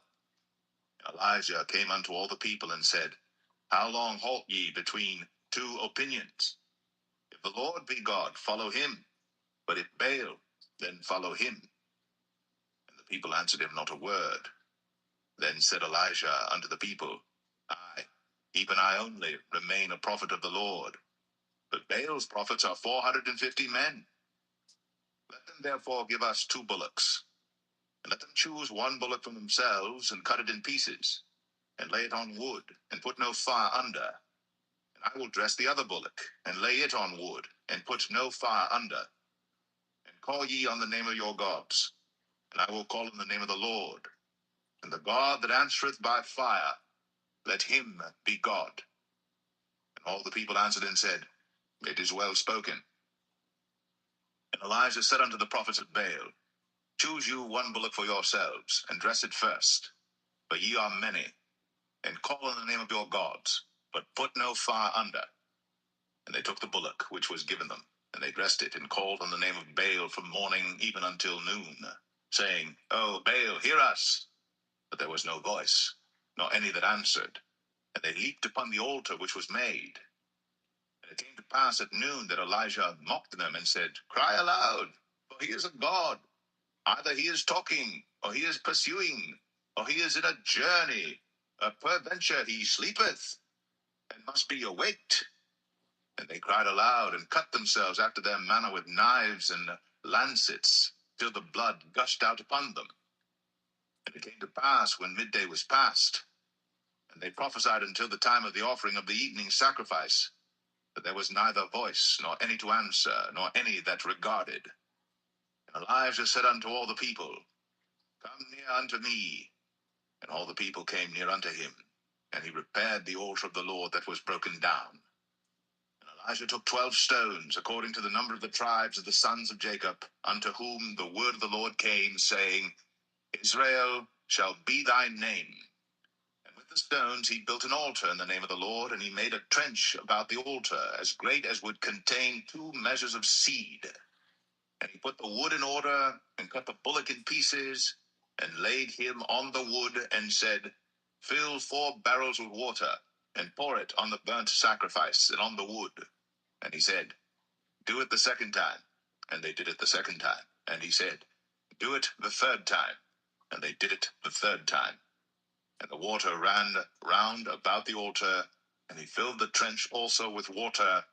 And it came to pass, at the time of the offering of the evening sacrifice, that Elijah the prophet came near and said, Lord God of Abraham, Isaac, and of Israel, let it be known this day that thou art God in Israel, and that I am thy servant, and that I have done all these things at thy word.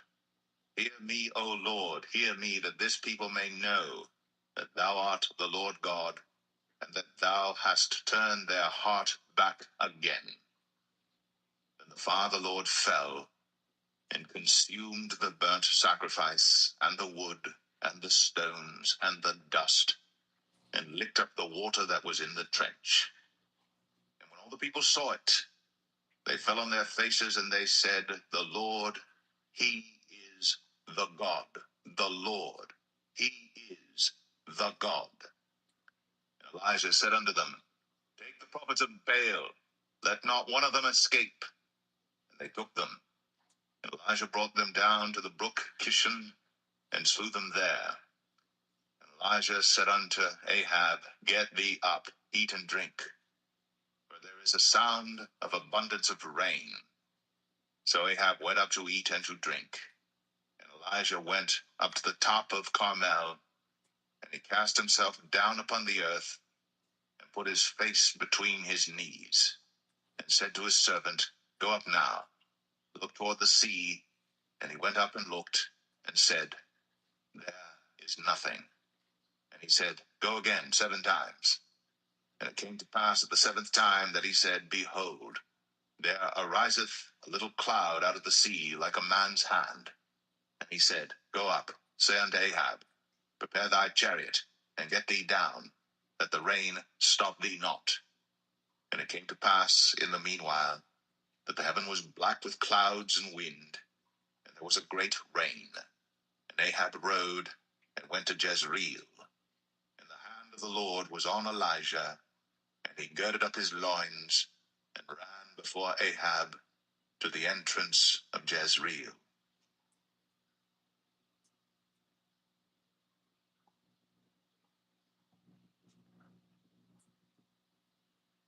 1 Kings 19.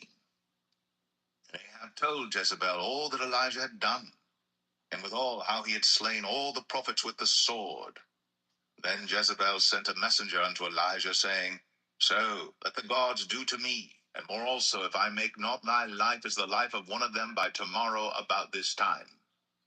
And when he saw that, he rose, and went for his life, and came to Beersheba, which belongeth to Judah, and left his servant there. But he himself went a day's journey into the wilderness, and came and sat down under a juniper tree. And he requested for himself that he might die, and said, It is enough. Now, O Lord, take away my life, for I am not better than my fathers. And as he lay and slept under a juniper tree, behold, then an angel touched him, and said unto him, Arise and eat. And he looked, and behold, there was a cake baked on the coals, and a cruse of water at his head. And he did eat and drink, and laid him down again. And the angel of the Lord came again the second time, and touched him, and said, Arise and eat, because the journey is too great for thee. And he arose and did eat and drink, and went in the strength of that meat 40 days and 40 nights, unto Horeb the mount of God. And he came thither unto a cave, and lodged there. And behold, the word of the Lord came to him, and he said unto him, What doest thou here, Elijah?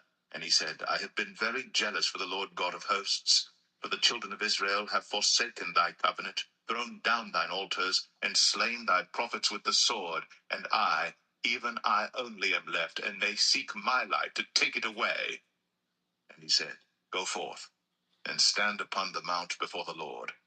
And behold, the Lord passed by, and a great and strong wind rent the mountains, and brake in pieces the rocks before the Lord.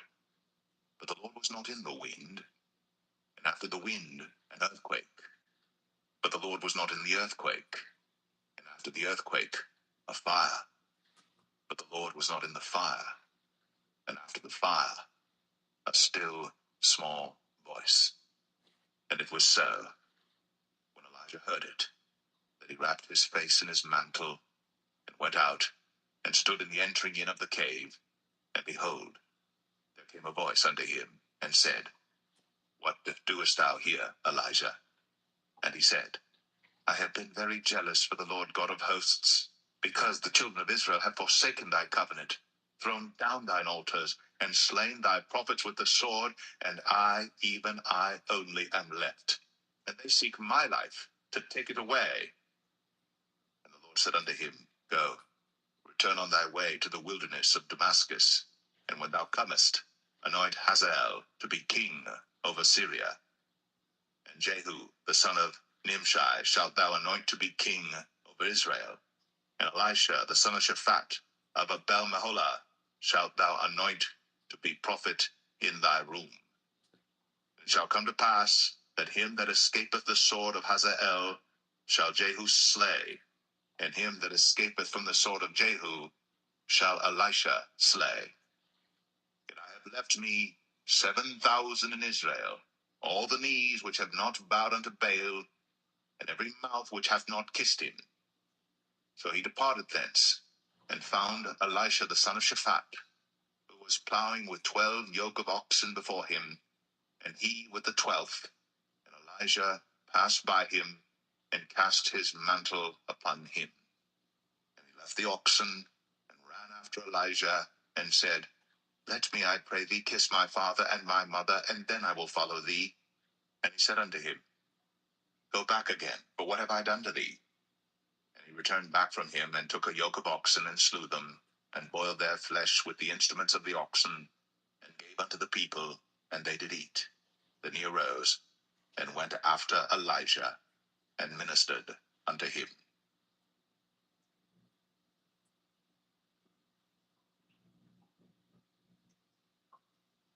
1 Kings 20. And Ben-Hadad, the king of Syria, gathered all his host together, and there were 32 kings with him, and horses and chariots, and he went up and besieged Samaria, and warred against it. And he sent messengers to Ahab, king of Israel, into the city, and said unto him, Thus saith Ben-Hadad, Thy silver and thy gold is mine, thy wives also, and thy children, even the goodliest, are mine. And the king of Israel answered and said, My lord, O king, according to thy saying, I am thine, and all that I have. And the messengers came again and said, Thus speaketh Ben-Hadad, saying, Although I have sent unto thee, saying, Thou shalt deliver me thy silver and thy gold and thy wives and thy children, yet I will send my servants unto thee tomorrow about this time, and they shall search thine house and the houses of thy servants. And it shall be that whatsoever is pleasant in thine eyes, they shall put it in their hand, and take it away. And the king of Israel called all the elders of the land, and said, Mark, I pray you, and see how this man seeketh mischief. For he sent unto me for my wives, and for my children, and for my silver, and for my gold, and I denied him not. And all the elders and all the people said unto him, Hearken not unto him, nor consent. Wherefore he said unto the messengers of Ben-Hadad, Tell my lord the king, all that thou didst send for to thy servant at the first, I will do, but this thing I may not do. And the messengers departed, and brought him word again. And Ben-Hadad sent unto him, and said, The gods do so unto me, and more also, if the dust of Samaria shall suffice for handfuls for all the people that follow me. And the king of Israel answered and said, Tell him, let not him that girdeth on his harness boast himself as he that putteth it off. And it came to pass, when Benhadad heard this message, as he was drinking, he and the kings in the pavilions, that he said unto his servants, Set yourselves in array. And they set themselves in array against the city. And behold, there came a prophet unto Ahab king of Israel, saying, Thus saith the Lord, Hast thou seen all this great multitude? Behold, I will deliver it into thine hand this day, and thou shalt know that I am the Lord. And Ahab said, By whom? And he said, Thus saith the Lord, even by the young men of the princes of the provinces. Then he said, Who shall order the battle? And he answered, Thou. Then he numbered the young men of the princes of the provinces, and they were 232. And after them he numbered all the people, even all the children of Israel, being 7,000. And they went out at noon. But Benhadad was drinking himself drunk in the pavilions, he and the kings, the 32 kings that helped him. And the young men of the princes of the provinces went out first. And Benhadad sent out, and they told him, saying, There are men come out of Samaria. And he said, Whether they be come out for peace, take them alive, or whether they be come out for war, take them alive. So these young men of the princes of the provinces came out of the city, and the army which followed them, and they slew every one his man, and the Syrians fled, and Israel pursued them. And Benhadad the king of Syria escaped on an horse with the horsemen. And the king of Israel went out, and smote the horses and chariots, and slew the Syrians with a great slaughter. And the prophet came to the king of Israel, and said unto him, Go, strengthen thyself, and mark and see what thou doest. For at the return of the year the king of Syria will come up against thee. And the servants of the king of Syria said unto him, Their gods are gods of the hills, therefore they were stronger than we. But let us fight against them in the plain, and surely we shall be stronger than they. And do this thing, take the kings away, every man out of his place, and put captains in their rooms, and number thee an army like the army that thou hast lost, horse for horse, and chariot for chariot, and we will fight against them in the plain, and surely we shall be stronger than they. And he hearkened unto their voice, and did so. And it came to pass, at the return of the year, that Benhadad numbered the Syrians, and went up to Aphek to fight against Israel. And the children of Israel were numbered, and were all present, and went against them. And the children of Israel pitched before them like two little flocks of kids. But the Syrians filled the country. And there came a man of God, and spake unto the king of Israel, and said, Thus saith the Lord, because the Syrians have said, The Lord is God of the hills, but he is not God of the valleys. Therefore will I deliver all this great multitude into thine hand, and ye shall know that I am the Lord. And they pitched one over against the other 7 days. And so it was, that in the 7th day the battle was joined, and the children of Israel slew of the Syrians 100,000 footmen in 1 day. But the rest fled to Aphek into the city, and there a wall fell upon 27,000 of the men that were left. And Benhadad fled, and came into the city, into an inner chamber. And his servants said unto him, Behold now, we have heard that the kings of the house of Israel are merciful kings. Let us, I pray thee, put sackcloth on our loins, and ropes upon our heads, and go out to the king of Israel. Peradventure he will save thy life. So they girded sackcloth on their loins, and put ropes on their heads, and came to the king of Israel, and said, Thy servant Benhadad saith, I pray thee, let me live. And he said, Is he yet alive? He is my brother. Now the men did diligently observe whether anything would come from him, and did hastily catch it. And they said, Thy brother Benhadad. Then he said, Go ye, bring him. Then Benhadad came forth to him, and he caused him to come up into the chariot. And Benhadad said unto him, The cities which my father took from thy father I will restore, and thou shalt make streets for thee in Damascus, as my father made in Samaria. Then said Ahab, I will send thee away with this covenant. So he made a covenant with him, and sent him away. And a certain man of the sons of the prophet said unto his neighbor in the word of the Lord, Smite me, I pray thee. And the man refused to smite him. Then said he unto him, because thou hast not obeyed the voice of the Lord, behold, as soon as thou art departed from me, a lion shall slay thee. And as soon as he was departed from him, a lion found him and slew him. Then he found another man and said, Smite me, I pray thee. And the man smote him, so that in smiting he wounded him. So the prophet departed, and waited for the king by the way, and disguised himself with ashes upon his face. And as the king passed by, he cried unto the king, and he said, Thy servant went out into the midst of the battle, and behold, a man turned aside and brought a man unto me, and said, Keep this man. If by any means he be missing, then shall thy life be for his life, or else thou shalt pay a talent of silver. And as thy servant was busy here and there, he was gone. And the king of Israel said unto him, So shall thy judgment be. Thyself hast decided it. And he hasted, and took the ashes away from his face. And the king of Israel discerned him that he was of the prophets. And he said unto him, Thus saith the Lord, because thou hast let go out of thy hand a man whom I appointed to utter destruction, therefore thy life shall go for his life, and thy people for his people. And the king of Israel went to his house, heavy and displeased, and came to Samaria.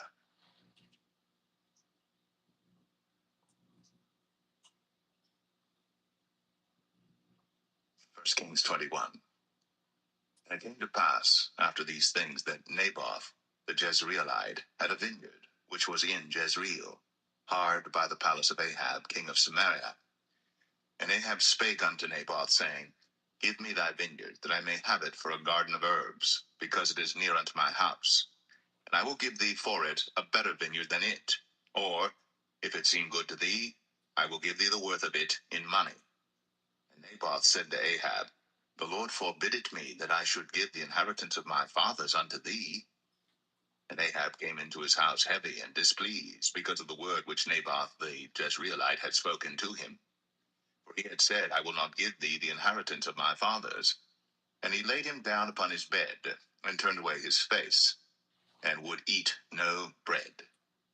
But Jezebel his wife came to him, and said unto him, Why is thy spirit so sad, that thou eatest no bread?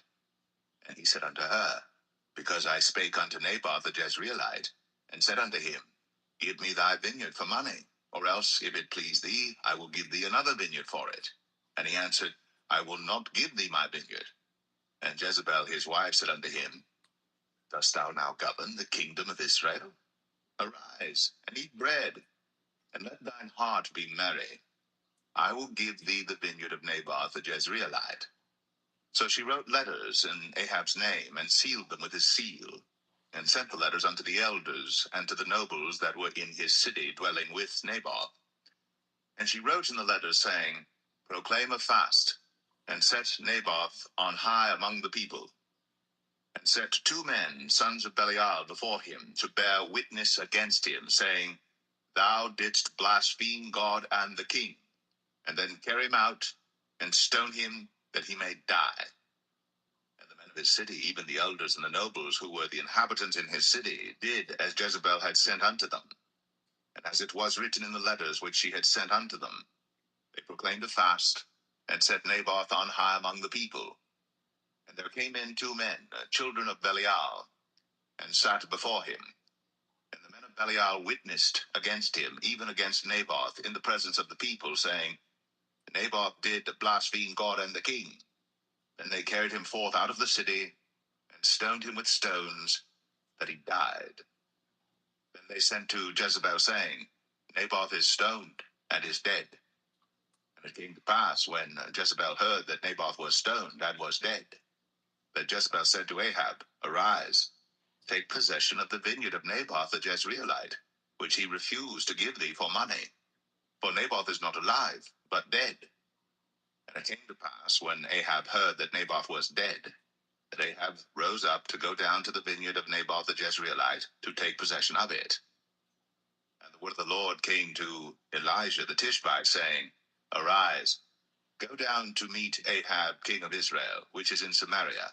Behold, he is in the vineyard of Naboth, whither he is gone down to possess it. And thou shalt speak unto him, saying, Thus saith the Lord, Hast thou killed and also taken possession? And thou shalt speak unto him, saying, Thus saith the Lord, In the place where dogs licked the blood of Naboth, shall dogs lick thy blood, even thine. And Ahab said to Elijah, Hast thou found me, O mine enemy? And he answered, I have found thee, because thou hast sold thyself to work evil in the sight of the Lord. Behold, I will bring evil upon thee, and will take away thy posterity, and will cut off from Ahab him that pisseth against the wall, and him that is shut up and left in Israel, and will make thine house like the house of Jeroboam the son of Nebat, and like the house of Baasha the son of Ahijah, for the provocation wherewith thou hast provoked me to anger, and made Israel to sin. And of Jezebel also spake the Lord, saying, The dogs shall eat Jezebel by the wall of Jezreel. Him that dieth of Ahab in the city, the dogs shall eat, and him that dieth in the field shall the fowls of the air eat. But there was none like unto Ahab, which did sell himself to work wickedness in the sight of the Lord, whom Jezebel his wife stirred up. And he did very abominably in following idols, according to all things as did the Amorites, whom the Lord cast out before the children of Israel. And it came to pass, when Ahab heard those words, that he rent his clothes, and put sackcloth upon his flesh, and fasted, and lay in sackcloth, and went softly. And the word of the Lord came to Elijah the Tishbite, saying, Seest thou how Ahab humbleth himself before me? Because he humbleth himself before me, I will not bring the evil in his days, but in his son's days will I bring the evil upon his house.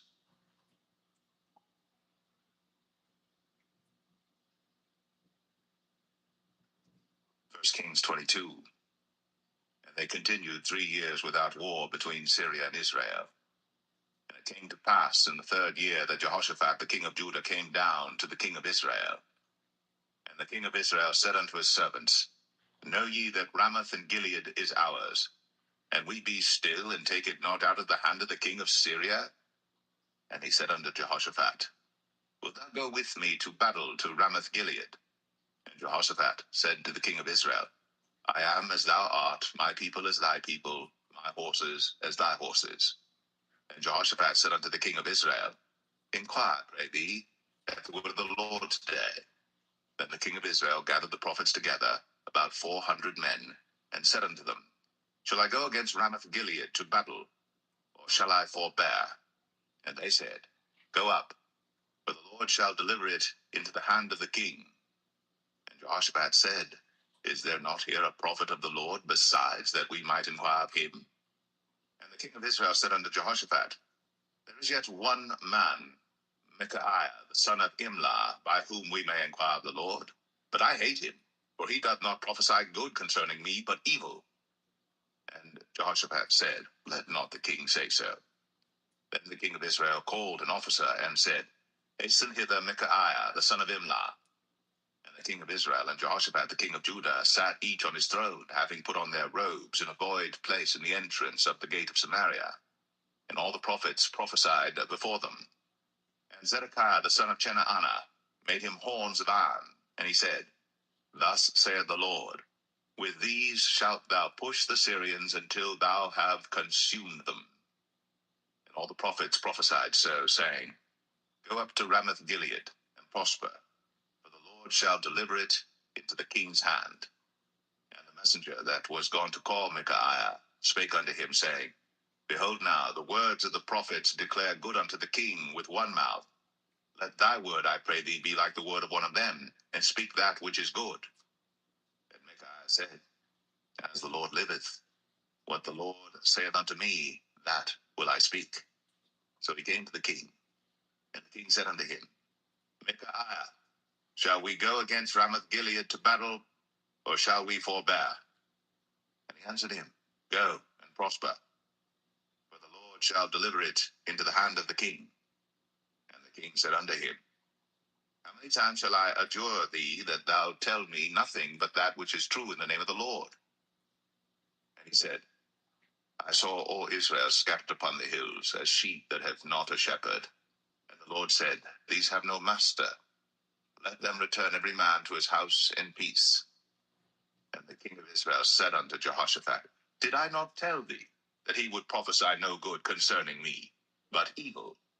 And he said, Hear thou therefore the word of the Lord. I saw the Lord sitting on his throne, and all the host of heaven standing by him on his right hand and on his left. And the Lord said, Who shall persuade Ahab that he may go up and fall at Ramoth Gilead?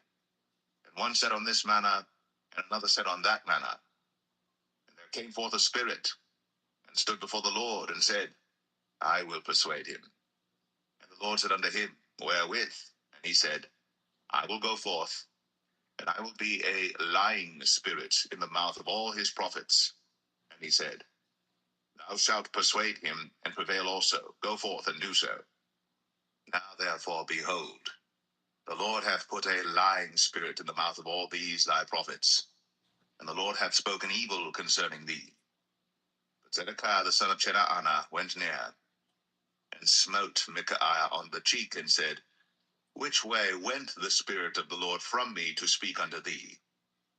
And Micaiah said, Behold, thou shalt see in that day, when thou shalt go into an inner chamber to hide thyself. And the king of Israel said, Take Micaiah, and carry him back unto Amon, the governor of the city, and to Joash the king's son, and say, Thus saith the king, Put this fellow in the prison, and feed him with bread of affliction and with water of affliction, until I come in peace. And Micaiah said, If thou return at all in peace, the Lord hath not spoken by me. And he said, Hearken, O people, every one of you. So the king of Israel and Jehoshaphat the king of Judah went up to Ramoth Gilead. And the king of Israel said unto Jehoshaphat, I will disguise myself and enter into battle, but put thou on thy robes. And the king of Israel disguised himself and went into the battle. But the king of Syria commanded his 32 captains that had rule over his chariots, saying, Fight neither with small nor great, save only with the king of Israel. And it came to pass, when the captains of the chariots saw Jehoshaphat, that they said, Surely it is the king of Israel. And they turned aside to fight against him. And Jehoshaphat cried out. And it came to pass, when the captains of the chariots perceived that it was not the king of Israel, that they turned back from pursuing him. And a certain man drew a bow at a venture, and smote the king of Israel between the joints of the harness. Wherefore he said unto the driver of his chariots, Turn thy hand and carry me out of the host, for I am wounded. And the battle increased that day. And the king was stayed up in his chariot against the Syrians, and died at even. And the blood ran out of the wound into the midst of the chariot. And there went a proclamation throughout the host about the going down of the sun, saying, Every man to his city, and every man to his own country. So the king died, and was brought to Samaria, and they buried the king in Samaria. And one washed the chariot in the pool of Samaria, and the dogs licked up his blood, and they washed his armor, according unto the word of the Lord, which he spake.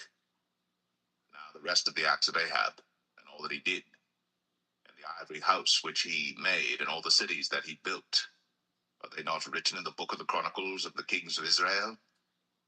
So Ahab slept with his fathers, and Ahaziah his son reigned in his stead.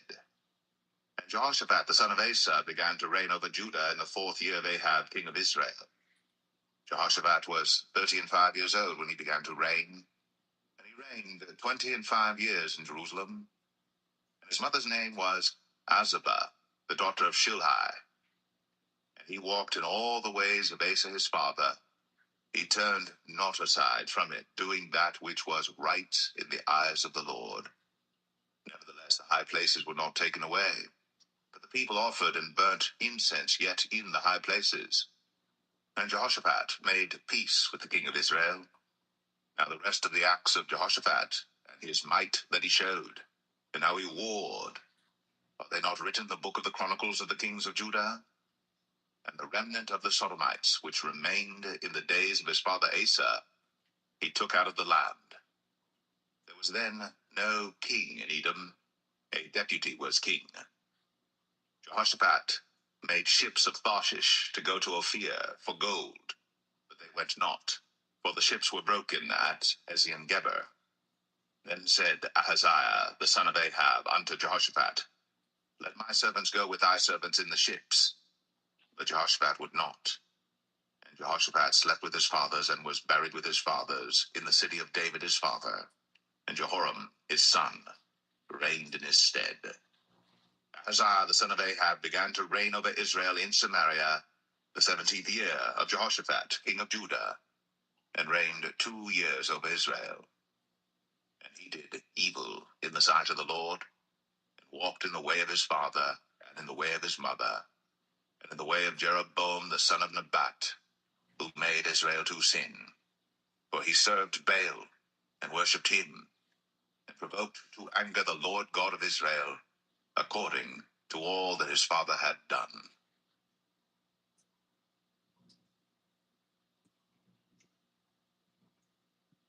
The second book of Kings, chapter 1.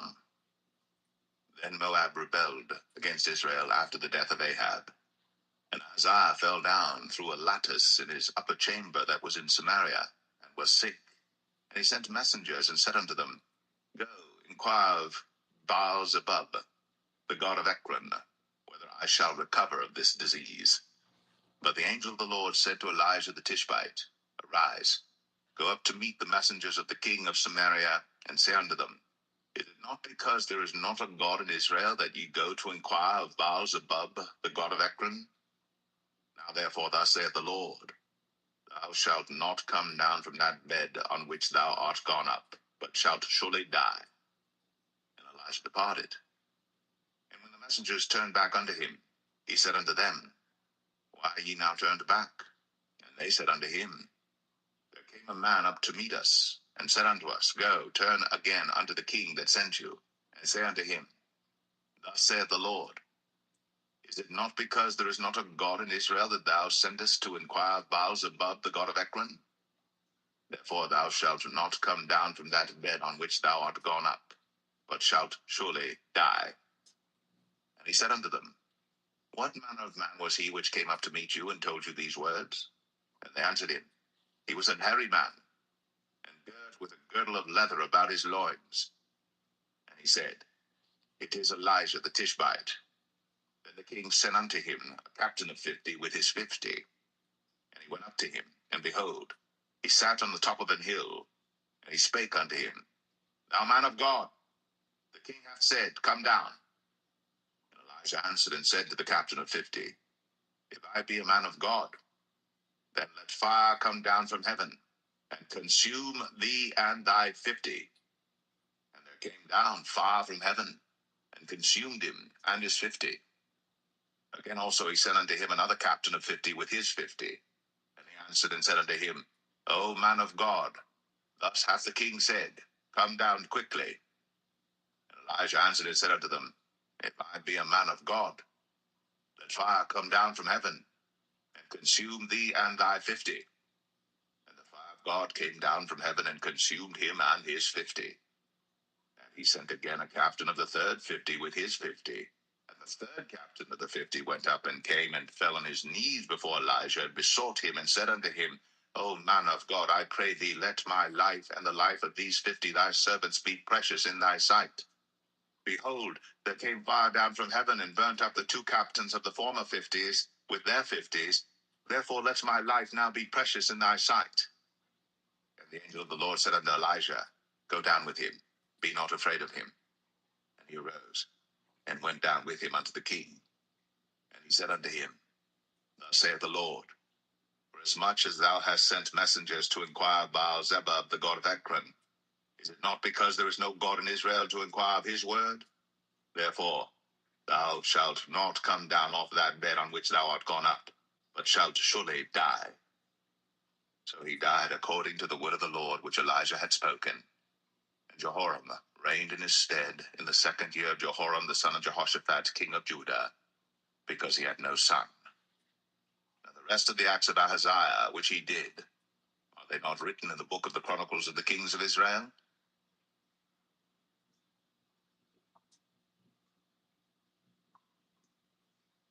2 Kings 2. And it came to pass, when the Lord would take up Elijah into heaven by a whirlwind, that Elijah went with Elisha from Gilgal.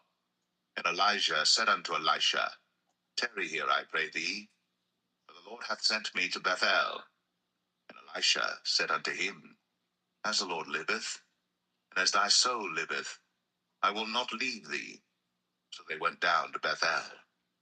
And the sons of the prophets that were at Bethel came forth to Elisha, and said unto him, Knowest thou that the Lord will take away thy master from thy head today? And he said, Yea, I know it. Hold ye your peace. And Elijah said unto him, Elisha, tarry here, I pray thee, for the Lord hath sent me to Jericho. And he said, As the Lord liveth, and as thy soul liveth, I will not leave thee. So they came to Jericho. And the sons of the prophets that were at Jericho came to Elisha, and said unto him, Knowest thou that the Lord will take away thy master from thy head today? And he answered, Yea, I know it. Hold ye your peace. And Elijah said unto him, Tarry, I pray thee here, for the Lord hath sent me to Jordan. And he said, As the Lord liveth, and as thy soul liveth, I will not leave thee. And they two went on. And 50 men of the sons of the prophets went, and stood to view afar off. And they too stood by Jordan. And Elijah took his mantle, and wrapped it together, and smote the waters, and they were divided hither and thither, so that they too went over on dry ground. And it came to pass, when they were gone over, that Elijah said unto Elisha, Ask what I shall do for thee, before I be taken away from thee.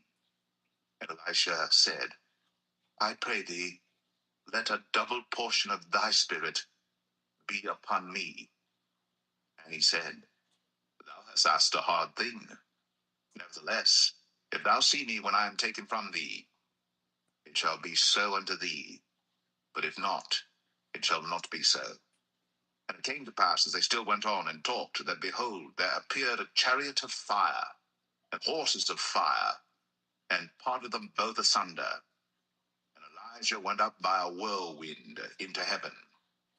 And Elisha saw it, and he cried, My father, the chariot of Israel, and the horsemen thereof. And he saw him no more. And he took hold of his own clothes, and rent them in 2 pieces. He took up also the mantle of Elijah that fell from him, and went back and stood by the bank of Jordan.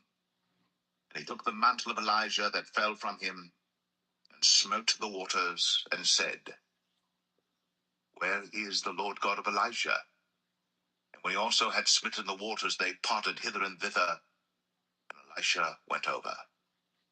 And when the sons of the prophets which were to view at Jericho saw him, they said, The spirit of Elijah doth rest on Elisha. And they came to meet him, and bowed themselves to the ground before him. And they said unto him, Behold now, there be with thy servants 50 strong men. Let them go, we pray thee, and seek thy master, lest peradventure the Spirit of the Lord hath taken him up, and cast him upon some mountain, or into some valley. And he said, Ye shall not send. And when they urged him till he was ashamed, he said, Send. They sent therefore 50 men, and they sought 3 days, but found him not. And when they came again to him, for he tarried at Jericho, he said unto them, Did I not say unto you, Go not?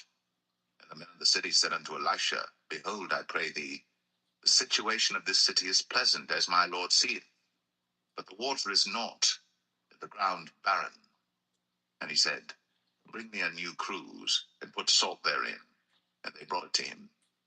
And he went forth unto the spring of the waters, and cast the salt in there, and said, Thus saith the Lord, I have healed these waters. There shall not be from thence any more death or barren land. So the waters were healed unto this day, according to the saying of Elisha which he spake. And he went up from thence unto Bethel, and as he was going up by the way, there came forth little children out of the city, and mocked him, and said unto him, Go up, thou bald head, go up, thou bald head. And he turned back and looked on them and cursed them in the name of the Lord. And there came forth 2 she-bears out of the wood, and tare 42 children of them. And he went from thence to Mount Carmel, and from thence he returned to Samaria.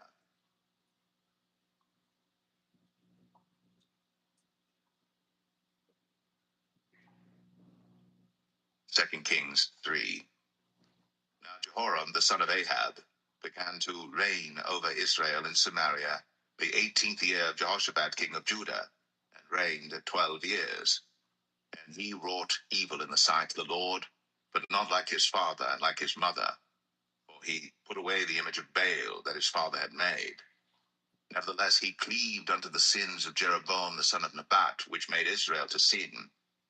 He departed not therefrom. And Mesha king of Moab was a sheep master, and rendered unto the king of Israel 100,000 lambs and 100,000 rams with the wool. But it came to pass, when Ahab was dead, that the king of Moab rebelled against the king of Israel. And King Jehoram went out of Samaria the same time, and numbered all Israel. And he went and sent to Jehoshaphat the king of Judah, saying, The king of Moab hath rebelled against me. Wilt thou go with me against Moab to battle? And he said, I will go up. I am as thou art, my people as thy people, and my horses as thy horses. And he said, Which way shall we go up? And he answered, The way through the wilderness of Edom. So the king of Israel went, and the king of Judah, and the king of Edom, and they fetched a compass of 7 days' journey, and there was no water for the host, and for the cattle that followed them. And the king of Israel said, Alas, that the Lord hath called these 3 kings together to deliver them into the hand of Moab. But Jehoshaphat said, Is there not here a prophet of the Lord, that we may inquire of the Lord by him? And one of the king of Israel's servants answered and said, Here is Elisha the son of Shaphat, which poured water on the hands of Elijah. And Jehoshaphat said, The word of the Lord is with him. So the king of Israel and Jehoshaphat and the king of Edom went down to him. And Elisha said unto the king of Israel, What have I to do with thee? Get thee to the prophets of thy father, and to the prophets of thy mother. And the king of Israel said unto him, Nay, for the Lord hath called these 3 kings together to deliver them into the hand of Moab. And Elisha said, As the Lord of hosts liveth, before whom I stand, surely, were it not that I regard the presence of Jehoshaphat the king of Judah, I would not look toward thee, nor see thee. But now bring me a minstrel. And it came to pass, when the minstrel played, that the hand of the Lord came upon him. And he said, Thus saith the Lord, Make this valley full of ditches. For thus saith the Lord, Ye shall not see wind, neither shall ye see rain. Yet that valley shall be filled with water, that ye may drink, both ye and your cattle and your beasts. And this is but a light thing in the sight of the Lord. He will deliver the Moabites also into your hand. And ye shall smite every fenced city and every choice city, and shall fell every good tree, and stop all wells of water, and mar every good piece of land with stones. And it came to pass in the morning, when the meat offering was offered, that behold, there came water by the way of Edom, and the country was filled with water. And when all the Moabites heard that the kings were come up to fight against them, they gathered all that were able to put on armor, and upward and stood in the border. And they rose up early in the morning, and the sun shone upon the water, and the Moabites saw the water on the other side as red as blood. And they said, This is blood. The kings are surely slain, and they have smitten one another. Now, therefore, Moab to the spoil. And when they came to the camp of Israel, the Israelites rose up and smote the Moabites, so that they fled before them. But they went forward, smiting the Moabites, even in their country. And they beat down the cities, and on every good piece of land cast every man his stone, and filled it. And they stopped all the wells of water, and felled all the good trees. Only in Kir Hareseth left they the stones thereof. Howbeit the slingers went about it, and smote it. And when the king of Moab saw that the battle was too sore for him, he took with him 700 men that drew swords, to break through even unto the kings of Edom, but they could not. And he took his eldest son that should have reigned in his stead, and offered him for a burnt offering upon the wall. And there was great indignation against Israel, and they departed from him, and returned to their own land.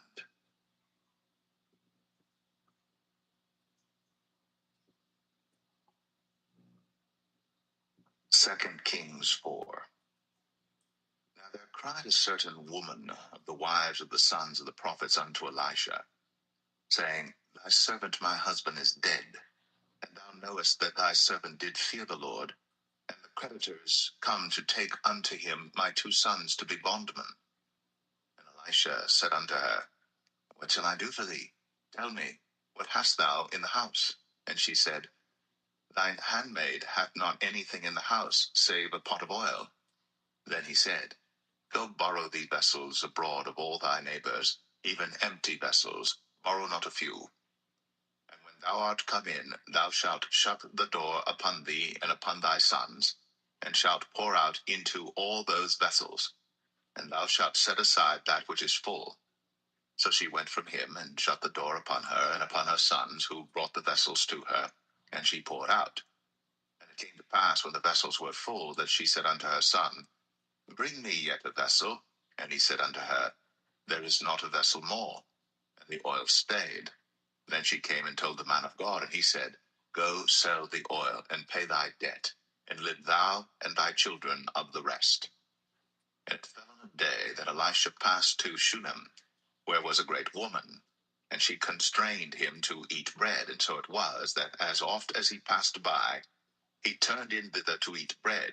And she said unto her husband, Behold now, I perceive that this is an holy man of God, which passeth by us continually.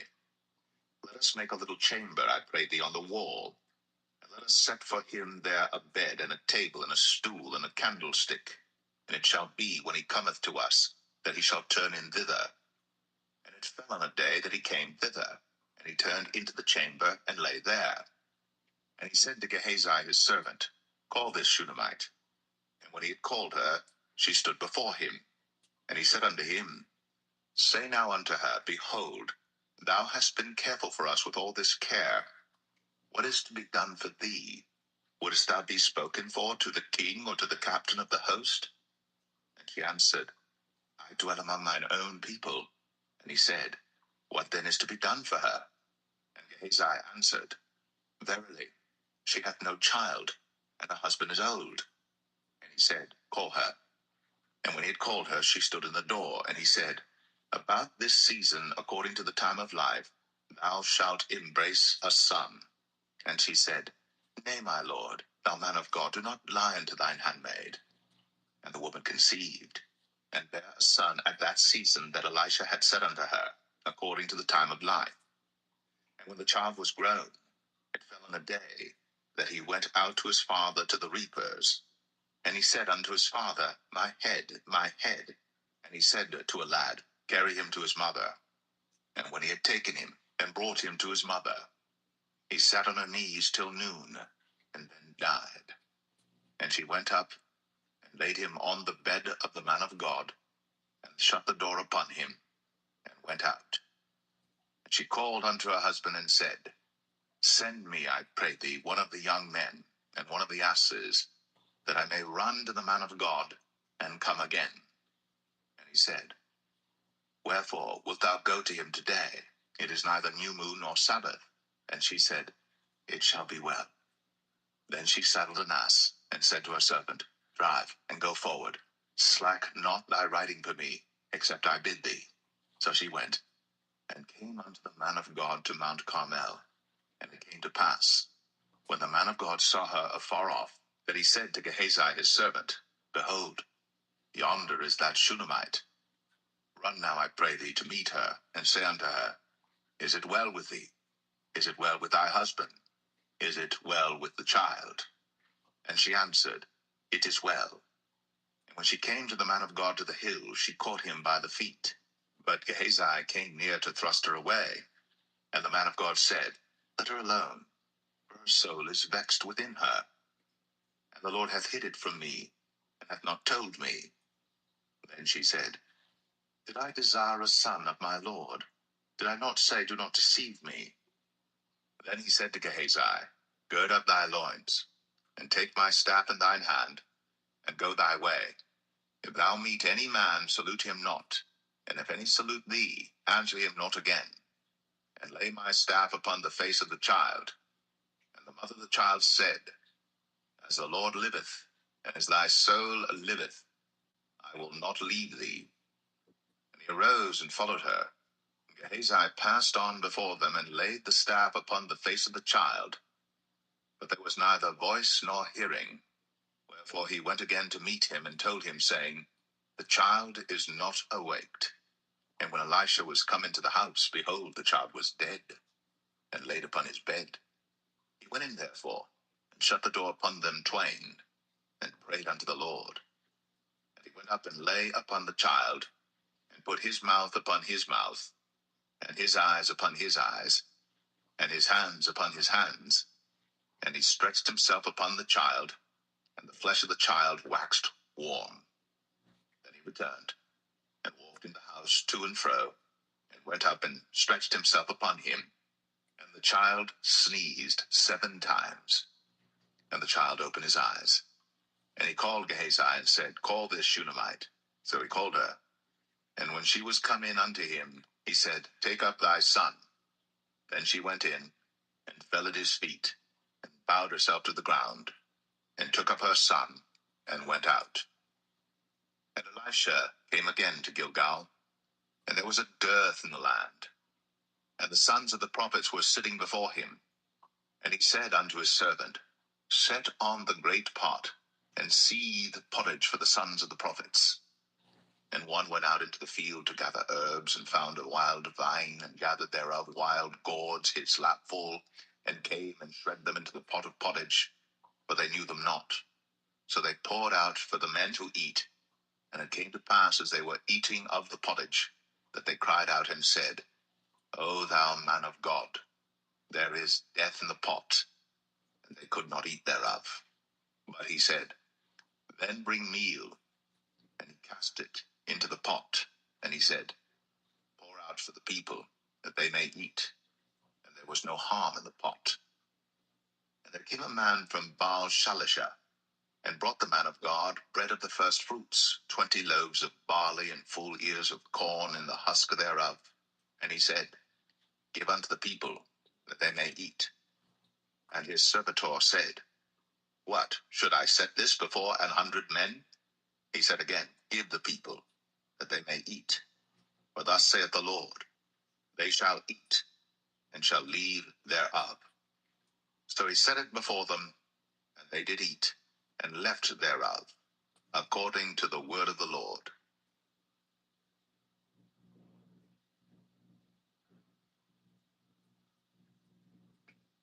2 Kings 5. Now Naaman, captain of the host of the king of Syria, was a great man with his master, and honorable, because by him the Lord had given deliverance unto Syria. He was also a mighty man in valor, but he was a leper. And the Syrians had gone out by companies, and had brought away captive out of the land of Israel a little maid, and she waited on Naaman's wife.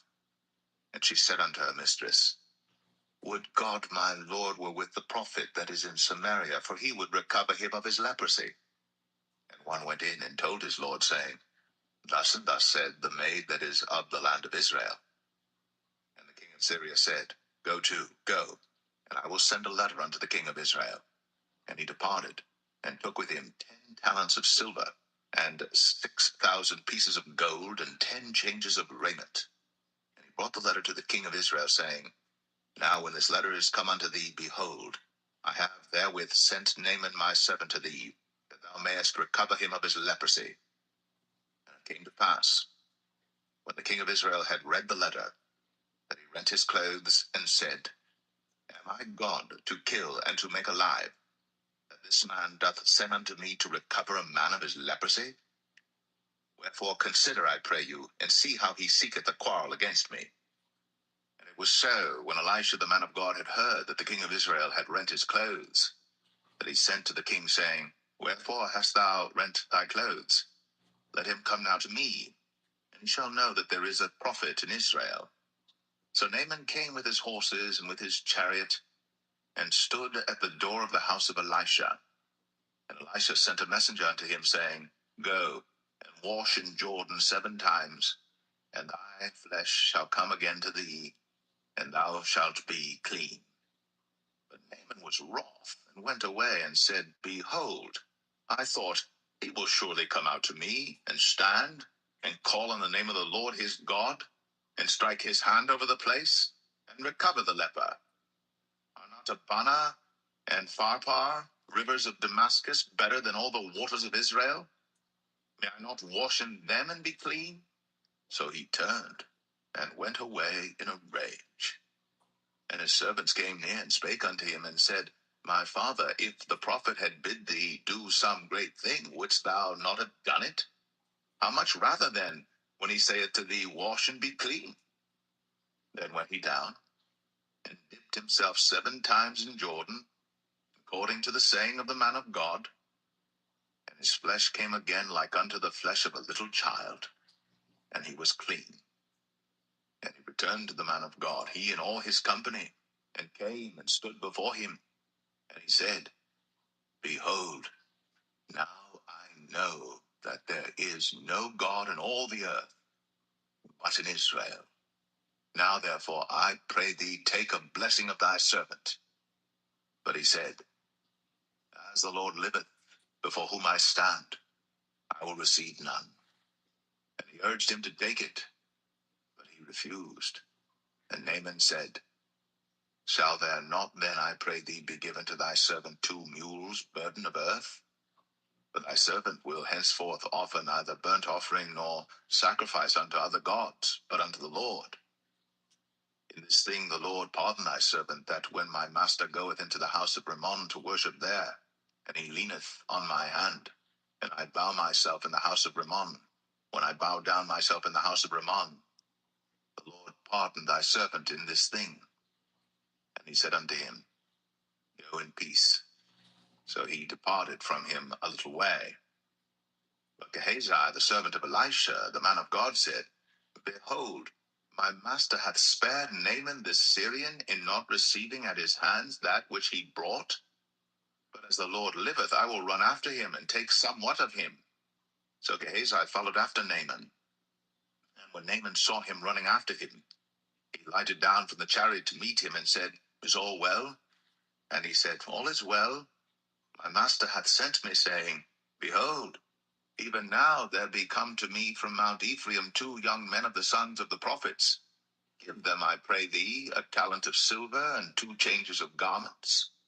And Naaman said, Be content, take 2 talents. And he urged him, and bound 2 talents of silver in 2 bags, with 2 changes of garments, and laid them upon 2 of his servants, and they bare them before him.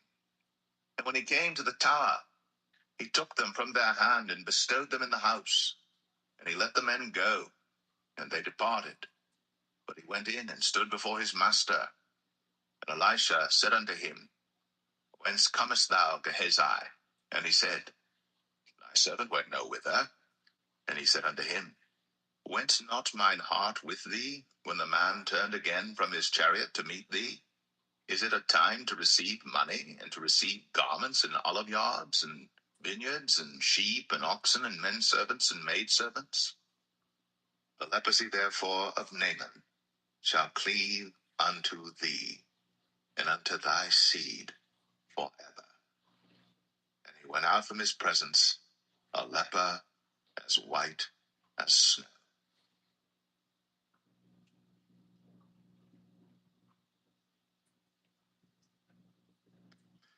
2 Kings 6. And the sons of the prophets said unto Elisha, Behold now, the place where we dwell with thee is too strait for us. Let us go, we pray thee, unto Jordan, and take thence every man a beam, and let us make a place there where we may dwell. And he answered, Go ye. And one said, Be content, I pray thee, and go with thy servants. And he answered, I will go. So he went with them. And when they came to Jordan, they cut down wood. But as one was felling a beam, the axe head fell into the water. And he cried and said, Alas, master, for it was borrowed. And the man of God said, Where fell it? And he showed him the place. And he cut down a stick, and cast it in thither. And the iron did swim. Therefore said he, Take it up to thee. And he put out his hand, and took it. Then the king of Syria warred against Israel, and took counsel with his servants, saying, In such and such a place shall be my camp. And the man of God sent unto the king of Israel, saying, Beware that thou pass not such a place, for thither the Syrians are come down. And the king of Israel sent to the place which the man of God told him, and warned him of, and saved himself there, not once nor twice. Therefore the heart of the king of Syria was sore troubled for this thing. And he called his servants, and said unto them, Will ye not show me which of us is for the king of Israel? And one of his servants said, None, my lord, O king. But Elisha, the prophet that is in Israel, telleth the king of Israel the words that thou speakest in thy bedchamber.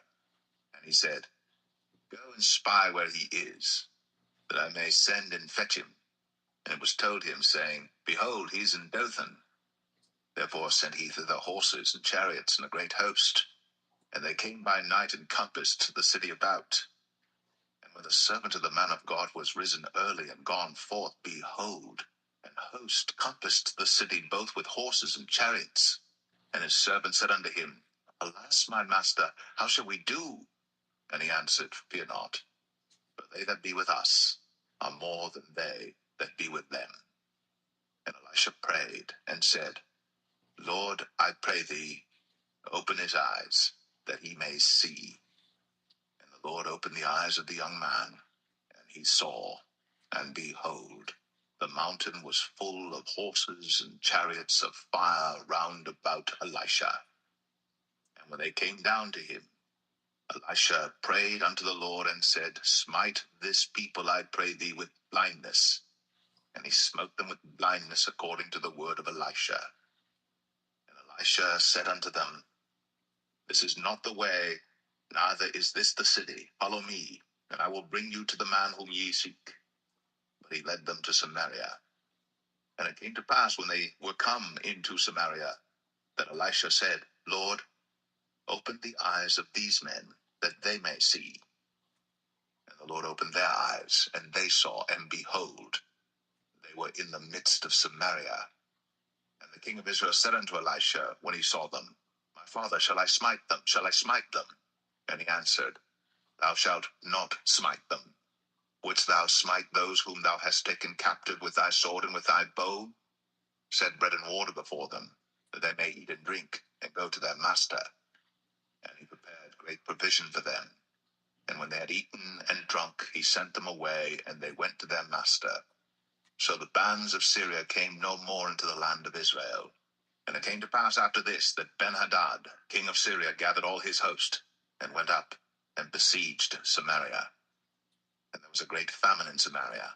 And behold, they besieged it, until an ass's head was sold for 80 pieces of silver, and the fourth part of a cab of dove's dung for 5 pieces of silver.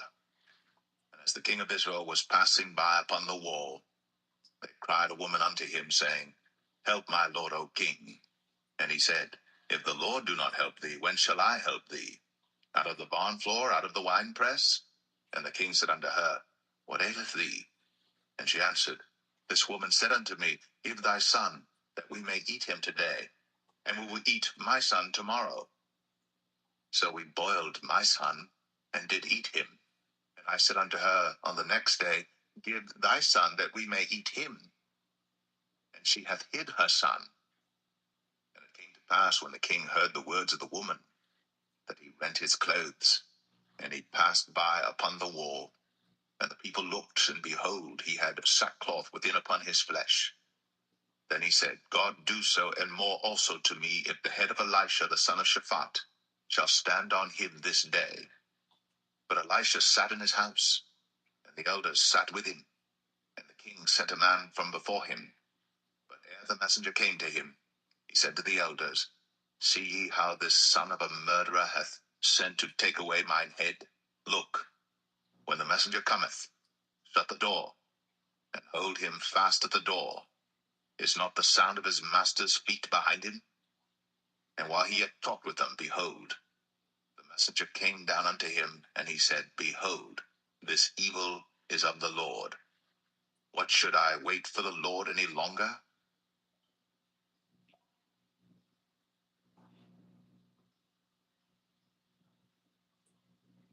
2 Kings 7. Then Elisha said, Hear ye the word of the Lord. Thus saith the Lord, Tomorrow about this time shall a measure of fine flour be sold for a shekel, and 2 measures of barley for a shekel, in the gate of Samaria. Then a Lord, on whose hand the king leaned, answered the man of God, and said, Behold, if the Lord would make windows in heaven, might this thing be? And he said, Behold, thou shalt see it with thine eyes, but shalt not eat thereof. And there were 4 leprous men at the entering in of the gate, and they said one to another, Why sit we here until we die? If we say we will enter into the city, then the famine is in the city, and we shall die there. And if we sit still here, we die also. Now therefore come, and let us fall unto the host of the Syrians. If they save us alive, we shall live, and if they kill us, we shall but die. And they rose up in the twilight to go unto the camp of the Syrians. And when they were come to the uttermost part of the camp of Syria, behold, there was no man there. For the Lord had made the host of the Syrians to hear a noise of chariots, and a noise of horses, even the noise of a great host. And they said one to another, Lo, the king of Israel hath hired against us the kings of the Hittites, and the kings of the Egyptians, to come upon us. Wherefore they arose and fled in the twilight, and left their tents and their horses and their asses, even the camp as it was, and fled for their life. And when these lepers came to the uttermost part of the camp, they went into one tent, and did eat and drink, and carried thence silver and gold and raiment, and went and hid it, and came again, and entered into another tent, and carried thence also, and went and hid it. Then they said one to another, We do not well. This day is a day of good tidings, and we hold our peace. If we tarry till the morning light, some mischief will come upon us. Now therefore come, that we may go and tell the king's household. So they came and called unto the port of the city. And they told them, saying, We came to the camp of the Syrians, and behold, there was no man there, neither voice of man, but horses tied and asses tied, and the tents as they were. And he called the porters, and they told it to the king's house within. And the king arose in the night, and said unto his servants, I will now show you what the Syrians have done to us. They know that we be hungry. Therefore are they gone out of the camp to hide themselves in the field, saying, When they come out of the city, we shall catch them alive and get into the city. And one of his servants answered and said, Let some take, I pray thee, 5 of the horses that remain, which are left in the city. Behold, they are as all the multitude of Israel that are left in it. Behold, I say, they are even as all the multitude of the Israelites that are consumed. And let us send and see. They took therefore 2 chariot horses, and the king sent after the host of the Syrians, saying, Go and see. And they went after them unto Jordan, and lo, all the way was full of garments and vessels, which the Syrians had cast away in their haste. And the messengers returned, and told the king. And the people went out and spoiled the tents of the Syrians. So a measure of fine flour was sold for a shekel, and 2 measures of barley for a shekel, according to the word of the Lord. And the king appointed the Lord on whose hand he leaned to have the charge of the gate. And the people trod upon him in the gate, and he died, as the man of God had said, who spake when the king came down to him. And it came to pass, as the man of God had spoken to the king, saying, 2 measures of barley for a shekel, and a measure of fine flour for a shekel, shall be tomorrow about this time in the gate of Samaria.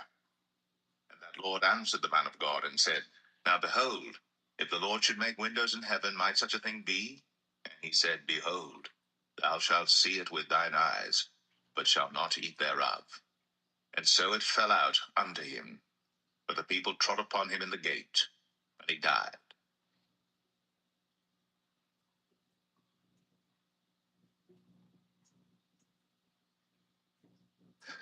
2 Kings 8.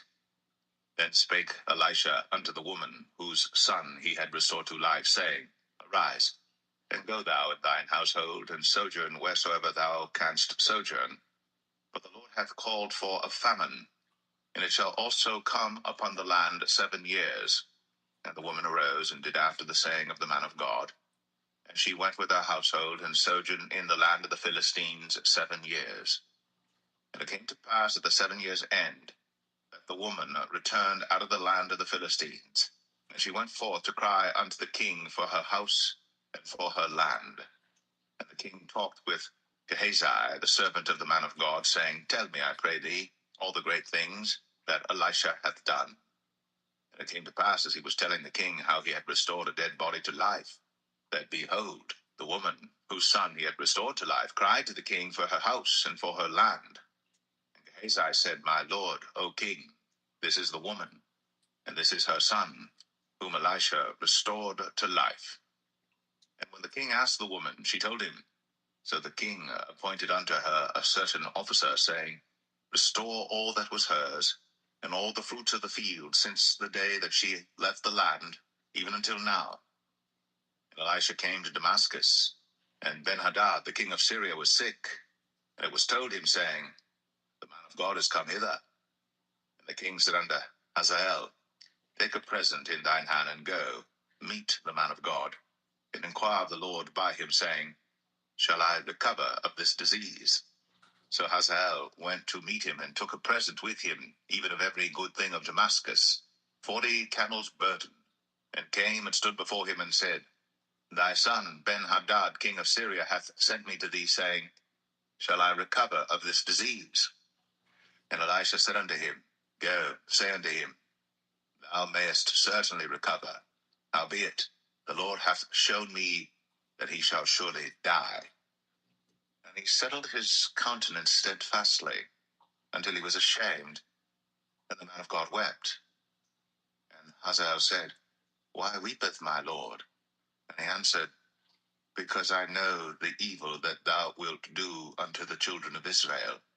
Their strongholds wilt thou set on fire, and their young men wilt thou slay with the sword, and wilt dash their children, and rip up their women with child. And Hazael said, But what, is thy servant a dog, that he should do this great thing? And Elisha answered, The Lord hath shown me that thou shalt be king over Syria. So he departed from Elisha, and came to his master, who said to him, What said Elisha to thee? And he answered, He told me that thou shouldst surely recover. And it came to pass on the morrow, that he took a thick cloth, and dipped it in water, and spread it on his face, so that he died. And Hazael reigned in his stead. In the 5th year of Joram, the son of Ahab, king of Israel, Jehoshaphat being then king of Judah, Jehoram, the son of Jehoshaphat, king of Judah, began to reign. 32 years old was he when he began to reign, and he reigned 8 years in Jerusalem. And he walked in the way of the kings of Israel, as did the house of Ahab.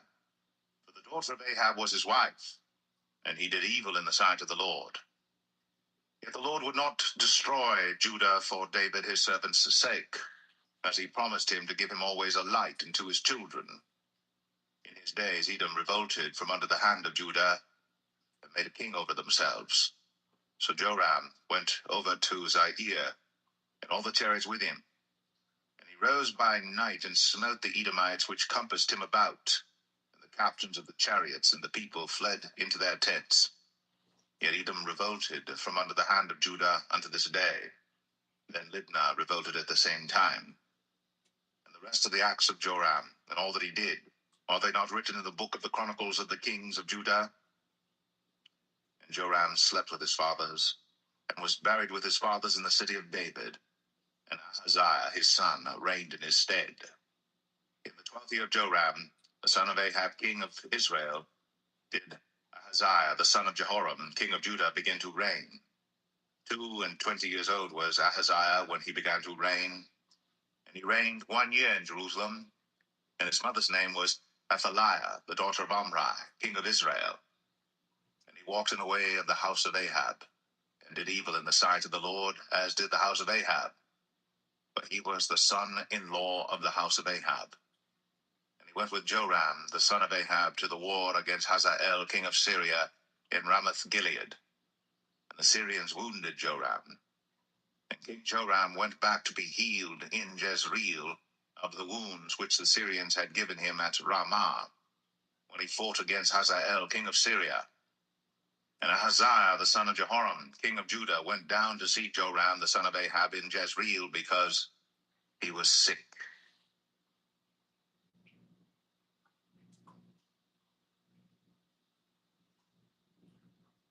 2 Kings 9. And Elisha the prophet called one of the children of the prophets, and said unto him, Gird up thy loins, and take this box of oil in thine hand, and go to Ramoth-Gilead. And when thou comest thither, look out there Jehu the son of Jehoshaphat, the son of Nimshi, and go in, and make him arise up from among his brethren, and carry him to an inner chamber. And take the box of oil, and pour it on his head, and say, Thus saith the Lord, I have anointed thee king over Israel. Then open the door, and flee, and tarry not. So the young man, even the young man the prophet, went to Ramoth-Gilead. And when he came, behold, the captains of the host were sitting, and he said, I have an errand to thee, O captain. And Jehu said, Unto which of all us? And he said, To thee, O captain. And he arose and went into the house. And he poured the oil on his head, and said unto him, Thus saith the Lord God of Israel, I have anointed thee king over the people of the Lord, even over Israel. And thou shalt smite the house of Ahab thy master, that I may avenge the blood of my servants the prophets, and the blood of all the servants of the Lord, at the hand of Jezebel. For the whole house of Ahab shall perish, and I will cut off from Ahab him that pisseth against the wall, and him that is shut up and left in Israel. And I will make the house of Ahab like the house of Jeroboam the son of Nebat, and like the house of Baasha the son of Ahijah. And the dogs shall eat Jezebel in the portion of Jezreel, and there shall be none to bury her. And he opened the door and fled. Then Jehu came forth to the servants of his Lord, and one said unto him, Is all well? Wherefore came this mad fellow to thee? And he said unto them, Ye know the man, and his communication. And they said, It is false. Tell us now. And he said, Thus and thus spake he to me, saying, Thus saith the Lord, I have anointed thee king over Israel. Then they hasted, and took every man his garment, and put it under him on the top of the stairs, and blew with trumpets, saying, Jehu is king. So Jehu, the son of Jehoshaphat, the son of Nimshi, conspired against Joram. Now Joram had kept Ramoth-Gilead, he and all Israel, because of Hazael, king of Syria. But King Joram was returned to be healed in Jezreel of the wounds which the Syrians had given him, when he fought with Hazael, king of Syria. And Jehu said, If it be your minds, then let none go forth nor escape out of the city to go to tell it in Jezreel. So Jehu rode in a chariot, and went to Jezreel. For Joram lay there, and Ahaziah king of Judah was come down to see Joram. And there stood a watchman on the tower in Jezreel. And he spied the company of Jehu as he came, and said, I see a company. And Joram said, Take an horseman, and send to meet them, and let him say, Is it peace? So there went one on horseback to meet him, and said, Thus saith the king, Is it peace? And Jehu said, What hast thou to do with peace? Turn thee behind me. And the watchman told, saying, The messenger came to them, but he cometh not again. Then he sent out a second on horseback, which came to them, and said, Thus saith the king, Is it peace? And Jehu answered, What hast thou to do with peace? Turn thee behind me. And the watchman told, saying, He came even unto them, and cometh not again. And the driving is like the driving of Jehu the son of Nimshi, for he driveth furiously. And Joram said, Make ready. And his chariot was made ready. And Joram king of Israel, and Ahaziah king of Judah went out, each in his chariot. And they went out against Jehu, and met him in the portion of Naboth the Jezreelite. And it came to pass, when Joram saw Jehu, that he said, Is it peace, Jehu?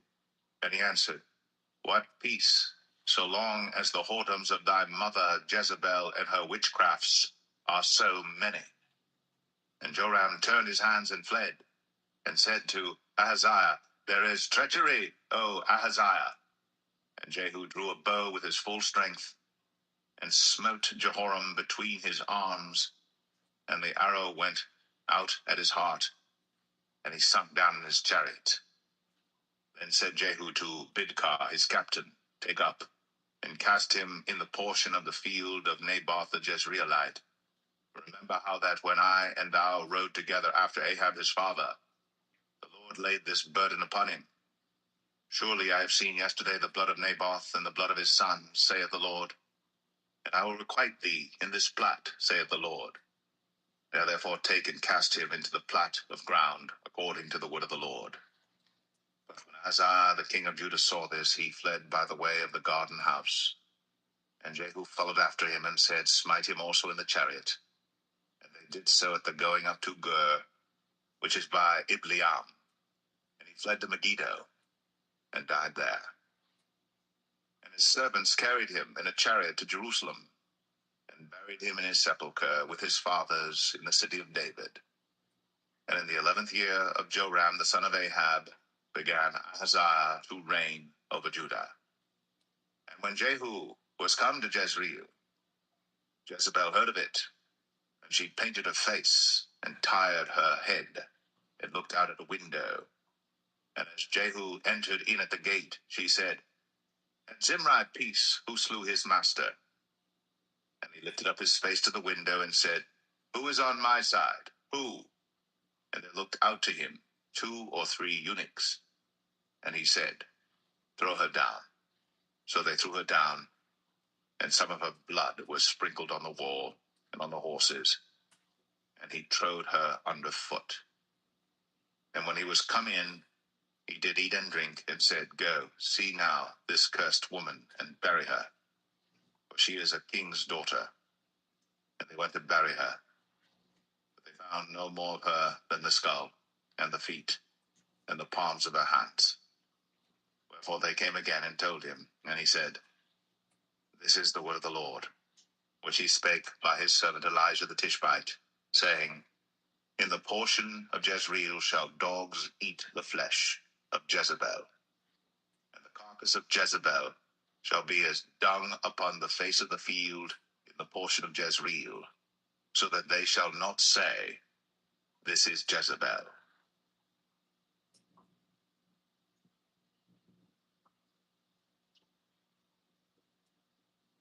2 Kings 10. And Ahab had 70 sons in Samaria, and Jehu wrote letters and sent to Samaria unto the rulers of Jezreel, to the elders, and to them that brought up Ahab's children, saying, Now as soon as this letter cometh to you, seeing your master's sons are with you, and there are with you chariots and horses, a fenced city also in armor, look even out the best and meetest of your master's sons, and set him on his father's throne, and fight for your master's house. But they were exceedingly afraid, and said, Behold, 2 kings stood not before him. How then shall we stand? And he that was over the house, and he that was over the city, the elders also, and the bringers up of the children, said to Jehu, saying, We are thy servants, and will do all that thou shalt bid us. We will not make any king. Do thou that which is good in thine eyes. Then he wrote a letter the second time to them, saying, If ye be mine, and if ye will hearken unto my voice, take ye the heads of the men, your master's sons, and come to me to Jezreel by tomorrow this time. And the king's sons, being 70 persons, were with the great men of the city, which brought them up. And it came to pass, when the letter came to them, that they took the king's sons, and slew 70 persons, and put their heads in baskets, and sent him them to Jezreel. there came a messenger and told him, saying, They have brought the heads of the king's sons. And he said, Lay ye them in 2 heaps at the entering in of the gate until the morning.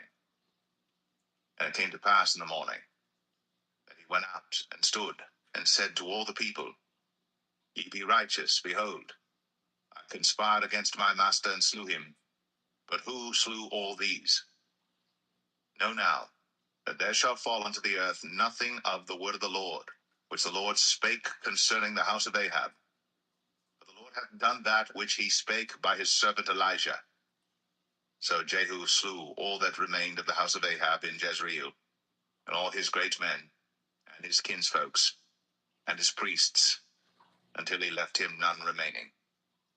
And he arose and departed and came to Samaria, and as he was at the shearing house in the way, Jehu met with the brethren of Ahaziah king of Judah, and said, Who are ye?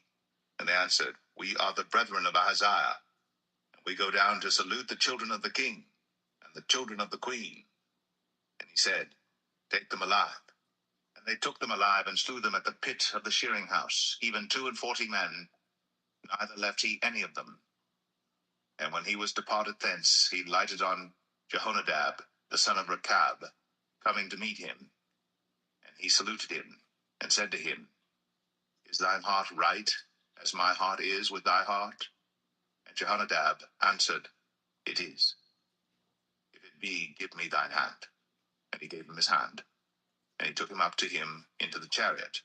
And he said, Come with me, and see my zeal for the Lord. So they made him ride in his chariot. And when he came to Samaria, he slew all that remained unto Ahab in Samaria, till he had destroyed him, according to the saying of the Lord, which he spake to Elijah. And Jehu gathered all the people together, and said unto them, Ahab served Baal a little, but Jehu shall serve him much. Now therefore call unto me all the prophets of Baal, all his servants, and all his priests, that none be wanting. For I have a great sacrifice to do to Baal. Whosoever shall be wanting, he shall not live. But Jehu did it in subtlety, to the intent that he might destroy the worshippers of Baal. And Jehu said, Proclaim a solemn assembly for Baal. And they proclaimed it. And Jehu sent through all Israel, and all the worshippers of Baal came, so that there was not a man left that came not. And they came into the house of Baal, and the house of Baal was full from one end to another. And he said unto him that was over the vestry, Bring forth vestments for all the worshippers of Baal. And he brought them forth vestments. And Jehu went, and Jehonadab the son of Rechab, into the house of Baal, and said unto the worshippers of Baal, Search, and look that there be here with you none of the servants of the Lord, but the worshippers of Baal only. And when they went in to offer sacrifices and burnt offerings, Jehu appointed 80 men without, and said, If any of the men whom I have brought into your hands escape, he that letteth him go, his life shall be for the life of him. And it came to pass, as soon as he had made an end of offering the burnt offering, that Jehu said to the guard and to the captains, Go in, and slay them, let none come forth. And they smote them with the edge of the sword, and the guard and the captains cast them out, and went to the city of the house of Baal. And they brought forth the images out of the house of Baal, and burned them. And they brake down the image of Baal, and brake down the house of Baal, and made it a draught house unto this day. Thus Jehu destroyed Baal out of Israel. Howbeit, from the sins of Jeroboam the son of Nebat, who made Israel to sin, Jehu departed not from after them, to wit, the golden calves that were in Bethel, and that were in Dan. And the Lord said unto Jehu, Because thou hast done well in executing that which is right in mine eyes, and hast done unto the house of Ahab according to all that was in mine heart, thy children of the 4th generation shall sit on the throne of Israel. But Jehu took no heed to walk in the law of the Lord God of Israel with all his heart, for he departed not from the sins of Jeroboam, which made Israel to sin.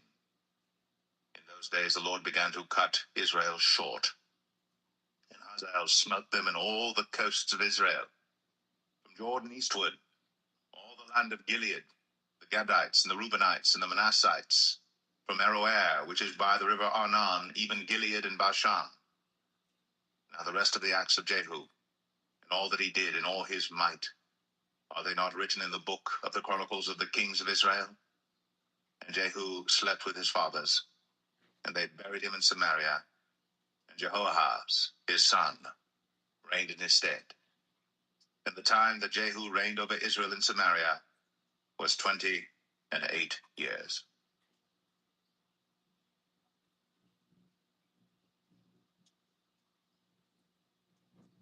Second Kings 11.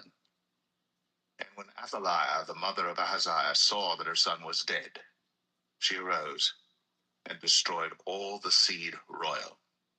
Then Jehoshaphat, the daughter of King Joram, sister of Ahaziah, took Joash the son of Ahaziah, and stole him from among the king's sons which were slain. And they hid him, even him and his nurse, in the bedchamber from Athaliah, so that he was not slain. And he was with her hid in the house of the Lord 6 years. And Athaliah did reign over the land. And the 7th year, Jehoiada sent and fetched the rulers over hundreds, with the captains and the guard, and brought them to him into the house of the Lord, and made a covenant with them, and took an oath of them in the house of the Lord, and showed them the king's son. And he commanded them, saying, This is the thing that ye shall do.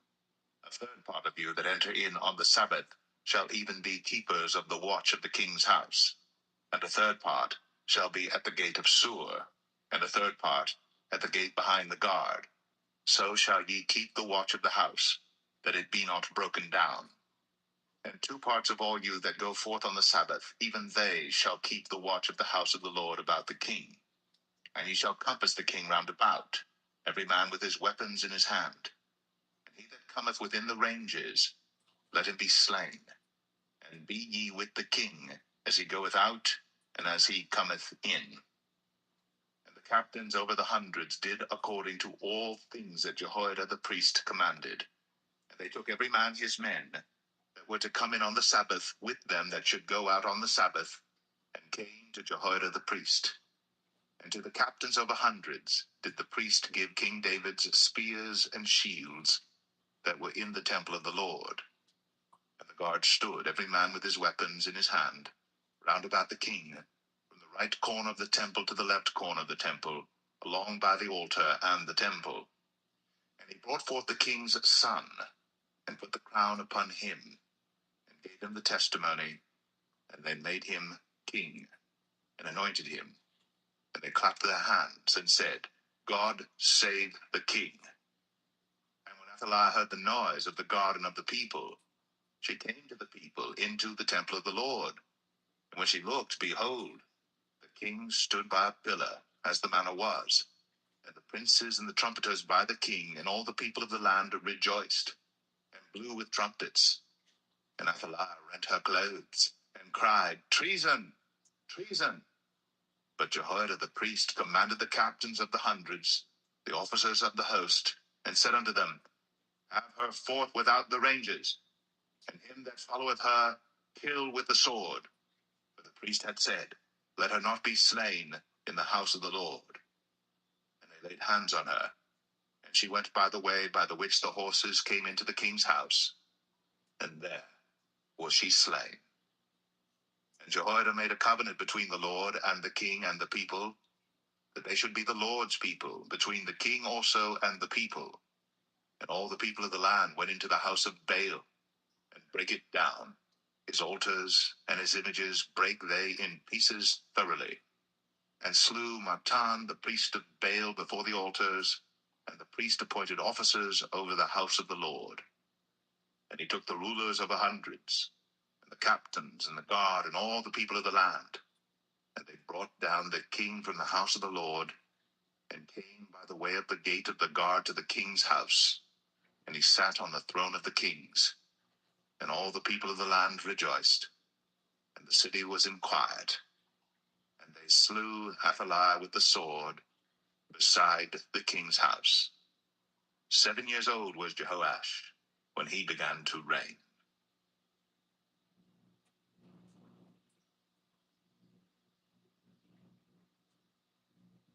2 Kings 12. In the 7th year of Jehu, Jehoash began to reign, and 40 years reigned he in Jerusalem, and his mother's name was Zibiah of Beersheba. And Jehoash did that which was right in the sight of the Lord all his days, wherein Jehoiada the priest instructed him. But the high places were not taken away. The people still sacrificed and burnt incense in the high places. And Jehoash said to the priests, all the money of the dedicated things that is brought into the house of the Lord, even the money of every one that passeth the account, the money that every man is set at, and all the money that cometh into any man's heart to bring into the house of the Lord, let the priest take it to them, every man of his acquaintance, and let them repair the breaches of the house, wheresoever any breach shall be found. But it was so that in the 23 year of King Jehoash, the priests had not repaired the breaches of the house. Then King Jehoash called for Jehoiada the priest and the other priests, and said unto them, why repair ye not the breaches of the house? Now therefore receive no more money of your acquaintance, but deliver it for the breaches of the house. And the priests consented to receive no more money of the people, neither to repair the breaches of the house. But Jehoiada the priest took a chest, and bored a hole in the lid of it, and set it beside the altar, on the right side as one cometh into the house of the Lord. And the priests that kept the door put therein all the money that was brought into the house of the Lord. And it was so, when they saw that there was much money in the chest, that the king's scribe and the high priest came up, and they put up in bags, and told the money that was found in the house of the Lord.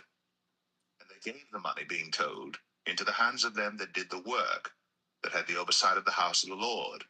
And they laid it out to the carpenters and builders that wrought upon the house of the Lord, and to masons and hewers of stone, and to buy timber and hewed stone to repair the breaches of the house of the Lord, and for all that was laid out for the house to repair it. Howbeit, there were not made for the house of the Lord bowls of silver, snuffers, basins, trumpets, any vessels of gold, or vessels of silver, of the money that was brought into the house of the Lord. But they gave that to the workmen, and repaired therewith the house of the Lord. Moreover, they reckoned not with the men, into whose hand they delivered the money to be bestowed on workmen, for they dealt faithfully. The trespass money and the sin money was not brought into the house of the Lord.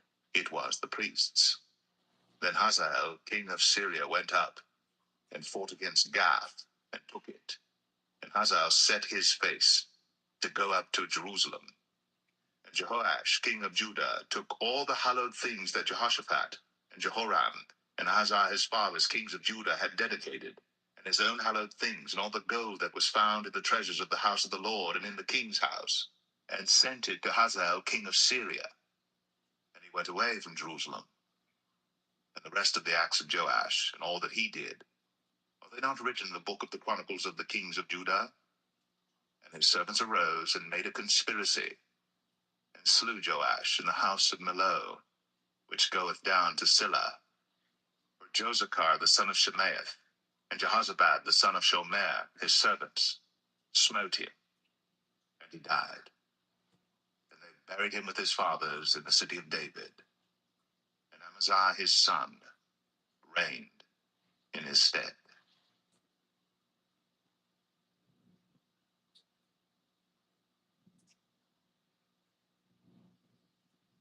2 Kings 13. In the 23 year of Joash, the son of Ahaziah, king of Judah, Jehoahaz, the son of Jehu, began to reign over Israel in Samaria, and reigned 17 years. And he did that which was evil in the sight of the Lord, and followed the sins of Jeroboam the son of Nebat, which made Israel to sin. He departed not therefrom. And the anger of the Lord was kindled against Israel, and he delivered them into the hand of Hazael, king of Syria, and into the hand of Ben-Hadad, the son of Hazael, all their days. And Jehoahaz besought the Lord, and the Lord hearkened unto him, for he saw the oppression of Israel, because the king of Syria oppressed them. And the Lord gave Israel a savior, so that they went out from under the hand of the Syrians. And the children of Israel dwelt in their tents as before time. Nevertheless, they departed not from the sins of the house of Jeroboam, who made Israel sin. but walked therein, and they remained at the grove also in Samaria. Neither did he leave of the people to Jehoahaz but 50 horsemen, and 10 chariots, and 10,000 footmen. But the king of Syria had destroyed them, and had made them like the dust by threshing. Now the rest of the acts of Jehoahaz, and all that he did, and his might, are they not written in the book of the Chronicles of the kings of Israel? And Jehoahaz slept with his fathers, and they buried him in Samaria, and Joash his son reigned in his stead. In the 37th year of Joash, king of Judah, began Jehoash, the son of Jehoahaz, to reign over Israel in Samaria, and reigned 16 years. And he did that which was evil in the sight of the Lord. He departed not from all the sins of Jeroboam the son of Nebat, who made Israel sin, but he walked therein. And the rest of the acts of Joash, and all that he did, and his might wherewith he fought against Amaziah king of Judah, are they not written in the book of the Chronicles of the kings of Israel? And Joash slept with his fathers, and Jeroboam sat upon his throne, and Joash was buried in Samaria with the kings of Israel. Now Elisha was fallen sick of his sickness whereof he died.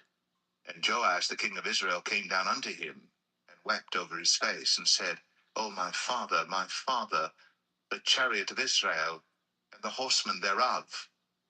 And Elisha said unto him, Take bow and arrows. And he took unto him bow and arrows. And he said to the king of Israel, Put thine hand upon the bow. And he put his hand upon it. And Elisha put his hands upon the king's hands. And he said, Open the window eastward. And he opened it. Then Elisha said, Shoot. And he shot. And he said, The arrow of the Lord's deliverance, and the arrow of deliverance from Syria. For thou shalt smite the Syrians in Aphek, till thou have consumed them. And he said, Take the arrows. And he took them. And he said unto the king of Israel, Smite upon the ground. And he smote thrice, and stayed.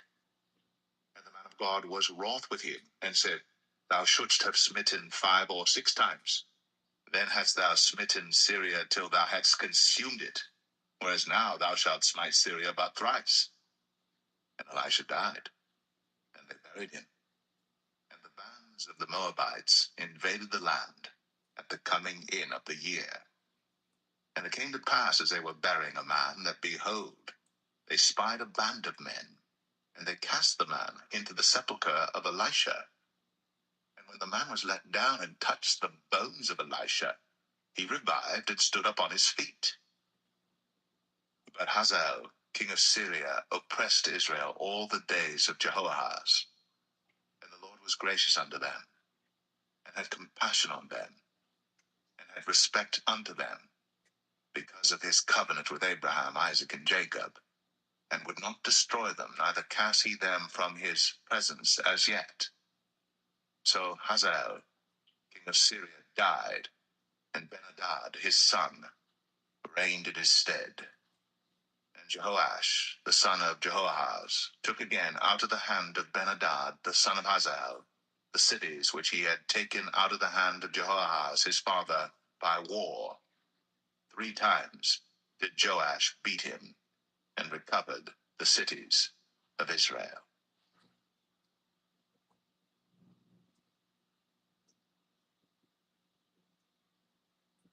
2 Kings 14. In the 2nd year of Joash, son of Jehoahaz, king of Israel, reigned Amaziah the son of Joash, king of Judah. He was 25 years old when he began to reign, and reigned 29 years in Jerusalem. And his mother's name was Jehoadan of Jerusalem. And he did that which was right in the sight of the Lord, yet not like David his father. He did according to all things as Joash his father did. Howbeit, the high places were not taken away. As yet the people did sacrifice, and burnt incense on the high places. And it came to pass, as soon as the kingdom was confirmed in his hand, that he slew his servants which had slain the king his father. But the children of the murderers he slew not, according unto that which is written in the book of the law of Moses, wherein the Lord commanded, saying, The fathers shall not be put to death for the children, nor the children be put to death for the fathers, but every man shall be put to death for his own sin. He slew of Edom in the valley of Salt 10,000, and took Selah by war, and called the name of it Joktheel unto this day.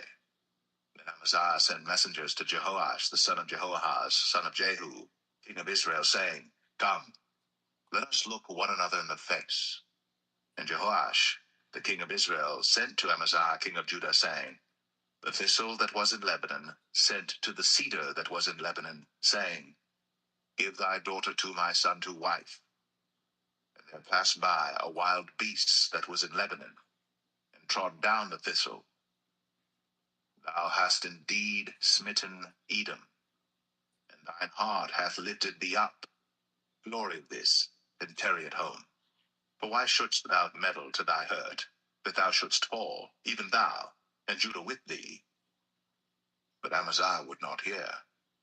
Therefore Jehoash, king of Israel, went up, and he and Amaziah, king of Judah, looked one another in the face at Beth Shemesh, which belongeth to Judah. And Judah was put to the worse before Israel, and they fled every man to their tents. And Jehoash, king of Israel, took Amaziah, king of Judah, the son of Jehoash, the son of Ahaziah, at Beth Shemesh, and came to Jerusalem, and brake down the wall of Jerusalem from the gate of Ephraim unto the corner gate, 400 cubits.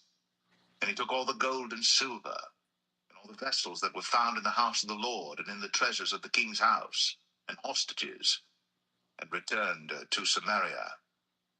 And the rest of the acts of Jehoash, which he did, and his might, and how he fought with Amaziah, king of Judah, are they not written in the book of the Chronicles of the kings of Israel? And Jehoash slept with his fathers, and was buried in Samaria with the kings of Israel. And Jeroboam his son reigned in his stead. And Amaziah the son of Joash, king of Judah, lived after the death of Jehoash, son of Jehoahaz, king of Israel, 15 years. And the rest of the acts of Amaziah, are they not written in the book of the Chronicles of the kings of Judah? Now they made a conspiracy against him in Jerusalem, and he fled to Lachish. But they sent after him to Lachish, and slew him there. And they brought him on horses, and he was buried at Jerusalem with his fathers in the city of David. And all the people of Judah took Azariah, which was 16 years old, and made him king instead of his father Amaziah. He built Elath, and restored it to Judah. After that, the king slept with his fathers. In the 15th year of Amaziah, the son of Joash, king of Judah, Jeroboam, the son of Joash, king of Israel, began to reign in Samaria, and reigned 41 years. And he did that which was evil in the sight of the Lord. He departed not from all the sins of Jeroboam, the son of Nebat, who made Israel to sin. He restored the coast of Israel from the entering of Hamath unto the sea of the plain, according to the word of the Lord God of Israel, which he spake by the hand of his servant Jonah, the son of Amittai the prophet, which was of Gath-hepher. For the Lord saw the affliction of Israel, that it was very bitter, for there was not any shut up, nor any left, nor any helper for Israel. And the Lord said not that he would blot out the name of Israel from under heaven, but he saved them by the hand of Jeroboam the son of Joash. Now the rest of the acts of Jeroboam, and all that he did in his might, how he warred, and how he recovered Damascus and Hamath, which belonged to Judah, for Israel, are they not written in the book of the Chronicles of the kings of Israel? And Jeroboam slept with his fathers, even with the kings of Israel. And Zechariah his son reigned in his stead.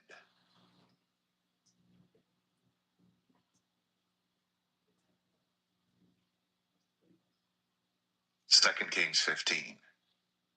In the 27th year of Jeroboam king of Israel, began Azariah son of Amaziah king of Judah to reign. 16 years old was he when he began to reign, and he reigned 52 years in Jerusalem. and his mother's name was Jechaliah of Jerusalem. And he did that which was right in the sight of the Lord, according to all that his father Amaziah had done, save that the high places were not removed. The people sacrificed and burnt incense still on the high places. And the Lord smote the king, so that he was a leper unto the day of his death, and dwelt in a several house. And Jotham, the king's son, was over the house, judging the people of the land. And the rest of the acts of Azariah and all that he did, are they not written in the book of the chronicles of the kings of Judah? So Azariah slept with his fathers, and they buried him with his fathers in the city of David. And Jotham his son reigned in his stead. In the 38th year of Azariah king of Judah, did Zechariah the son of Jeroboam reign over Israel in Samaria 6 months. And he did that which was evil in the sight of the Lord, as his fathers had done. He departed not from the sins of Jeroboam the son of Nebat, who made Israel to sin. And Shallum the son of Jabesh conspired against him, and smote him before the people, and slew him, and reigned in his stead. And the rest of the acts of Zechariah, behold, they are written in the book of the chronicles of the kings of Israel. This was the word of the Lord, which he spake unto Jehu, saying, Thy sons shall sit on the throne of Israel unto the 4th generation. And so it came to pass. Shallum, the son of Jabesh, began to reign in the 39th year of Uzziah, king of Judah. And he reigned a full month in Samaria. For Menahem, the son of Gadai, went up from Tirzah, and came to Samaria, and smote Shallum, the son of Jabesh, in Samaria, and slew him, and reigned in his stead. And the rest of the acts of Shallum, and his conspiracy which he made, behold, they are written in the book of the chronicles of the kings of Israel. Then Menahem smote Tiphsah, and all that were therein, and the coasts thereof from Tirzah, because they opened not to him. Therefore he smote it, and all the women therein that were with child he ripped up. In the 39th year of Azariah king of Judah began Menahem the son of Gadai to reign over Israel, and reigned 10 years in Samaria. And he did that which was evil in the sight of the Lord. He departed not all his days from the sins of Jeroboam the son of Nebat, who made Israel to sin. And Pul, the king of Assyria, came against the land.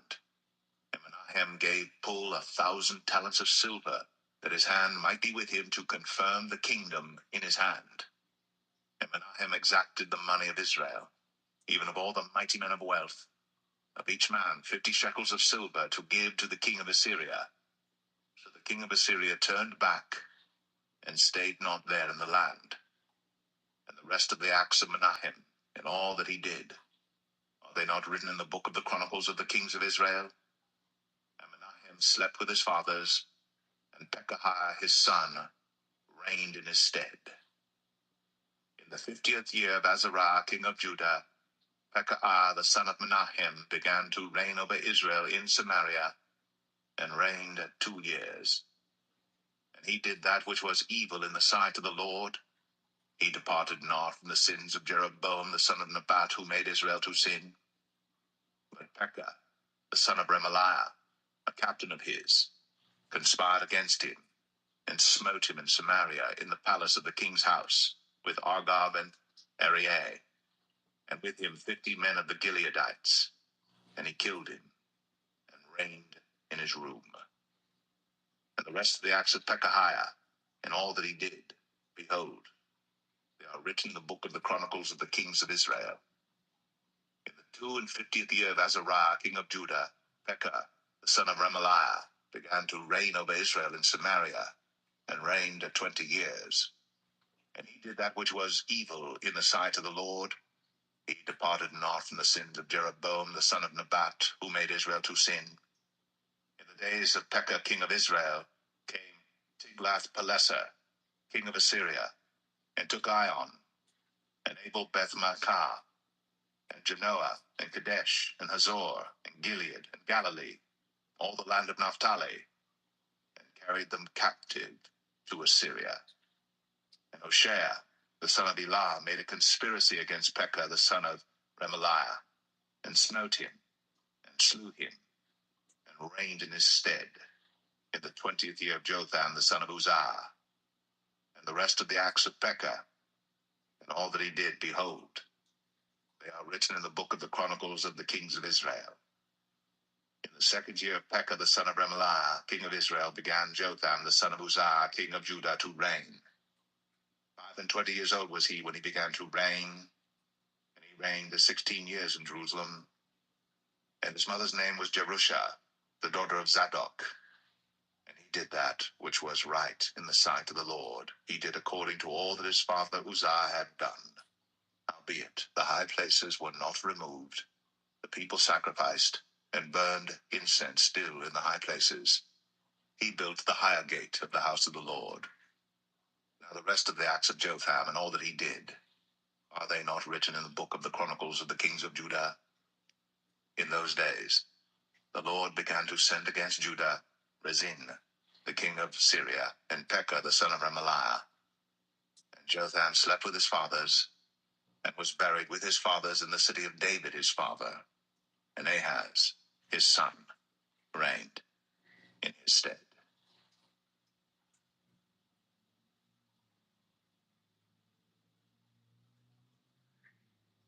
2 Kings 16. In the 17th year of Pekah, the son of Remaliah, Ahaz, the son of Jotham, king of Judah, began to reign.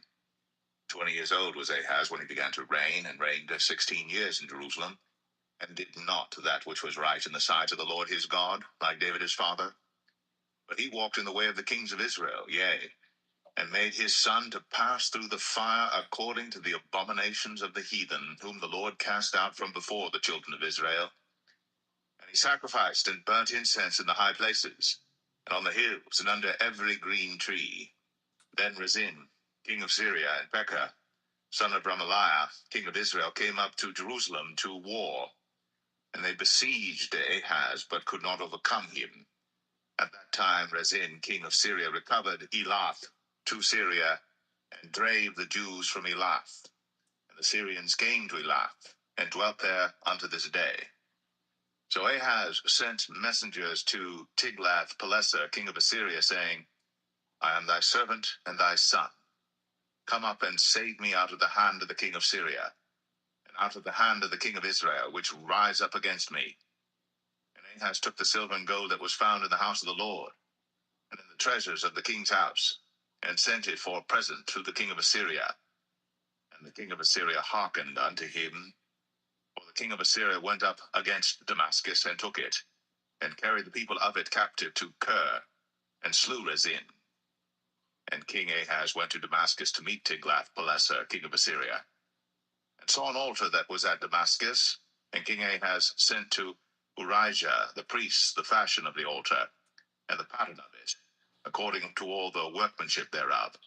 And Urijah the priest built an altar according to all that King Ahaz had sent from Damascus. So Urijah the priest made it against King Ahaz came from Damascus. And when the king was come from Damascus, the king saw the altar, and the king approached to the altar and offered thereon. And he burnt his burnt offering and his meat offering, and poured his drink offering, and sprinkled the blood of his peace offerings upon the altar. And he brought also the brazen altar, which was before the Lord, from the forefront of the house, from between the altar and the house of the Lord, and put it on the north side of the altar. And King Ahaz commanded Urijah the priest, saying, Upon the great altar burn the morning burnt offering, and the evening meat offering, and the king's burnt sacrifice, and his meat offering, with the burnt offering of all the people of the land, and their meat offering, and their drink offerings, and sprinkle upon it all the blood of the burnt offering, and all the blood of the sacrifice, and the brazen altar shall be for me to inquire by. Thus did Urijah the priest, according to all that King Ahaz commanded. And King Ahaz cut off the borders of the bases, and removed the labor from off them, and took down the seat from off the brazen oxen that were under it, and put it upon a pavement of stones. and the covert for the Sabbath that they had built in the house, and the king's entry without, turned he from the house of the Lord for the king of Assyria. Now the rest of the acts of Ahaz which he did, are they not written in the book of the Chronicles of the kings of Judah? And Ahaz slept with his fathers, and was buried with his fathers in the city of David, and Hezekiah his son reigned in his stead.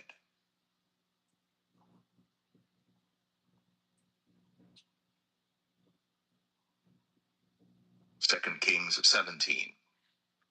In the 12th year of Ahaz, king of Judah, began Hoshea the son of Elah to reign in Samaria over Israel 9 years.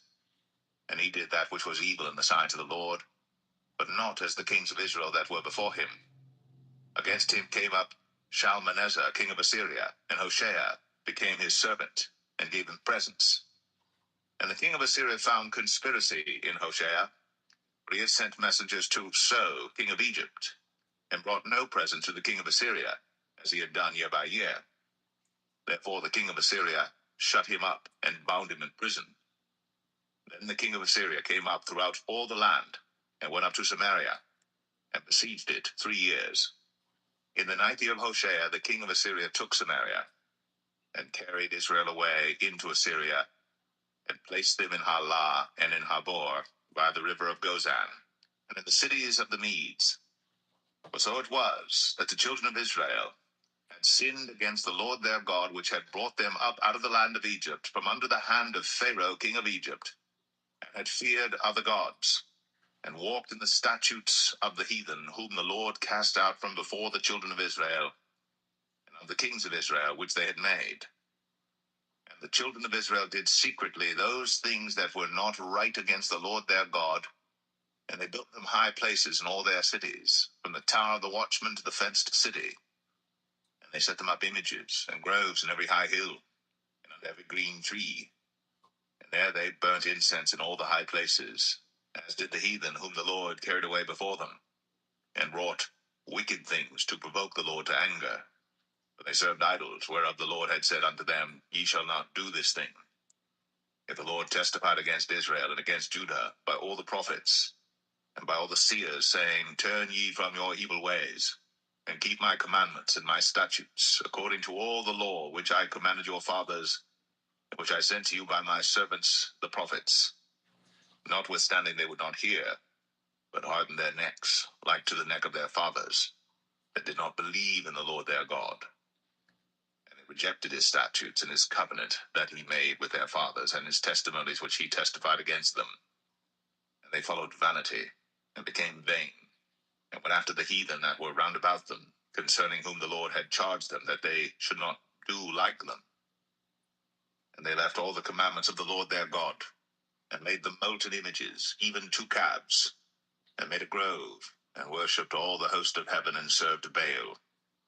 And they caused their sons and their daughters to pass through the fire, and used divination and enchantments, and sold themselves to do evil in the sight of the Lord, to provoke him to anger. Therefore the Lord was very angry with Israel, and removed them out of his sight. There was none left but the tribe of Judah only. Also Judah kept not the commandments of the Lord their God, but walked in the statutes of Israel which they made. And the Lord rejected all the seed of Israel, and afflicted them, and delivered them into the hand of spoilers, until he had cast them out of his sight. For he rent Israel from the house of David, and they made Jeroboam the son of Nebat king. And Jeroboam drave Israel from following the Lord, and made them sin a great sin. For the children of Israel walked in all the sins of Jeroboam which he did. They departed not from them, until the Lord removed Israel out of his sight, as he had said by all his servants the prophets. So was Israel carried away out of their own land to Assyria unto this day.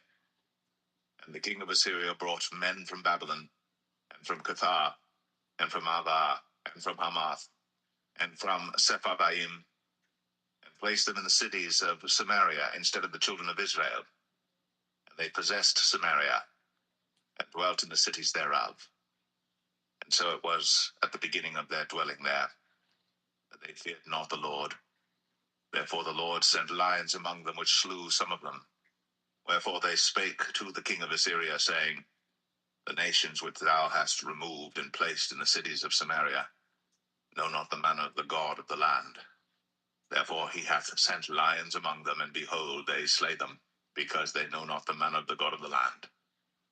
Then the king of Assyria commanded, saying, Carry thither one of the priests whom ye brought from thence, and let them go and dwell there, and let them teach them the manner of the God of the land. Then one of the priests whom they had carried away from Samaria came and dwelt in Bethel, and taught them how they should fear the Lord. Howbeit, every nation made gods of their own, and put them in the houses of the high places which the Samaritans had made, every nation in their cities wherein they dwelt. And the men of Babylon made Succoth-Benoth, and the men of Cuth made Nergal, and the men of Hamath made Ashima, and the Abites made Nibhaz and Tartak, and the Sabarbites burnt their children in fire to Adramelech and Anamelech, the gods of Sepharvaim. So they feared the Lord, and made unto themselves of the lowest of them priests of the high places, which sacrificed for them in the houses of the high places. They feared the Lord, and served their own gods, after the manner of the nations whom they carried away from thence. Unto this day they do after the former manners. They fear not the Lord, neither do they after their statutes, or after their ordinances, or after the law and commandment which the Lord commanded the children of Jacob, whom he named Israel, with whom the Lord had made a covenant, and charged them, saying, Ye shall not fear other gods, nor bow yourselves to them, nor serve them, nor sacrifice to them. But the Lord who brought you up out of the land of Egypt with great power and a stretched out arm, him shall ye fear, and him shall ye worship, and to him shall ye do sacrifice.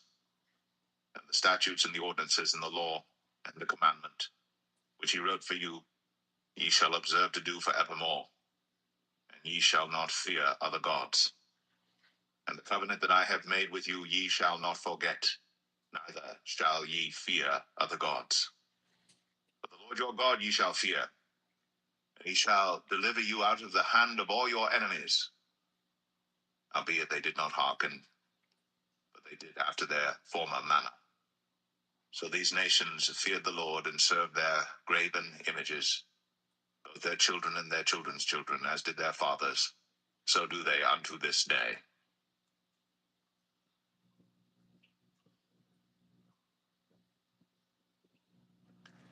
2 Kings 18. Now it came to pass in the 3rd year of Hoshea, son of Elah, king of Israel, that Hezekiah the son of Ahaz, king of Judah, began to reign. 25 years old was he when he began to reign, and he reigned 29 years in Jerusalem. His mother's name also was Abi, the daughter of Zechariah. And he did that which was right in the sight of the Lord, according to all that David his father did. He removed the high places, and brake the images, and cut down the groves, and brake in pieces the brazen serpent that Moses had made. For unto those days the children of Israel did burn incense to it. And he called it Nehushtan. He trusted in the Lord God of Israel, so that after him was none like him among all the kings of Judah, nor any that were before him. For he clave to the Lord, and departed not from following him, but kept his commandments which the Lord commanded Moses. And the Lord was with him, and he prospered whithersoever he went forth. And he rebelled against the king of Assyria, and served him not. He smote the Philistines even unto Gaza, and the borders thereof, from the tower of the watchman to the fenced city. And it came to pass in the 4th year of King Hezekiah, which was the 7th year of Hoshea, son of Elah, king of Israel, that Shalmaneser, king of Assyria, came up against Samaria, and besieged it.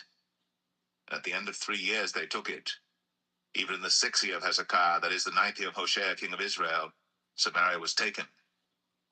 And the king of Assyria did carry away Israel unto Assyria, and put them in Halah, and in Habor by the river of Gozan, and in the cities of the Medes, because they obeyed not the voice of the Lord their God, but transgressed his covenant, and all that Moses the servant of the Lord commanded, and would not hear them, nor do them.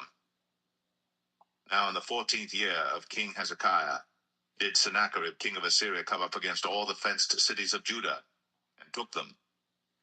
And Hezekiah king of Judah sent to the king of Assyria to Lachish, saying, I have offended, return from me. That which thou puttest on me will I bear. And the king of Assyria appointed unto Hezekiah king of Judah 300 talents of silver and 30 talents of gold. And Hezekiah gave him all the silver that was found in the house of the Lord, and in the treasures of the king's house. At that time did Hezekiah cut off the gold from the doors of the temple of the Lord, and from the pillars which Hezekiah king of Judah had overlaid, and gave it to the king of Assyria.